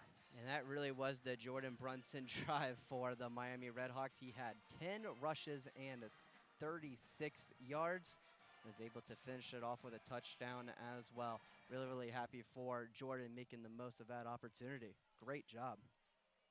Here's the extra point, and it is good from Dom Jobin, the talented kicker. Now Miami leads 38-0 in the 4th quarter. Well, Bryan, that's now back-to-back weeks scoring 38 points. Feels like this offense is going to be one of the strengths for Miami this year. Yeah, certainly seems that way, but a much different game, even Right, though they scored right. 38 points in both. You'd much rather take 38-0 than 41-38, so a much different feel for everyone leaving Yager Stadium this afternoon. But yeah, back-to-back good performances from the offense for the Miami RedHawks. It was a bit of a struggle against Wisconsin and Rutgers. Wisconsin seemed like the absolute floor. I would say basement, but might even be lower than that, the way the offense played in Madtown that night. And you saw a few glimpses in the game at Rutgers, a few deep bombs to Cam Perry and Keith Reynolds. Like, all right, you might see some things here from this offense. Not all hope is lost. And then UNLV, obviously a ton of explosive plays. Did everything they could to win them the game, and unfortunately the fumble from Kenny Tracy late in that one, kind of cost them the game and allowed UNLV to go down the field and kick that field goal that they eventually won the game on. And then today, Andrew, really just seems like a complete performance from the Miami RedHawks, not just from the offense, not just from the defense either, even the special teams getting a touchdown early on in this game. just a great job overall for Miami today. This Miami offense, especially the rushing attack, has been clicking, of course, led by Kenny Tracy. Back-to-back weeks with 100-plus rushing yards. Great to see him going. Last week, it felt like they had a lot. A lot of those were the kick return yards from from Keith Reynolds. And now this week, you get 251 rushing yards, 134 from Tracy, and you get 43 from Reynolds, along with 36 from Brunson. So this running attack gaining some confidence. Of course, Martin mentioned some confidence issues coming in. Feels like everybody is feeling good about themselves in this game. Yeah, seems like the type of game that everyone has been expecting and everyone, frankly, has really, really needed, because if you have a bad performance today, it could really, really bring the vibes down right as conference play is beginning, when the games really, really start to matter. Miami will play NIU next week, and then they've got Akron the week after. So two road games after being home for a couple of weeks, and we will see what Miami can do then. But right now, 4:23 left to go. We'll see if the backups can make some big plays against Lindenwood's offense. And, of course, keep the shutout. You want to keep the shutout against Lindenwood here. Yeah, absolutely. I would hope that's what the defense is talking about on the sidelines. Love to see that 0 on the scoreboard. So rare in sports, and it feels so good when you can capture a shutout. 38-0 Miami lead. McLaughlin hammers this one away, and this will be another touchback for Miami.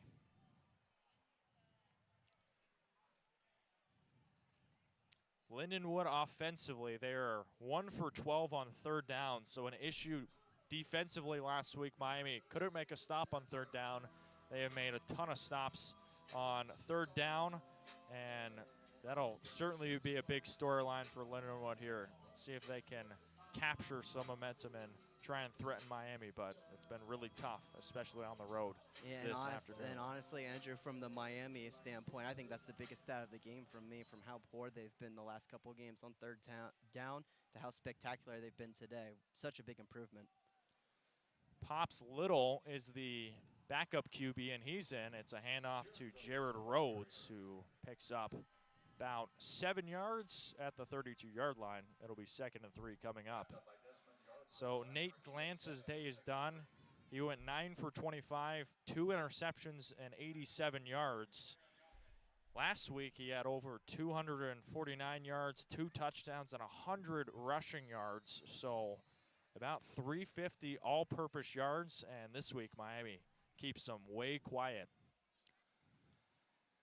Pops Battle, the St. Louis native, is the QB in. It's another handoff, and Miami was ready for that one. O.J. Alexander was right there on the line to Laravius Woods, the third-string running back. Loss of 1, and it'll be 3rd and 3. And Woods, with a couple of plays last week against Stony Brook, had 1 rush for 11 yards and 1 reception for 6. For Pops Battle, has 1 pass attempt on the season, getting his first major playing time here against Miami. 3rd and 3 at the 32 for Battle. Ball on the left hash. Battle under pressure, escapes a sack.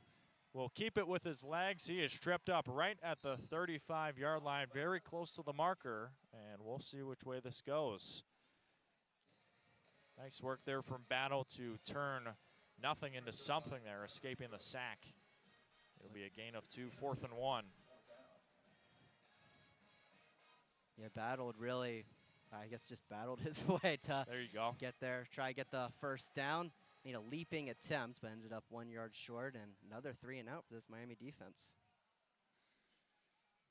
2:35 left to go. Another punt coming on. 10th of the afternoon for Vinatieri and Lindenwood, and this one bounces into the back of the end zone for a touchback. He boomed that one. Touchback all the way from his own 34. Seen a lot of good kicks. That might have been his best in terms of length. So you got 2:26 left to go. Of course, the 2-minute timeout with just under 3 minutes left to go. We'll see how aggressive Miami is, but likely gonna just play this one out and end this game away on the ground. Yeah, it really feels like you just have to get one more first down if you're Miami to ice this game up.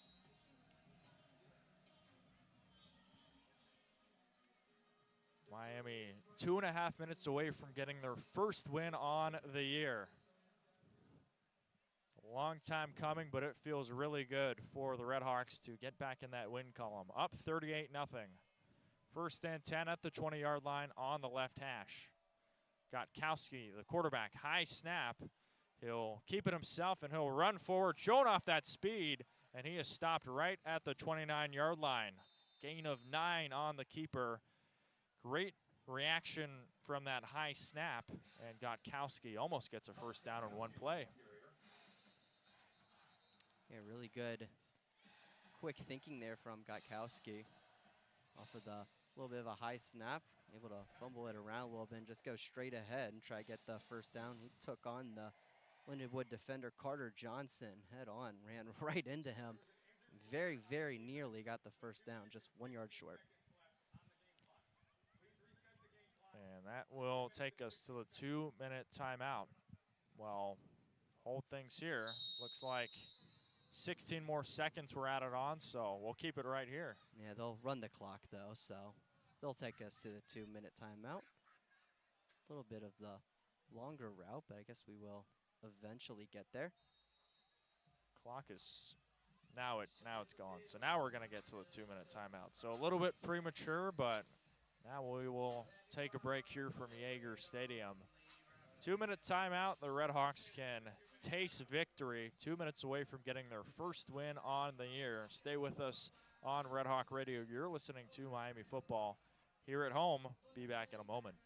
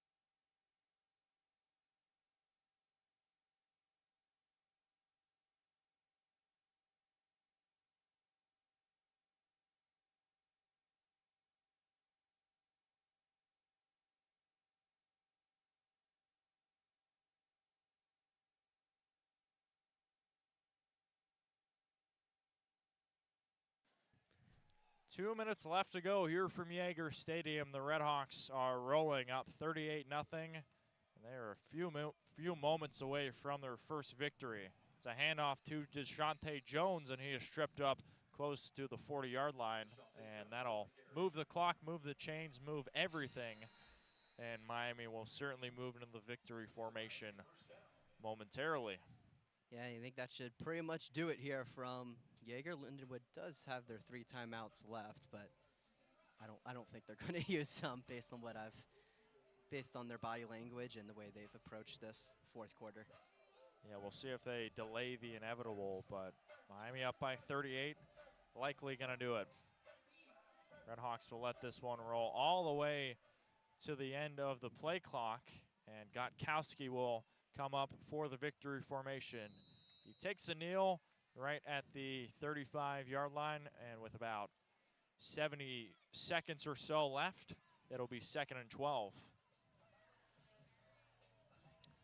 So with this, Miami will get their first win on the 2025 calendar year. It took a little bit, especially after almost beating UNLV last week, but it's really good to get back into that win column against an opponent like Lindenwood and gain some of that confidence back, Bryan. Yeah, absolutely, especially with the way last week's game ended against UNLV in such a heartbreaking fashion. To come out and dominate the way the RedHawks did today has to be a good feeling for everybody involved. Another new from Gotkowski, 34 seconds left to go, and that will do it here from Yager Stadium as both coaching staff and both teams enter on the field. And with that, Miami improves to 1-3 after knocking off Lindenwood 38-0. They take down an FCS opponent, and they will improve their record, improve their confidence as they head over to NIU next weekend. 7 seconds left, not officially done, but we are officially done here. The RedHawks have now officially beaten Lindenwood 38-0, and Miami gets their first win on the 2025 year.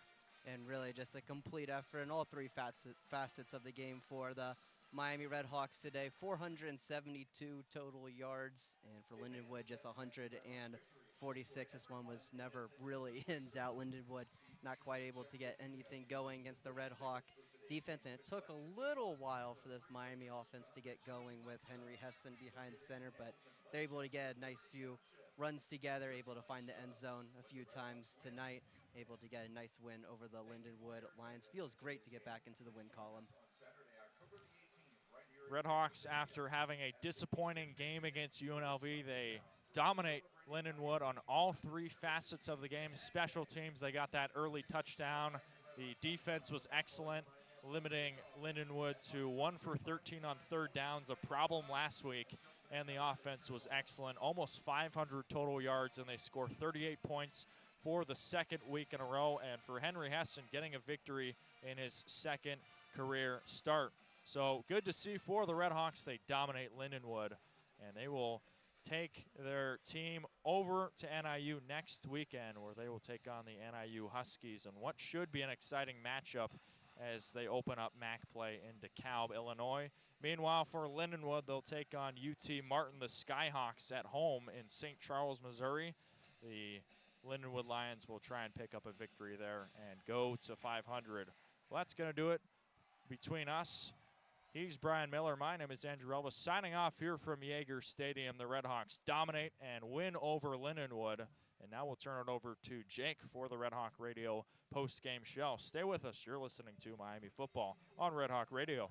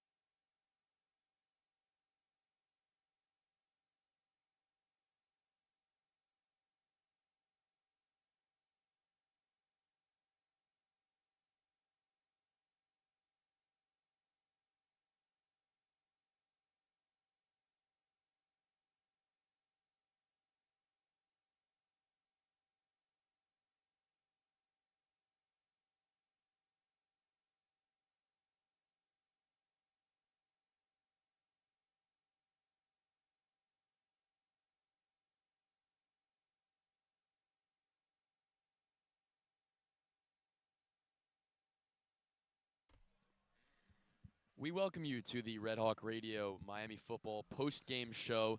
Miami with a romp of the Lindenwood Lions here in Oxford, 38-0, the final score.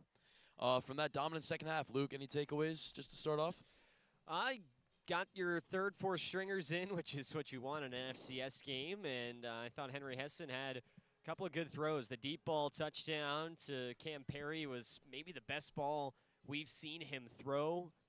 Dot on a kind of slow developing play for a 66-yard touchdown, and I thought overall things looked pretty good. You got Thomas Godkowski in there. He didn't end up doing a whole lot other than handing the ball off, but anytime you get a chance to put your third string in as well to get a couple of reps, things went well. And overall, I think you have to be pretty pleased with Miami. You checked most of the boxes you wanted out of this game, but now it's MAC play the rest of the way for the RedHawks, and that's really where you push all your chips to the front of the table, and Miami's been very good in the conference over these last couple years, and no reason that they can't do it again this year.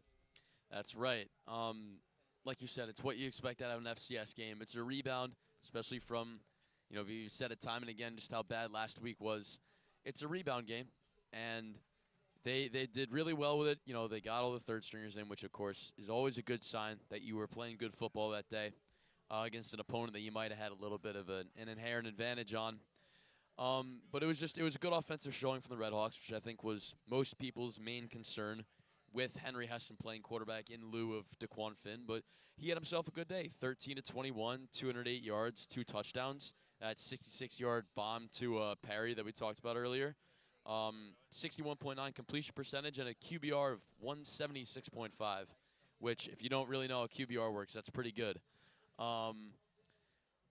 But outside of Hessen, I was more looking at the running game. I mean, Kenny Tracy, 20 for 134 to touchdown. How do you think that went with maybe a little bit of a beleaguered offensive line? Yeah, kept things going for Tracy. I think he's looked better and better. You're not completely starting from scratch with him, but after missing all of last year with an injury, he's certainly not quite to the level that he was, at least to start prior to the injury. And so he started the season off a little bit slow, but it's good to see him pick up steam a little bit as we move through the middle part of the year. And you mentioned another great day for Tracy, 134 yards on the ground, averaged almost 7 yards per carry, had a touchdown and a long carry of 20 yards. Run game was good. You took care of the football, which was a huge, huge point of emphasis, and that led to you forcing a couple turnovers on the other side. You won that area as well, and yeah, I think Tracy was really good. You got Jordan Brunson in a little bit as well, who you kind of figured would be the RB2 going into this year and has received very, very limited touches, but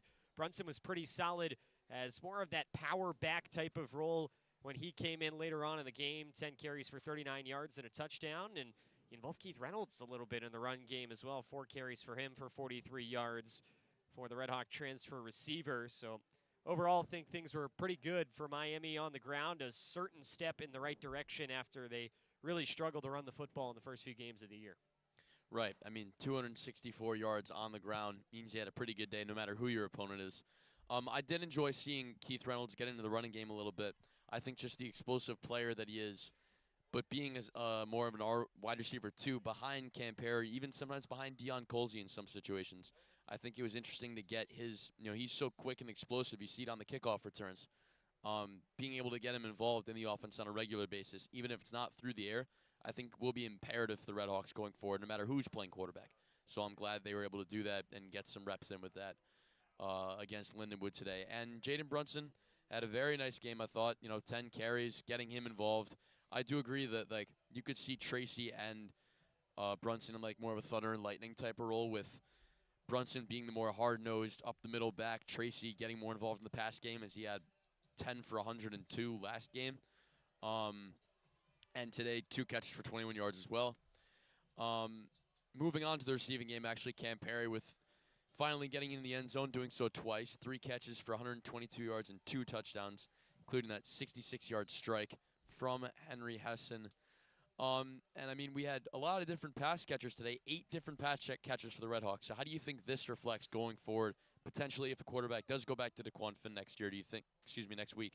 do you think there'll be the same level of involvement for everyone in the receiving core? Yeah, I think the depth is good that you've shown in your receiving core, which is obviously what you want. And for Cam Perry, he has shown a huge ability to be that explosive, big play type of receiver, and kind of overshadowed, I think, amongst this receiving core in the offseason with big name transfers being brought in. And you talk about guys like Keith Reynolds brought in, Brady Simmons brought in, Deion Colsey brought in, all from the Power 4 ranks. And so that kind of overshadowed Perry a little bit, but what you've really seen from him is the ability to get down the field and show that breakaway speed. That was what we really saw in the 66-yard touchdown catch. And hear coaches talk about it all the time. Everybody talks about transfers, but sometimes your best guys are the ones that you already have, and Perry elected to stay after playing more of a reserve role last season. He started his career elsewhere at Indiana, but he's been a really, really nice piece for Miami's explosivity on the offensive side. Definitely glad he chose to stay a Red Hawk, especially with all these transfers coming in. It'd be very easy for him to leave and maybe go somewhere else where he'd get that wide receiver one work. But it turns out he's getting it here anyway. You know, he's the number one option. You know, he's not even the tallest. He's only 5'9". He's not a big guy, but he's able to get open. You know, he's explosive. He's a very good route runner. He's quick, and that's what you look for out of a receiver. You know, even if it's not someone that you feel like you can go and throw a super long jump ball to, he's going to run a real good route, and he'll get himself open for you. Moving over to the defensive side of the ball, our tackle leader for the RedHawks was Jackson Kuwatch with 7. Blakey with 6, Corbin Hondru with 5, as with Silas Walters also with 5. A very good defensive performance from the RedHawks, obviously keeping a clean sheet, 0 points allowed to this Lindenwood offense, which has given some solid FCS teams some trouble. How do you think the defense performed today? Obviously, 0 points is what it is, but with a quarterback like Nate Glantz, who even if you're not scoring a lot of points, he can still cause you some trouble. How do you think they reacted to a player like him, who was similar to Anthony Calandria last week? Yeah, really good. You're facing an athletic quarterback. You're facing an offense that is one of the most prolific in terms of throwing the football in the FCS, and you end up with 4 PBUs, 2 interceptions. You had 3 sacks. You had 5 QB hurries. I mean, just all across the board, Miami's defense, a pretty wounded defense at that, got it done as the RedHawks had some early turnover, but really got into the backfield. And as you said, they really made Glantz uncomfortable and took his legs virtually out of the game, which is something that they struggled to do with Anthony Calandria and his athleticism last week. And that was a major, major part of making him sit in the pocket and then condensing that pocket and not giving him much time to throw the football. And for the RedHawks, forcing turnovers has been where they've made their money under Bill Breakin as the DC, and they did it again today with a couple of interceptions. And yeah, really can't say enough about what the defense did in this game. I mean, they really, as much as they could have in a shootout last week, did what they could to sort of limit UNLV on the offensive side and had some clutch turnovers, but I think also a step in the right direction on the defensive side for the RedHawks. I think both in the front 7 and in the secondary, they were a little beleaguered, as we've said a few times on this broadcast. Roosevelt Andrews and Caleb Martin, both either starters or next guys in. We're both watching from the sidelines, but they had that real next guy up mentality, and they were able to still function as a unit, keeping Nate Glantz, keeping him in check, not letting him really run wild, because if you do let him, he's a guy that if you do give him space, he's going to take it. You know, if you give him an inch, he's going to take a mile. So I thought the defensive front did really well, keeping him in check, and even the receivers for Lindenwood. You know, Rico Bond had, you know, he lit up Stony Brook last week, and I thought the secondary did really, really well. I thought they kept him in check as well. Blakey, Walters with the interception. I think they both did really well, even with Caleb Martin having to watch from the sidelines. Not a whole lot to talk about special teams-wise. Dom Jobin with that one missed extra point. But a 33-yard field goal for him. McLaughlin good on the kickoffs. Really not a whole lot to talk about special teams-wise. Anything from you that you saw that maybe stuck out? Oh, you blocked the punt. That was really the big turning point in the game for Miami early on. And the RedHawks have turned themselves into a really good kick and punt blocking team over the last few years. Remember back to the magical season a couple years ago, they had an absolutely absurd amount of block punts and kicks. It felt like it happened almost every week, and that was really an injector of life into this building early on in the game, and special teams is something that Miami harps on really, really, really hard. They led the nation in special teams efficiency a couple of years ago. They lost their special teams coordinator, Jacob Branowski, to Pitt.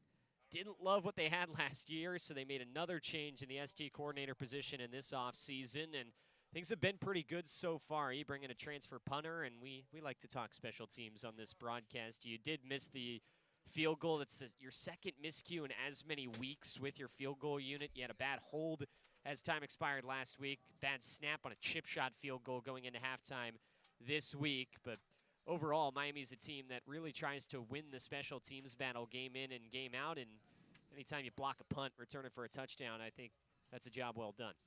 We do like to talk special teams on this broadcast. You know, if Red Hawk Radio is known for one thing, it's our love for the special teams. As a whole performance, I mean, even just the feeling in this building right now, you know, whatever's left of it as people start to clear out here, just the morale around the team right now. You know, scored the same amount of points. 38 is, you know, 38 is 38, but certainly had a different feeling to it today. You know, to the level of the opposition has something to do with that. Of course it did. You know, I won't deny that, nor will anyone. But just the general performance of this team this week, I didn't think it was that much different from the UNLV game. It was just we made the plays that we needed to, kept the quarterback in check on defense, even though that, you know, there's similar types of players. We kept the quarterback in check, and we got off the field on third down, and we weren't hampered by too many penalties, which if listeners remember from the pregame, those were some of our takeaways, our keys for the game, was to get off the field on third down and to limit the amount of flags. And I think both offense and defense did really well with that today.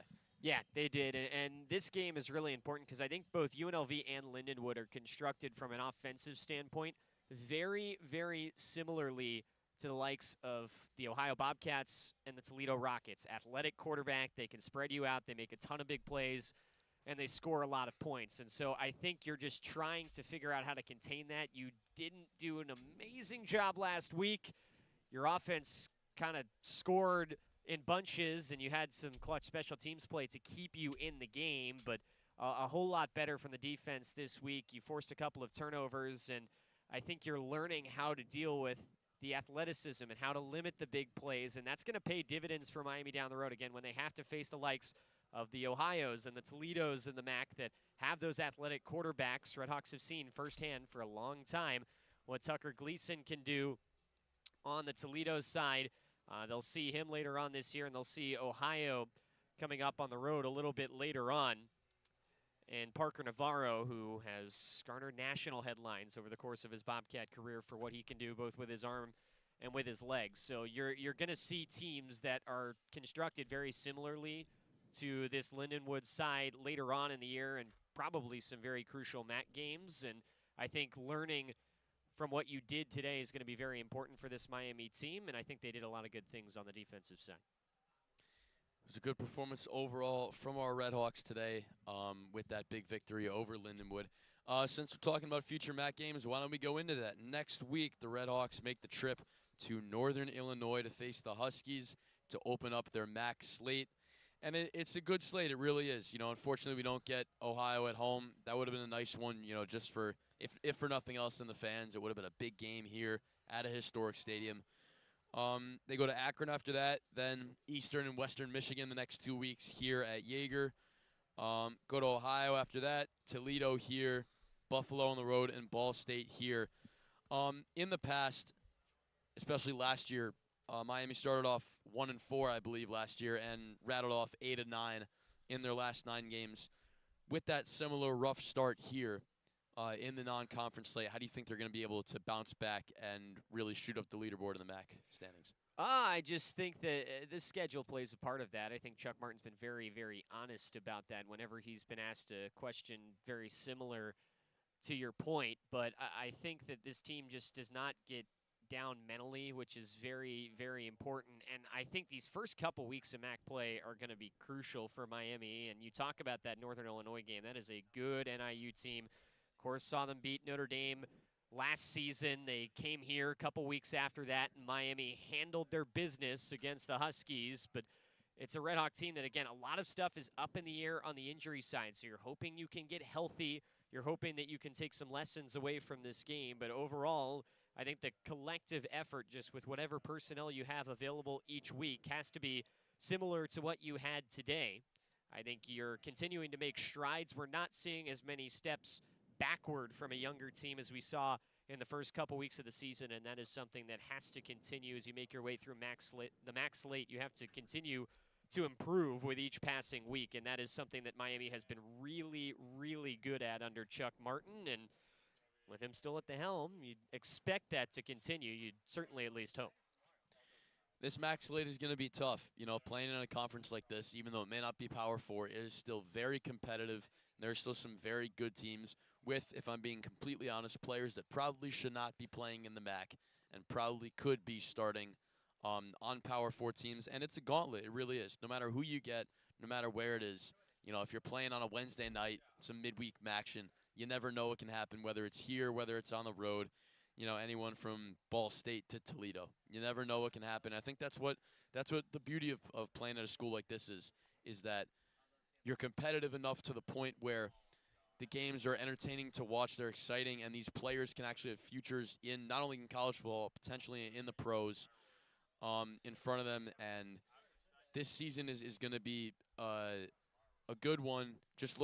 Even just looking at this MAC schedule, I can tell there are going to be some really good games on tap for the RedHawks. Yeah, they've got a tough schedule in front of them. You are facing probably the 3 best teams in the MAC outside of yourself, and one other one that picked off one of those said teams. The Western Michigan Broncos had the shock result in the league last week when they came from behind to beat the Toledo Rockets.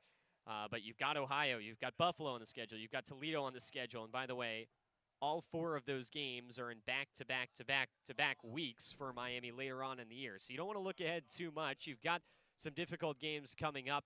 Northern Illinois is always tough on the road. Thomas Hammock is one of the most respected coaches in the league. But you're going to have a real gauntlet coming up for you in late October and early November, and those are going to be some tight competitive games. And now with the lack of divisions, even more so in the league, if you end up on the wrong side of the razor, that can be the difference between making the conference title game and not. So that's going to be something that's really fun to monitor as we make our way into October and the month of November. And we're going to get to hopefully watch a lot of competitive football this year. Absolutely. Well, while we're talking about the MAC, why don't we whip around some scores around the conference? In Buffalo, UConn got the win 20-17. Joe Fagnano, 19-31, 155 yards, and a touchdown for the Huskies. So a win there for UConn over Buffalo. Buffalo drops to 2-3. UConn up to 3-2.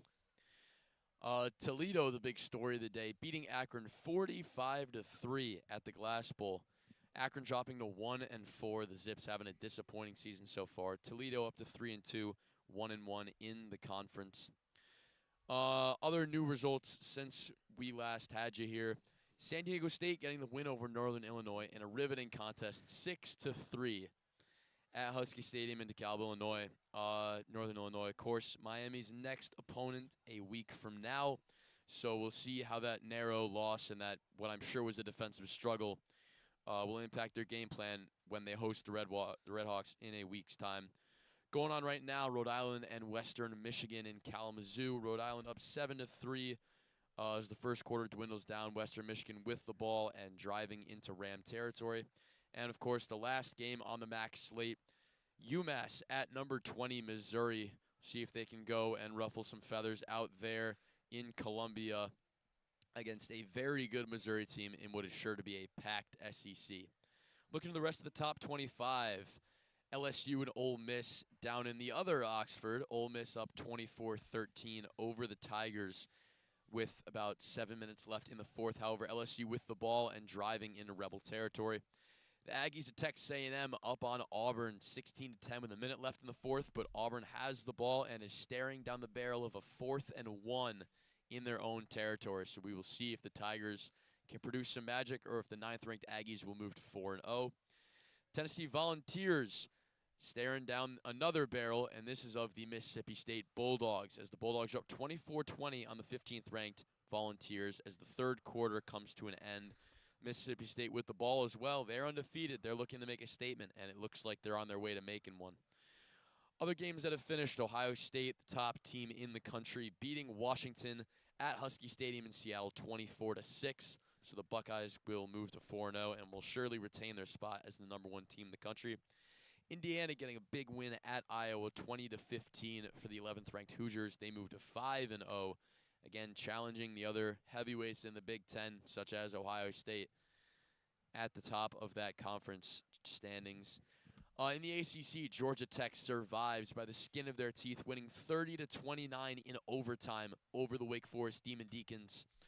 So the 16th ranked Yellow Jackets will move to 5-0 just barely, and 2-0 in conference play. Wake Forest dropping to 2-2, 0-2 in the Atlantic Coast Conference. Vanderbilt with a romp of Utah State, 55-35, 90 points scored out in Nashville. Commodores, this is a fun team. They're 18th ranked, and they're only going to get better. And I can't wait to see until they come up against one of those real heavyweights, you know, your Alabama, your Georgia, your Texas. It's going to be really exciting to see how they stack up against those real heavyweights. Another double-ranked matchup, USC and Illinois. Illinois gaining the win 34-32. A big win for the Fighting Illini over the Trojans. Both teams now at 4-1. USC actually still ahead in Big Ten standings. They're 2-1, while Illinois is 1-1. But that could change. Notre Dame with a huge win in Arkansas over the Razorbacks, 56-13. Cohen Carr with 4 touchdowns and 354 passing yards for the Irish to move to 2-2. Yet they're still 22nd ranked in the country. So it'll be interesting to see where the committee puts them, considering they are just 500 on the season. Games yet to kick off, actually, just kicked off, is in Ames, Iowa. The 14th ranked Cyclones playing host to the Arizona Wildcats. We will see if the Cyclones can get a win there and stay at 5-0. Arizona also 3-0, so we'll see if they can give them a game. The two headliners of the night, Oregon, Penn State, and Happy Valley. That's the real big one, everyone. That is a huge game in this Big Ten to see who really can challenge Ohio State for that #1 slot. Penn State 3rd, currently Oregon 6th. Oregon at 4-0, Penn State at 3-0. Oregon already having played a Big Ten game. Another big one down south, Alabama, Georgia. Wow, big game here at Sanford Stadium in Athens, Georgia. 5th ranked in the country. They're 3-0. Alabama 17th at 2-1. But this Crimson Tide team under Kalen DeBoer will not fold. That should be a great game between the hedges.